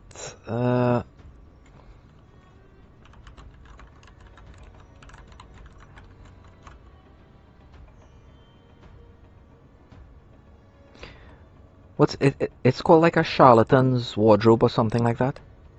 That's the name of it? Yeah. Uh-huh.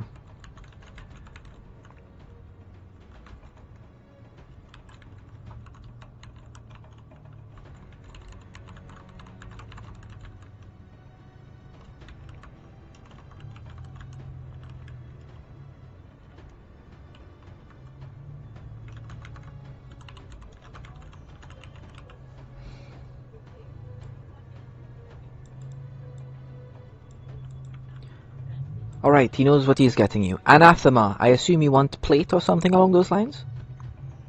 Yeah. Sure. He brings in a set of plate that's already been enchanted. He snaps his fingers. It sunders into 1,000 pieces of thread and he reknits it. Now, he can essentially take a set of plate and make it look like normal armor. So even if you were like headed to a fancy ball or something, you would always have this with you. So what are you interested in as far as defensive capabilities on your armor go? Something that makes people stop was the idea. Or something that increases my speed, one of the two.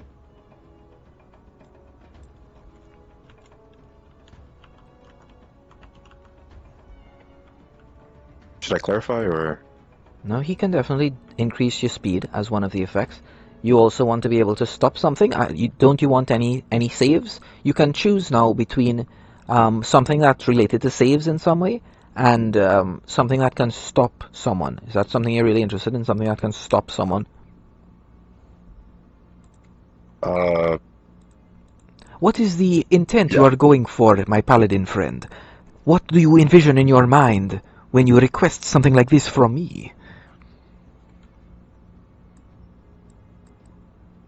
I'm thinking back to when that cave troll was about to swing on Ogoro, and I was still too far. Like, I couldn't get to him in time.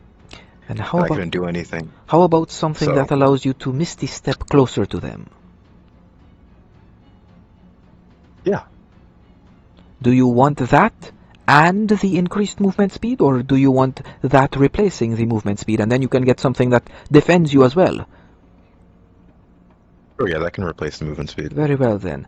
Once a short, it comes back on short rest is kind of what I can offer for what what I have prepared here. So you can.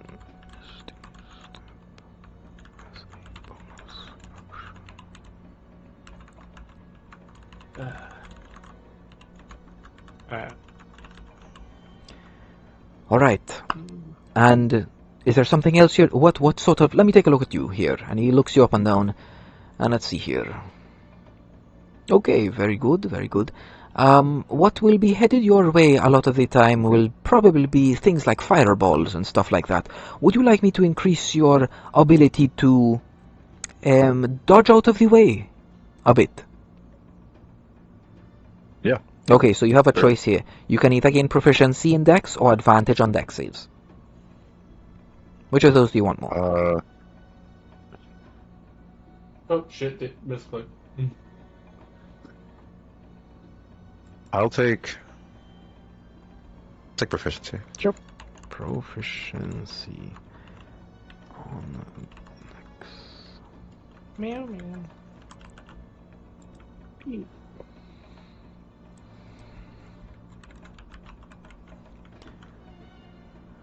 Whew. And I'd also well, actually it would look normal, but I was thinking like black armor, similar to, I think it was Shirk. Hell yeah. Alright, Ogoro. You get a Okay, no, sorry, I've missed Ganymede. Alright, Ganymede. So, Artmaster Garil walks up to you, Ganymede. Ah, a remnant of the druids, I can tell by the look in your eyes. You carry a great burden on your shoulders. Perhaps my silks will be able to ease the burden on your shoulders, my friend. What is it you are looking for? How can Artmaster Garil Reven help you? I'll kind of point to my grub weave armor. Ah, you wish it to be increased upon. Would you like to keep its original aesthetic or be changed into something new? I think I'd like it to not smell like decay. Look a little different, Sure, could you just... if that's possible. Absolutely, I can improve on the enchantments already there. Just copy and paste the item in chat. Does it require attunement? No, it does not. Sure. The item that... Okay, sure, let me go. Mhm. Alright, let me see here. Curious, blah, blah, blah, blah. Okay, the magical effect on it is +1. You see, effects cause -0, giving resistance to any such. Okay, resistance to those types of diseases. Wriggling, blah, blah, blah, blah. It unnerves attackers within 5 feet, I see. The first attack made against you. Okay, so you want protection against attacks? Technically speaking, he could give you all attacks against you. Well, it's kind of limited. When you actually do get hit, you lose the effect until the start of your next turn. Just like the Cloak of Displacement up there. That's kind of the tiers of effects he can toss onto this armor. So are you interested in something more to protect against attacks or more magical effects? Yeah, I think so far I've died to attack. Attacks. Or not died, but Got it, fallen got it. unconscious. Almost. Attacks. Yeah, a little frail. Okay.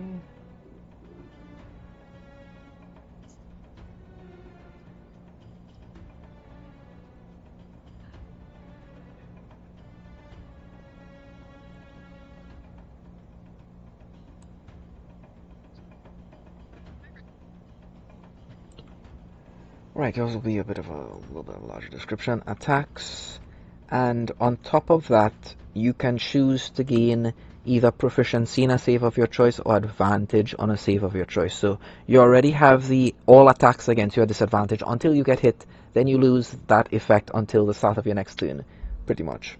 Do you have any idea for a single save in mind? I think proficiency in Dex. Dex proficiency, got it. Proficiency in Dex saves. It gives basic healthy stuff to you. Let me take a look at your sheet. Yeah, oh wow. Okay, yeah, definitely gives that. Not plate, so it's going to be light armor. You want it studded? I could also do medium armor. Medium armor, you want half actually. plate? Yeah. Yes, please. You have any idea for the color you want it? I think I would want it to be. You wanna match with the group? Oh, Yeah, I'll just sure. match with the group. Hell yeah. Alright.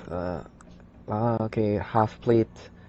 All saves. +1. Huh, yeah, this is actually really good stuff. Blah blah blah blah, +1, and it's got the effect of that, and the HP, and both of those. Proficiency bonus action, comes back to short rest, proficiency in dex saves. Armor. Okay, so he's amplifying the 5 feet part of this armor. He's going to keep the 1 AC, but yeah, he's going to like make it a whole lot better. Do you want to change the appearance of the armor, or you still want it? Or how much less buggy do you want it to be? I would just like it to be less decay-y. DK, so you want it pristine, prime, like it's just regrown, something like that. Yeah. All like, right. I don't mind like the chitinous plate of it like kind of being like a shiny bug like plates, but I would not like to have sinew and decaying Got it. maggots there. Got it. Oguro, do you gain advantage on wisdom saves from anything in your class? I can't hear you, Oguro. Shit, Oguro's busy. Alright, I'll just move down the list. Ava. Alright, Ava. Ava's Sorry. tattoo. Okay, you're back. Magical tattoos. Oguro, do you gain advantage on wisdom saves from anything in your class? Okay. I'm asking if you gain any advantage Oh. on So, wisdom saves from anything in your class. no. No, I don't. Alright, Oguro. Here's what you get.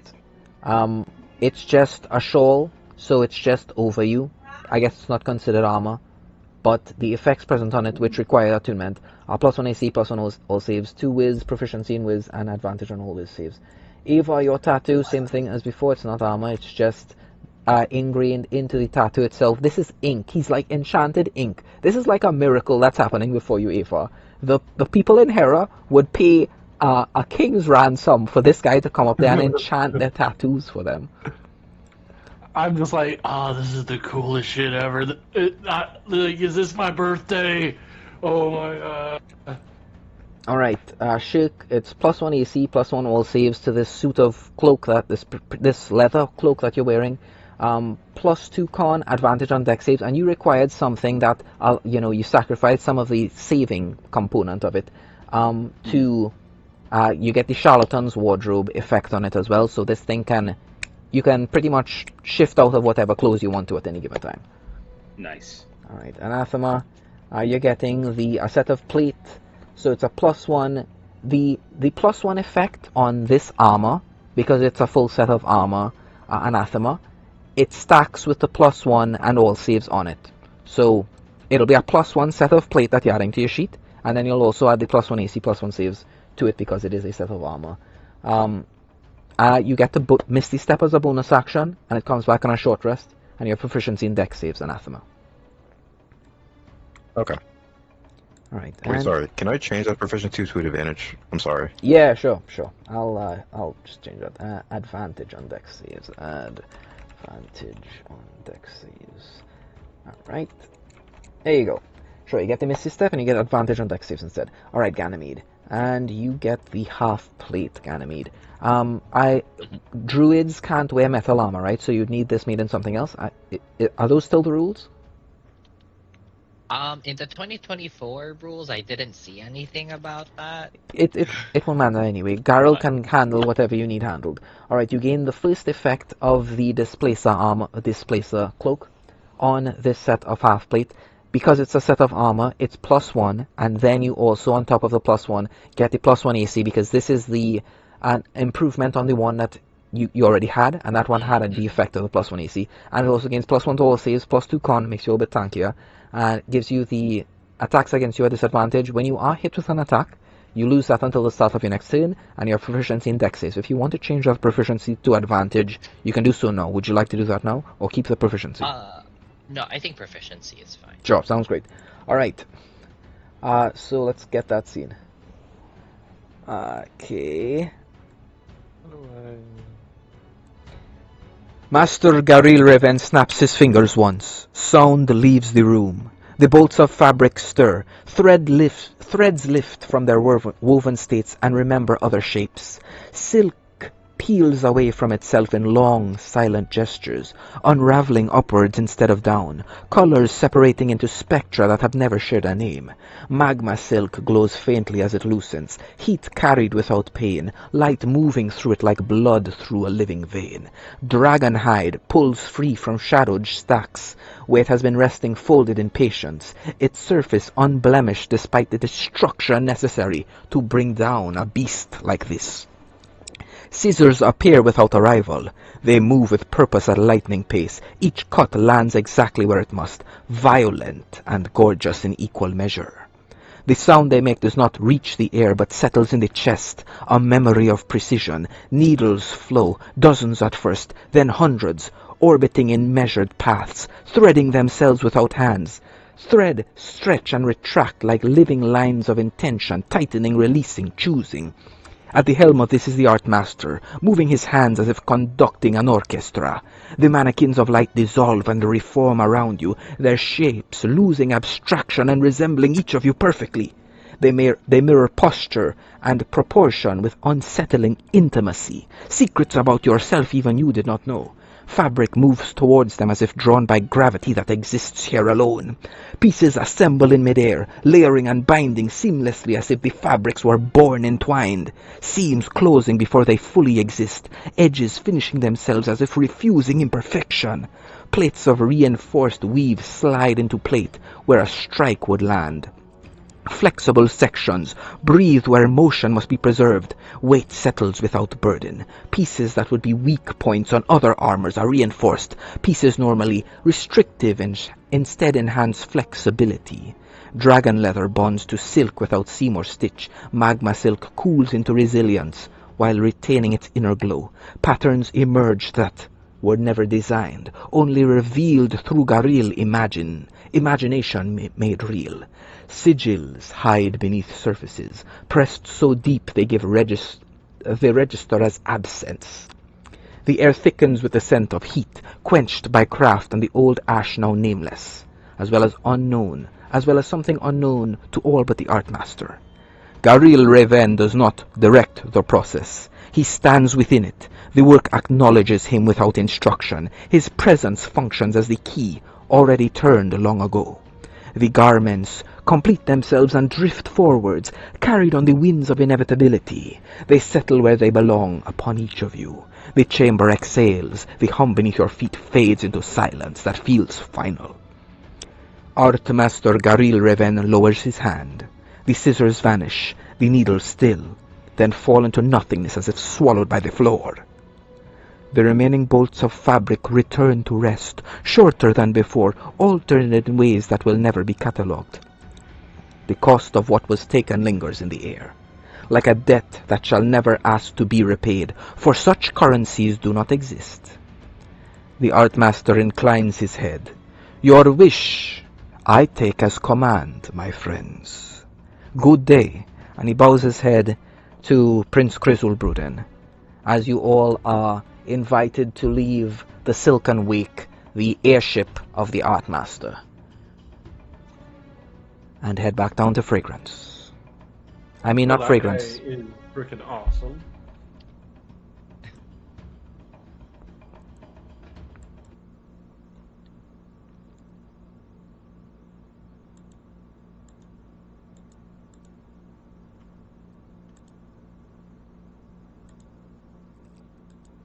Back to the reign of Sturgeon. Whew.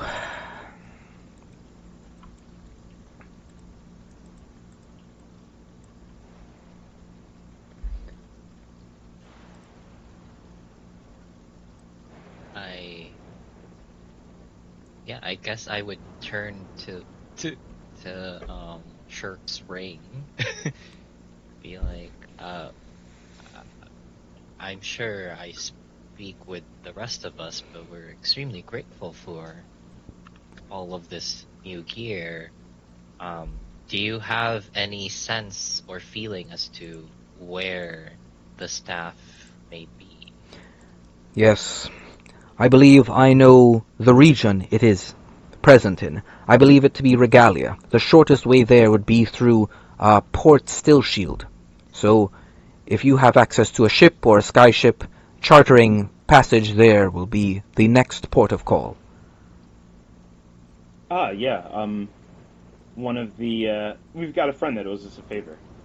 And We'll go talk to her now. Now would be the time to call that in. Make your way to Port Stillshield, and from there you will be chartering a galleon or some form of sea travel, as airship travel over the sea is inviting death with the hurricanes and storms that pass through there constantly. So we will need to take a sailing ship westward from there, into Regalia. And it's at this point I need to ask you guys, how long does anyone have less than an hour left to play?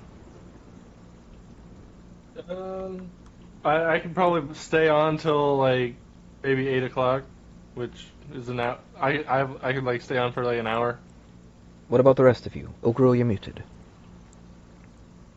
Good. I'm good on time. I don't. Yeah. I'm good. Alright, great. Then we'll play for 101. We'll see how far we can get in that time. Alright. With that, pretty much, there's one other scene that he would want you guys to be part of, but it's such a strange scene. There is one other person that the prince would essentially have. This person has some allegiance to the prince and would be willing to offer you guys services, and happens to be here in town for the art festival. Okay. Yeah. Yeah, what? Yeah. What the heck? Sure. Yeah. I mean, Yeah, he's let's do it. being real generous with us. so- Yeah, like I'll do whatever the hell you want. I mean, like, dude, this is the coolest shit ever. I mean, like, just check this out. I fucking throw my sword in the air, fucking recall it. That is so fucking cool. Like, oh my god. Like, I am like seriously geeking out over my weapon. Like, I am like instantly like I am the coolest shit. All right. This next fellow, I got some correspondence from him. He is within the city, and he is willing to offer some of the things I requested of him. Very strange person. There's a lot of rules when you're dealing with him. So, first off, he is a Rakshasa. So, don't tell him your names. Don't tell him your names. Oh. You only accept what you see him eat first, okay? You guys should be writing this down. I have no hands. I can't write off for all of you guys. yeah. Do I'm not- writing it down. Don't worry, I'm right. Do not go traipsing around anywhere in his house. He did not invite you to go specifically. He is one. Those are He's good from, manners. yes, he's from the old blood of Fragrance, so he's descended from very likely either one of the demonic or devil lords. Dangerous person. His name is Savory Merchant Subar the Ashi. Oh, how do you spell that? Sure, I'll post Wait. it for you here. Oh, Wait, like I'm like Wait, typing this oh, out. I'm like, that's who? Subar do the you know this Ashi. person? Does Ogoro know this person? Is that the question you're asking? Yes. Yes, you do, but only because you have proficiency in cook's utensils. Subar the Yeah. Ashi is thought to be the greatest chef in existence on any plane of existence. Gods, when they're having their birthdays on other planes of existence, they invite Subar to cook for them. Wait, who did you, what name did you just say? Subar the Ashi. It's pasted in chat, in in-game chat. No, this is Uguru, like, reacting, sorry. Exquisite chef. Sabar, the chef? I've been a fan of his since I was... Again, Yeah, yes, he is. He's like the best chef in Skylarkia. I've been wanting to, like, go under him for a while, but I... yeah, and also learn to cook from him. Monastery. Yeah. Learn to cook from him. Ooh. I would like to see him. Oh, this is exciting. Prince How Bruton, do you know him? Yeah, why do Oh, so sorry. many people owe you favors? Damn, okay. Well, let's just say I planned for a rainy day, and that rainy day came. I just really, yeah, wait, hold on. These people just happens to be in fragrance, like, very big In deals, Sturgeon, yeah. too. Surgeon, yes. What can I say? I guess I'm a lucky guy. Yeah, well, like the best chef in the world, from what it sounds like. You get the best chef, you get the best artist, and you got the second best forge master. He's only the best tailor. The art master moniker is, well, it's an over thing. It's like how a headmaster might not be the best archaeologist at his school. That's like the dean of archaeology or whatever. You understand. Right. Quits. Mhm.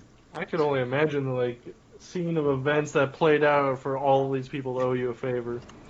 Yeah, I mean, we've heard tales about you before, but you must have lived quite a storied life. And died quite a storied death, supposedly. That's what the history books say these days, eh? Yeah. Yeah. Yeah. I'm sorry. You all, I am sure, will eclipse any of the things I managed to achieve. I'm sure of that. The failures of the Eternal Blight shall never be repeated again. Yeah, that's what we planned for.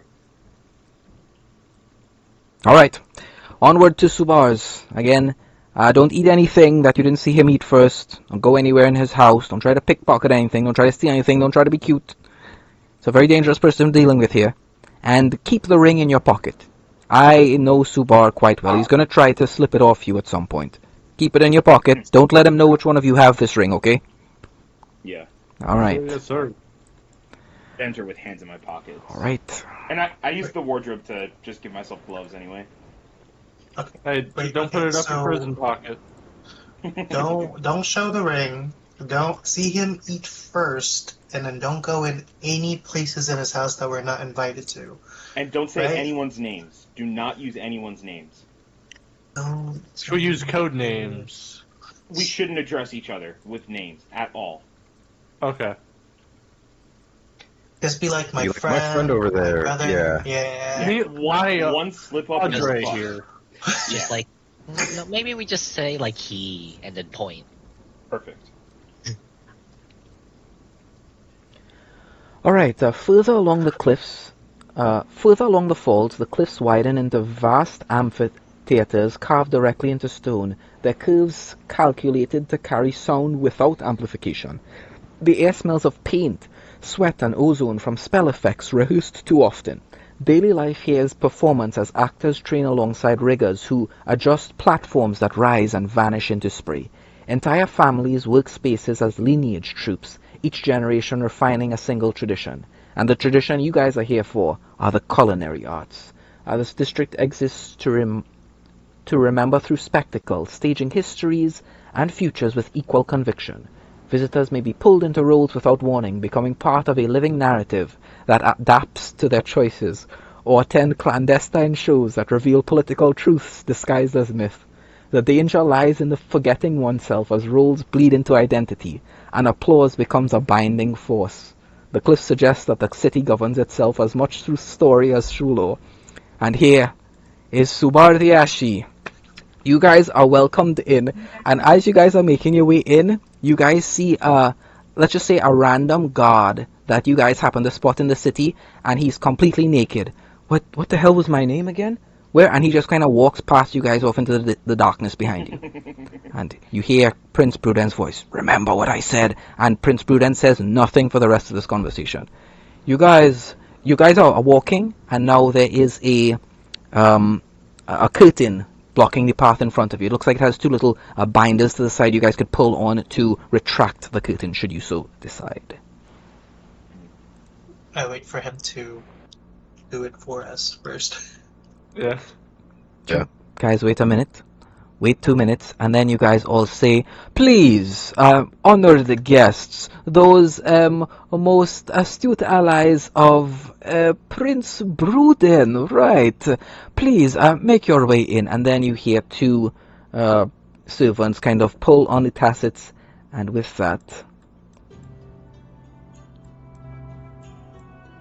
guys are invited in.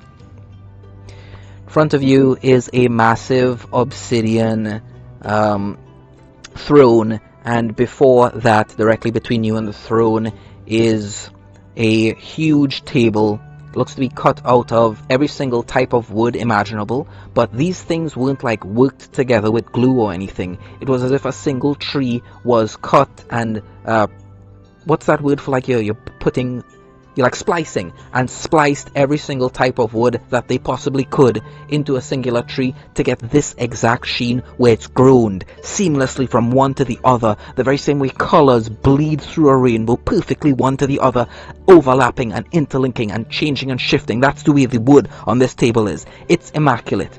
You don't know how long it takes to create something like this, but one thing is certain. This was not grown on Skylarkia. This is from some other plane of existence. You are in a realm all your own here. Every single chair moves and shifts slightly as if it's alive. Some of them are literally alive. You guys see one of the chairs is like a mass of tentacles. Another one of them is just an Otyog. So those are the earth creatures that kind of eat metals in the elemental plane of earth. Another one of them is an Umberhulk, this giant insectoid creature that just kind of sitted there and it expects you to sit in its hands. And these creatures and objects are lined all around the table. And at the throne itself, the only structure that is not a living thing is Subar the Ashi, savory merchant of fragrance. Friends, please, do not waste time. Come in, take a seat. The first meal is already been served. You are oh so late. What kept you? Did those two fools waste your time? Oh, Altmaster Garil is nice for a bit of cloth here and there, but all that really matters is what is served. Cloth is merely used to clean up the dirty dishes afterwards. Yes? He's asking a question to the group. Yeah, I suppose I'd agree. This friend of mine is more of the chef amongst us, and I gesture to the furbolg next to me. All right. Yes. Thank you for having us. Please. May we have a seat? Of course you may. But please, introductions must be in order. My name is Subar the Ashi. A pleasure to make your acquaintance. Tell me, who do I have the honor of addressing? Ah, cat got your tongue. Don't worry, perhaps the food will loosen things up for a bit later. And he snaps his fingers. I'm just a big fan. Yeah. The people around here have taken to calling us the heroes of Sturgeon. Ah. The Heroes of Sturgeon. Very nice, and I have the honor of making something delicious for those who are themselves quite delicious, I expect. Not just in body, but in spirit as well. Tell me, what was it that inspired you to even return the ring? It must have been quite a valuable artifact. Which of you has it? We always lose track. Yeah. Huh. Very well, then perhaps eating some of my dishes will help you remember, eh?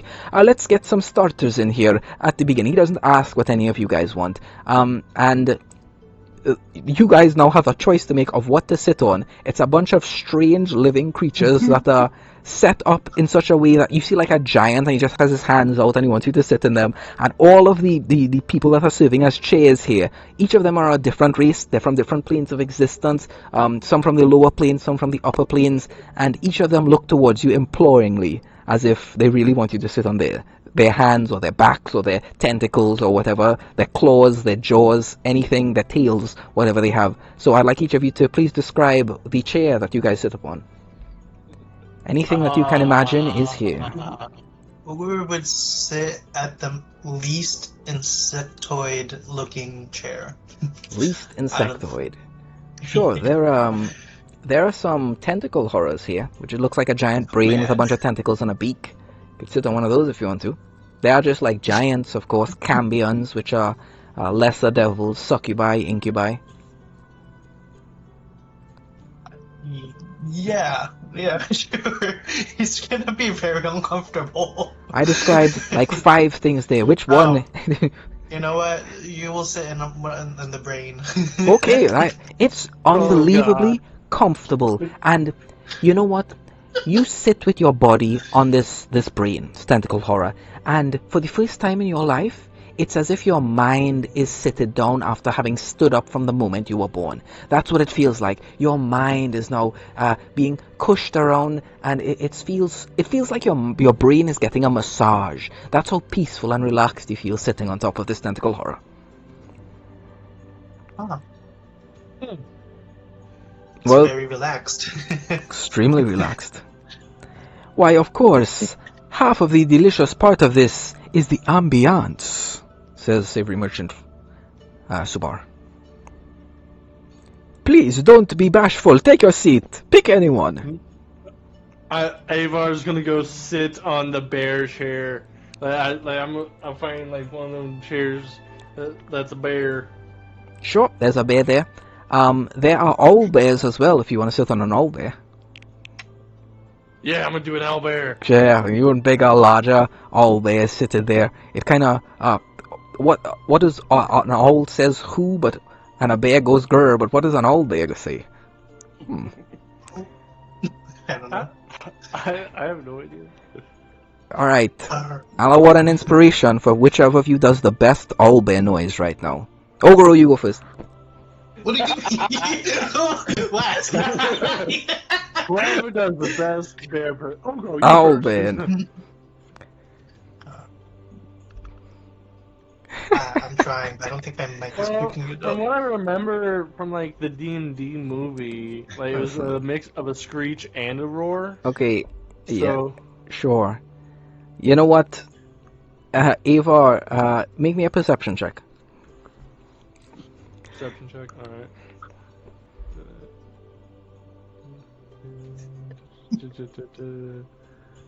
Alright, the scents in this room are absolutely magnificent. It's almost overpowering the spices that you guys smell. Distant spices from every single realm. Yeah, perception. Right. The spiciness of Zurich, the sweet underlying spiciness of something like cinnamon. Okay, 4. That's not Yep. good. Wait, no, it's 13. Do you have advantage on your perception checks? No, like when I go to like details, it says the total's 13. What? What's that mean then? You rolled it with advantage. Yeah, all rolls pretty much with advantage. Oh wait, The do I first have one- advantage on? I don't think you do. But Okay. for the purposes of this, there is an owlbear that you see. There might have been something even more than an owlbear, like an owlbear pig, I believe they're called. But, yeah, there's an owlbear. You go, you find an owlbear, you sit upon it. Something like a screech, and a roar comes out. Anathema, what do you want to sit on? I am looking for the most stable, like least tentacle-like thing here. Ooh, Most chair-like. the most, okay. So there are a few different answers. The stablest one, I know what it is. So at the edge of the table, far down, Subar the Ashi has like a set of platforms. They look almost like trophy platforms. And at the middle of them, you see an adult platinum dragon that's kind of seated there with its head knelt. And there's a plaque beneath it that says Son of Bahamut. And that one appears the most stable. It appears the strongest of all the seats in the house.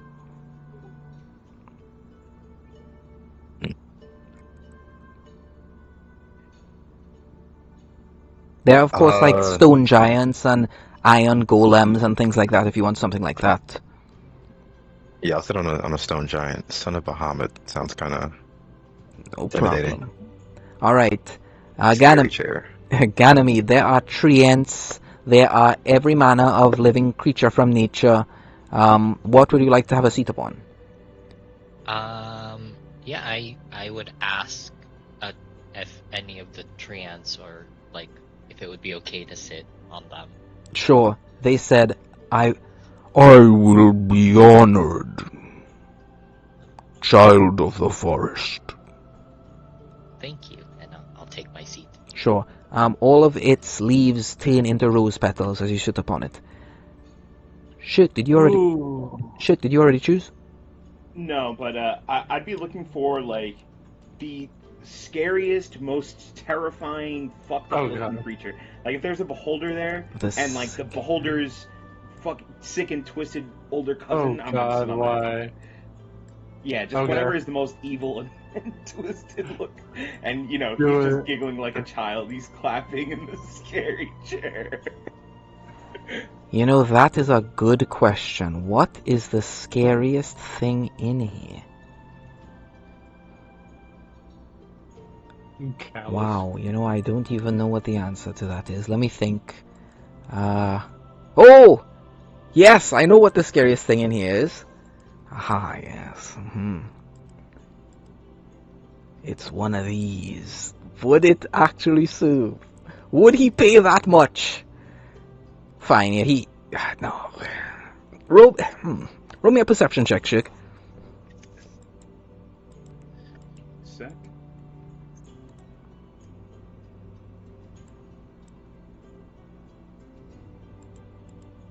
Sorry, my sheet's a little slow, but I think... Yeah, I expect that to be the case.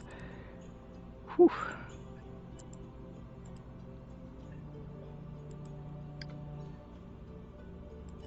He's coming along. A mimic chair. Oh, that would be cool. You don't know if the chair is a mimic or if it's a mimic of a chair. Yeah, it's not coming up, but I think I have like a +2 to perception. It's not very high, so I'll just roll d20 +2. 5. 5. Gee, okay. You will find what you're looking for. It's so tough. Yes, okay, fine. Chained up in one side is... The scariest thing in here appears to be a creature that looks like this. Looks like a Oh knife. God. Oh my god! Whoa! Fuck. Just chained up in No. the corner. It's struggling against its chains heavily. It's still alive. Okay. Now, Shirk does not know what this is. Has Subar given us any guarantee that the chairs won't kill us? That will be extra. Of course I will. Just tell me your name and you will be spared.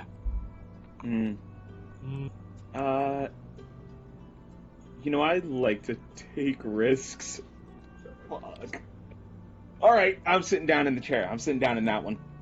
Sure, it's very sharp.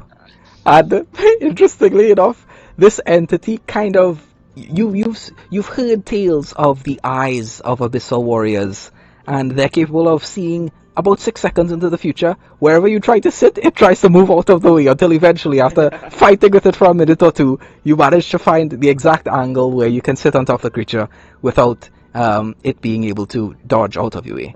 Alright, and with that, everyone is seated. It's time. You guys, you have all been given gifts to help kill enemies, given gifts to help you stop enemies from claiming your lives. But what of the finer things in this world? What of the beauty? What of the things that allow you to affect it with these? And he holds up his hands which are like flipped the wrong way, by the way, because he's a Rakshasa. These beautiful things. Everyone is capable of using them, yes? Everyone is capable of using them better. And that is what is here before you. That is what I offer you. And the first course are a bunch of brains. And they're brains cooked in various different ways. Some of them are served cold, some as a soup, some there's a broth, others are like fried, some are in cubes. In every single technique that it can possibly be prepared, and in every single style, with every single variation of spice, it is prepared before you. And you don't even need to ask. You just need to think. And eventually, food is brought before the table towards you, and it sits in front of you. Does anyone dig in? I wait for him to eat first. I wait. I can look at it. Yeah, wait. Oh, come now. How is a devil to get away with things if you are all warned beforehand? This is no fun. Come, let me at least voice my concerns to that old fool. Which of you has him? Well, we just We thought can it'd be pass the polite. message. Yeah. We can give a message. I thought it'd be polite to let you eat first. Yeah. Well, that is certainly how devils pay homage.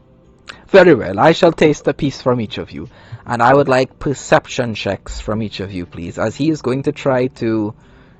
You don't know what he's going to try to do, but he reaches a nail down before you, Ogoro, and he takes a little single drop of food out of your bowl, and he numbs down on it. And let's see here.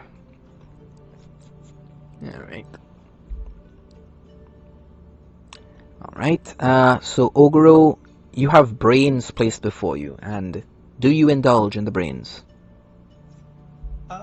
I'll wait for. He's still waiting for him. Yeah, you know, he came up to yours, he took a bit of the brains out of your bowl, and he ate it with the edge of his nail. He will wait until he takes a first spoonful of his own dish. Of his own dish. He is... Yeah. Okay, oh, alright. I mean, I made this all for you. I am not eating of my own dish. I know it will already be perfect. Why do I even need to taste it? Oh, you know, we just want to make sure that you get a taste of this delicious spread that you provided How for us. honorable of you. I really just do wish, and he smiles a bit, that at least one of you would take me up on my offer. I will not harm you. It is not my style to do such things. I care so much about you. I would make the best use of you. First as furniture, and he taps on his furniture, then as ingredients. Please, don't you want to be part of this? Forever.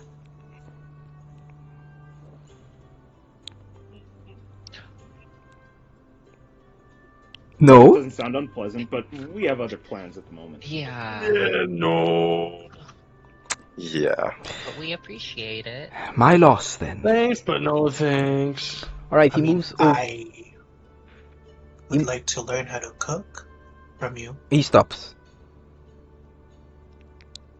He smiles, a wide smile. All of his teeth are like pins. He has like 2,000 pins for teeth. That's his mouth.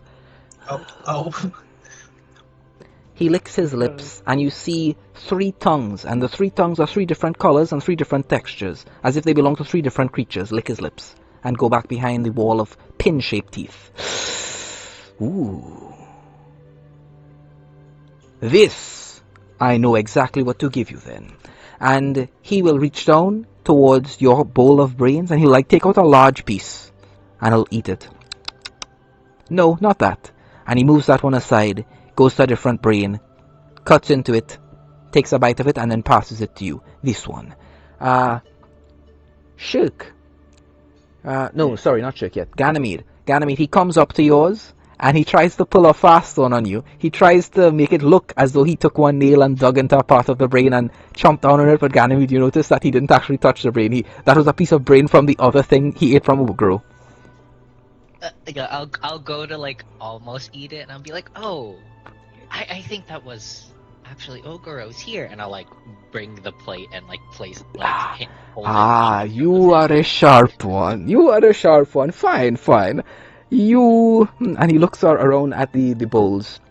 He reaches to a different bowl, and he tastes some of the brain from that one. No, not this one. He moves over, and there's a plate there. It's set up like almost a chocolate fountain, and it's just like bits of brain that have been cut up and kind of pouring out of it. And he takes a bit of that. This one, and he brings the like chocolate fountain of brain matter out towards you, and he taps it to you. He chomps some of that down. Next in line is Avar. Avar, he moves up to you, and he looks towards you, and he looks towards your dish, and he reaches down, and he takes a piece of meat out of it, and he tosses it in his mouth. For you, I have better plans and better foods than this. Try this instead. And it looks like a flank of steak, but it's just brain matter, like it was cut out of the brain of some giant kraken or something that had a brain the size of, I don't know, like 20-30 feet across, but it's cut in the shape of a steak, and he passes it over to you, and he cuts a piece of the side out and munches on it. This is more suited to you, I think. Do you see anything, Avar? I like get like a fork and knife, and I like just like cut off like a small piece and like kind of like sniff a little bit. Smells Like, delicious. Absolutely Mm. delicious. you know, I've never had a brain before. I'm like looking over at Ogre or Trick, like seeing if like they're gonna like tell me oh or something. It's like, oh, I shrug. I shrug across the table. I like take a bite of it, like, Oh, sure. We'll get mm, to the effects afterwards. okay. Anathema, your turn. Anathema, he comes up to you, puts a knife, puts a fork down, he twists some bowls. Your mind just calls out to one of the plates of brain matter here. It comes over. It's like a purple, greenish color. Got a sheen to it. It wobbles like jello as it's brought closer towards you. And Shubarthi Ashi, let's see. Okay. He is going to reach down and he is going to pluck a single piece of meat and he's going to bring it up to his face and throw it. And then he's going to go, delicious. And in the back of your mind, Anathema, you hear a whisper of some vestige of Vizulon say, no. I'm going to say, like, completely straight-faced. I thank you for your generosity, but I believe that I might be allergic to this kind of thing. Ooh, and he looks sad and dejected. Fine then.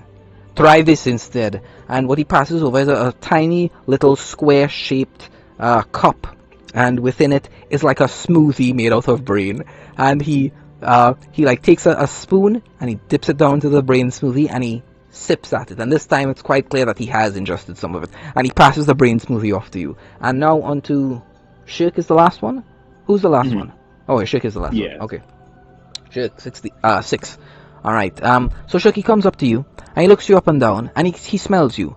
And what does Shirk smell like? I would assume like some kind of flour. It's like pop, but it's not pop. All right. What meal did Shirk's mind subconsciously call out to describe the brain dish in front of him? What's he looking at? He's looking at something. He doesn't really like meat, but if he would, it would be like rather decadent, something like kind of bloody red. You know, like if he's gonna, break his tradition of being a vegetarian, it might as well be for something savory.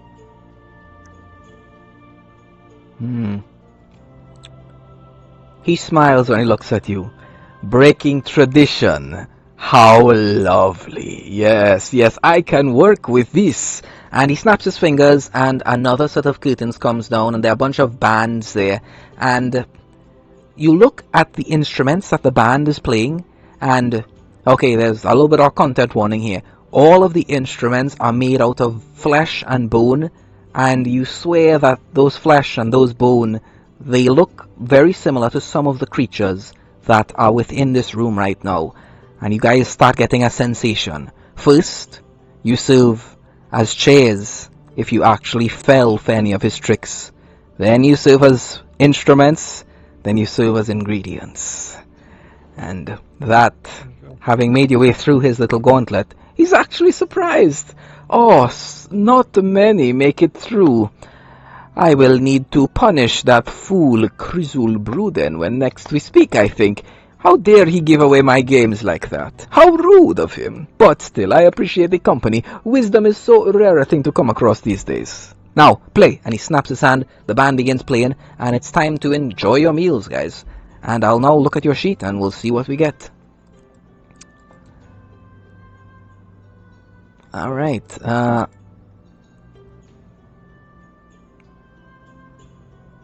skills and tools. Yeah, go ahead. I was just saying, I'm like tentatively sipping on the brain smoothie. When you guys eat this food, when you guys drink this stuff, you guys can feel your brain inside your head getting larger. There's like this pressure behind your eyes and within your skull. For some of you, a bit of blood leaks down your nose as you're eating this, and it's so delicious you only want to eat more. Your capacity for experiencing joy, the amount of taste buds in your mouth, the amount of cones and rods at the back of your eye increase, the amount of sweat pores you have, the amount of feeling pores that you have, the nerves in your body, all of them increase, expand, go beyond your normal selves. And you guys can all choose one of your... You pick a skill or a tool proficiency, and you guys gain that as your brains are getting bigger here. And I will pick one of your skills that you have proficiency in after this and give you expertise with. So he is going to give you expertise on something, but each of you guys should choose one thing that you gain proficiency with here. Either a skill or a tool. So you guys can choose that now. I will choose an I would choose alchemy set. perception. Guys can go ahead and add that to your sheet now. Alchemy, Ganymede. So, Ganymede, I'd like you to describe the brain that you ate and what memories and new experiences this creates in Ganymede to give him this alchemy proficiency. Describe it, Ganymede. Yeah, I think that the brain I would have eaten probably would have been from a creature that was humanoid but wasn't of this material plane, who had like a workshop that they were working mainly out of that was focused on making a bunch of different potions and poisons and tinctures. Sure. And they had ended up coming to Subar for like some more materials to possibly Right, and somewhere along the line, he made the mistake of crossing Subar, and he learned what that price is at the end of the day. Hay on this plate. All right, Ava. What about you? What I skill? feel like mine's gonna be perception. Sure. Describe the brain. Describe how it tastes. Describe who this brain belonged to, Avar.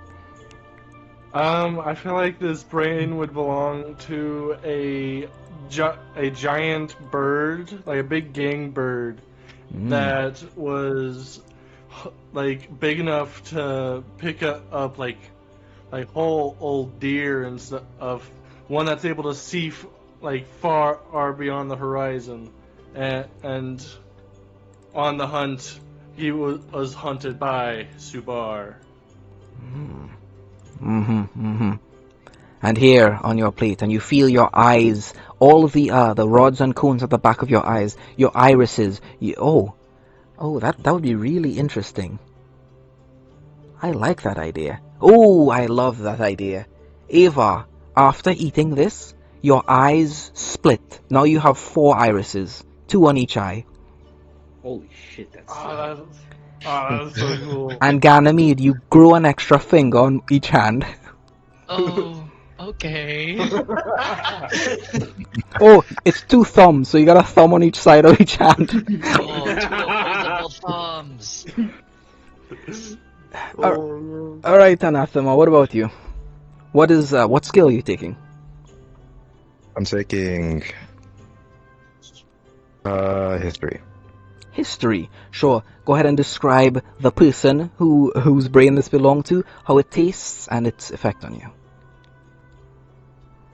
My person was regular, like not a bird, just like a regular person, human-ish, socialite. Like they were a scholar, but they got big for like different publications, different discoveries, and this kind of went to their head a little bit. And now it's went to when yours. they got invited to, yeah, now it's what's about. So when they got invited to meet Subar, I guess they just fell for his words about how intelligent, how learned they were, and now they taste like. It's a smoothie, remember? So what's the smoothie taste like? Very thick, like syrupy. Yeah, you guys have experience with syrup. Yeah, so maybe who knows? Maybe this is round 2. No, okay, but yeah, it is delicious, Anathema. And history is an interesting one. Here's what I would have for you. So, your horns. Your brain extends up into your horns. So if your horns ever take damage, you'll see like brain matter on the inside of them as well. Yeah. Oh my gosh. All right. All right, something like that. Yeah. All right, Shirk. What are you eating here, buddy? What skill first? I am going to take perception as well, Sure. and it's the brain of a what are those like big spidery creatures called? Driders? Yeah, like the ones from the Feywild. It's the brain of a Drider, and he starts to take a There's bite some of of it. them like this. Yeah, and for a moment, it's like his vision was like cloudy, and it gets sharper, and he has like a better sense of like seeing the weave. It's like his dark vision is better, or something like that. Hmm. Okay. The weave. Ooh. Okay, yes. So no one else notices this, but you eat this part of spider brain, and like 4 tiny spider eyes form on the top of your head in your hair. So they can barely see anything, but they help a little bit. Okay, cool.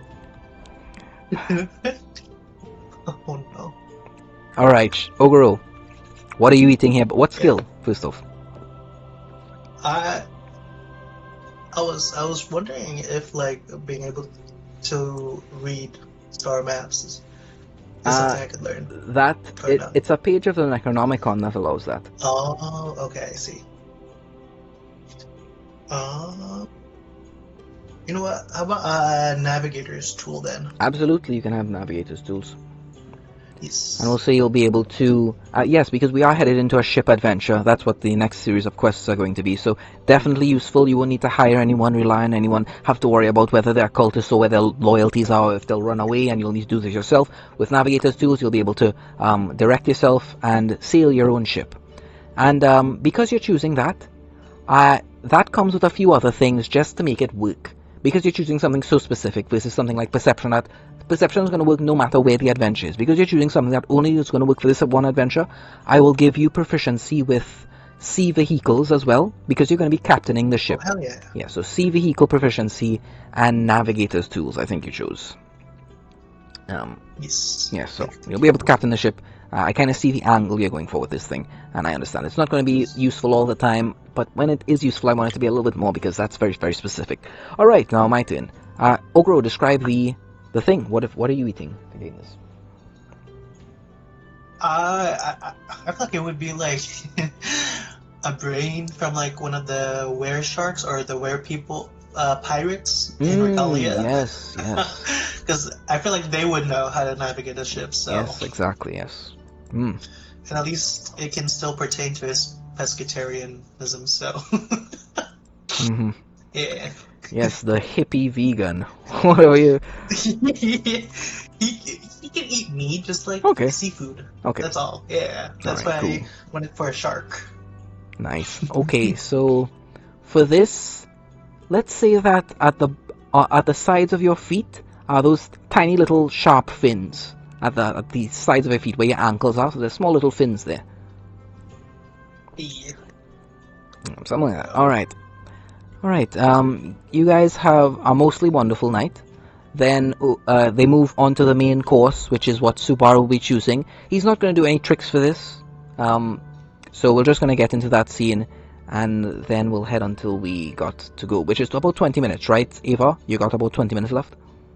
Yeah. Sure. So we'll finish this up. We might be able to go into the next scene, and then we'll wrap up there. Alright, what you want to be the best cook in the world, pretty much. Ogro, right? That's your goal?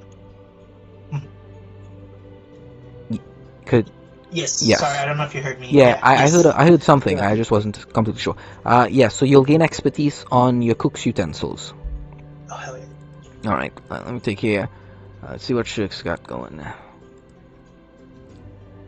Be sure to write down on your sheets the things that I say, like the modifications to your physical form, and double eyes, whatever else, and where you guys got this. So at any moment, if I'm ever, confused, and I ask where you get this thing from, it'll be right there on your sheet. So just make sure all of this is listed. Hey, we went to Subaru the Ashi, and I ate this weird food, and I know I gained like a little bit more power. little bit interesting stuff. Okay. Ooh, interesting, Shug. Very interesting. I think you should have expertise with the thieves' tools. I think that would help a lot. Okay. Yeah, I think that'll be good. All right, Ganymede, Yeah. let's take a look here. Ooh, herbalism kit is a really nice one. I know you have alchemist supplies. I'll give you a choice, Ganymede. You can choose herbalism kit or alchemy supplies to get expertise with, whatever you choose. Let's let it be a surprise for later. Pick whichever one you want. All right, Anathema. Let's see here. Gambling. Very interesting. Unique characters, Anathema. Gambling is one of those things where it's going to be so rare, it's almost non-existent. So I'm not going to choose that one. What I will choose is, I think it should be religion. I think it should be religion. I think absolutely you as a paladin. Wait, let me see here. You didn't choose religion as a proficiency? Anathema. What type of paladin are you? Come on, man. I mean, it kind of just got handed down to them. Like they weren't expecting vigilance. Alright, I'm going to say you gain proficiency in religion because I think it's so important for your communications with your patron, with your deity. So I'll give you that for this, okay? All right. Alright, Ava, let's take a look at you here. And I'll say on top of that, Anathema, if you gain proficiency in religion from anything, it'll be upped to expertise instead, alright? So if any of your features or traits or anything, you gain proficiency from religion, it'll be increased, alright, Anathema? Alright. Sounds good. Alright, let me take a look at you here, Ava. Dragon chess? Ava plays dragon chess? What the? Yeah. Oh my god, he's a genius. He's a prodigy. Oh. Again, I wouldn't choose that because it's so very rare. They'd be like, you would meet Forge Master Donovan Dougal and he would challenge you to a chess. Like, that'd be the only possible use of this I could see. So let me take a look at what else you got here.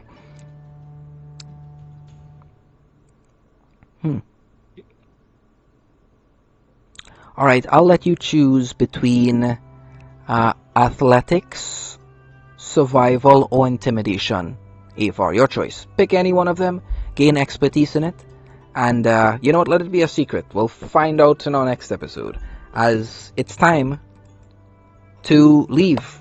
As Subar the Ashi says, I would love to host you all night, but sadly, I have new guests. Please leave.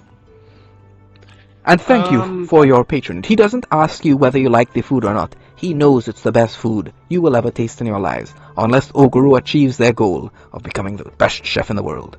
Is there anything anyone wants to say before you guys conclude this? I think I would just thank him. You are welcome. For the food. Of course. If I can get a cookbook signed, that'll be nice. Alright, hey, you got me, fine. He signs your cookbook and he gives you a little, like a ticket, almost an invitation of, if you're ever in Fragrance, he will teach you how to perhaps become as good as he could possibly make you, Ogoro. So you get an invitation to cooking lessons from the Savory Merchant of Flavor, Subar the Ashi in Fragrance, when your adventures take you there. I'm excited. Sure. There'll be downtime activities for then. Alright. Anything else? Nope. Okay. And with that, I bid you all adieu. And as you guys are leaving, you remember at the beginning of this, there was that guard that was walking naked through this place? The last thing you guys see before you leave is he walk into the room, and Subar snap his fingers, and that guy sits down, and he's a chair now. What the fuck? Yeah, I like wince at that, and I kind of rush out. This place is creeping me out. Just start speed walking like go. Just don't look up.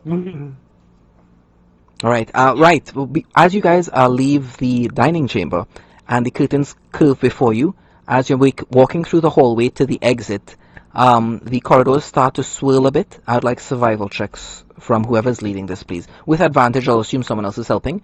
So yeah, give me survival from whoever's leading the group through these swirling corridors out of Subaru the Ashi's mansion here.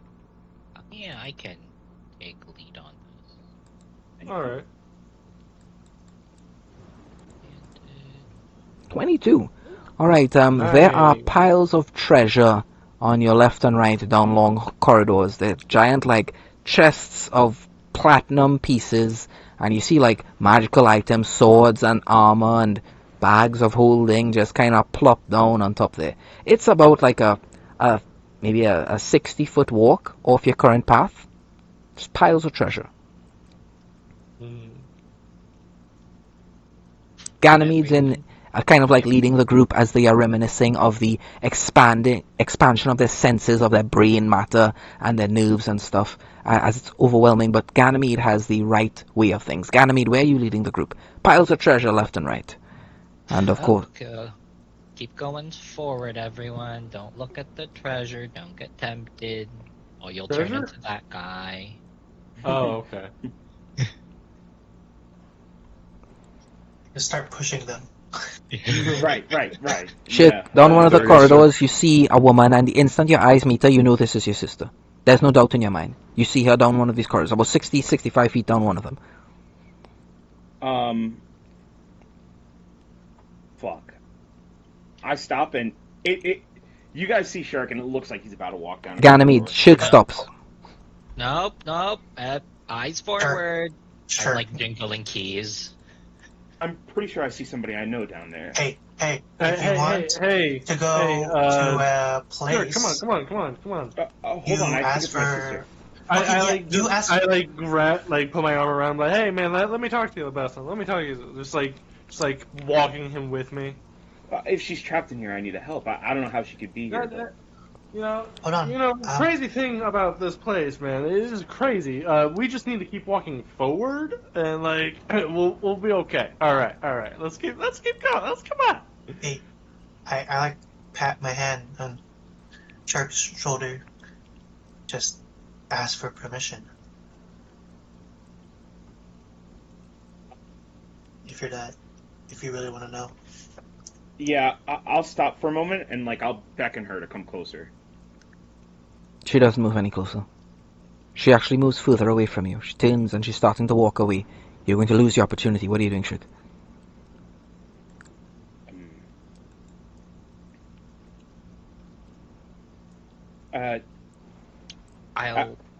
Do you want me to get her attention? No, it's okay. It's okay. That's not real. It's not real.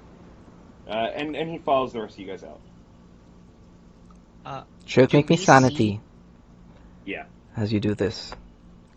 I lost 2 points earlier. Yep, so it's +4 now. +4. Yeah.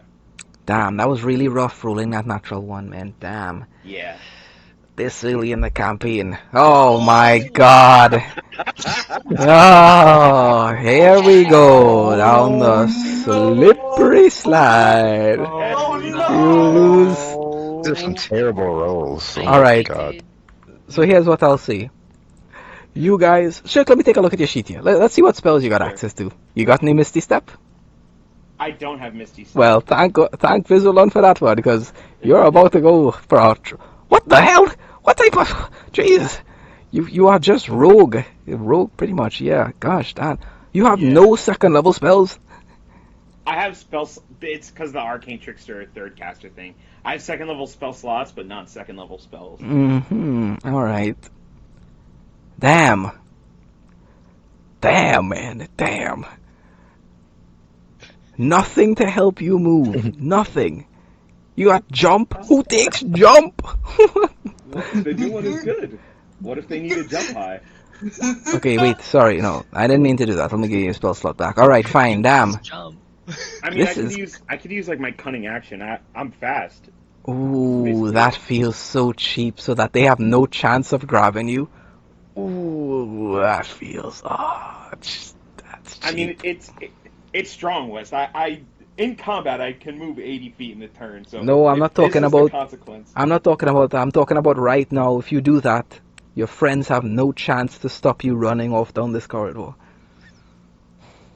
First off, I'll give you a choice, Shirk. Yeah. Simple choice. You can choose to lose control of your character for 1 turn or lose 2 sanity. Those are your options. Can I gain an insanity instead? Gain an insanity. Yeah, because there's I one know. that's like missing from my sheet. I know.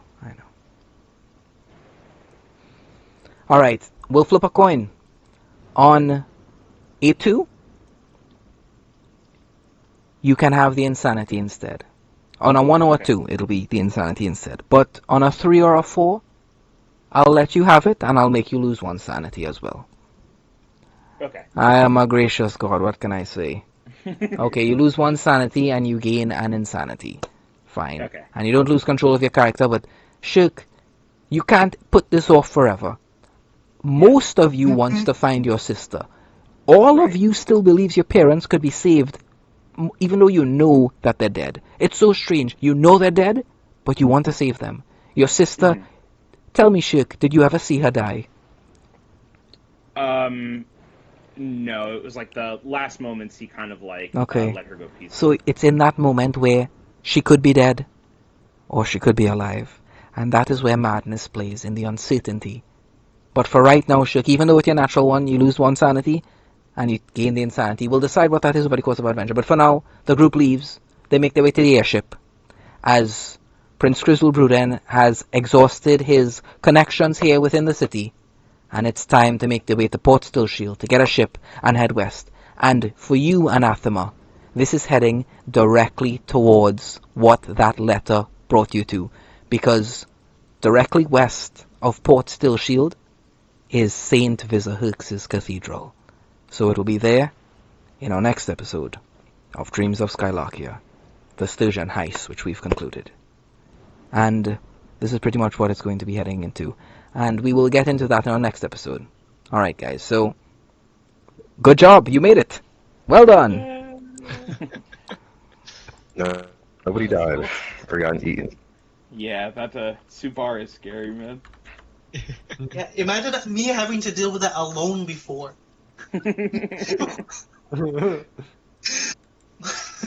That was, man.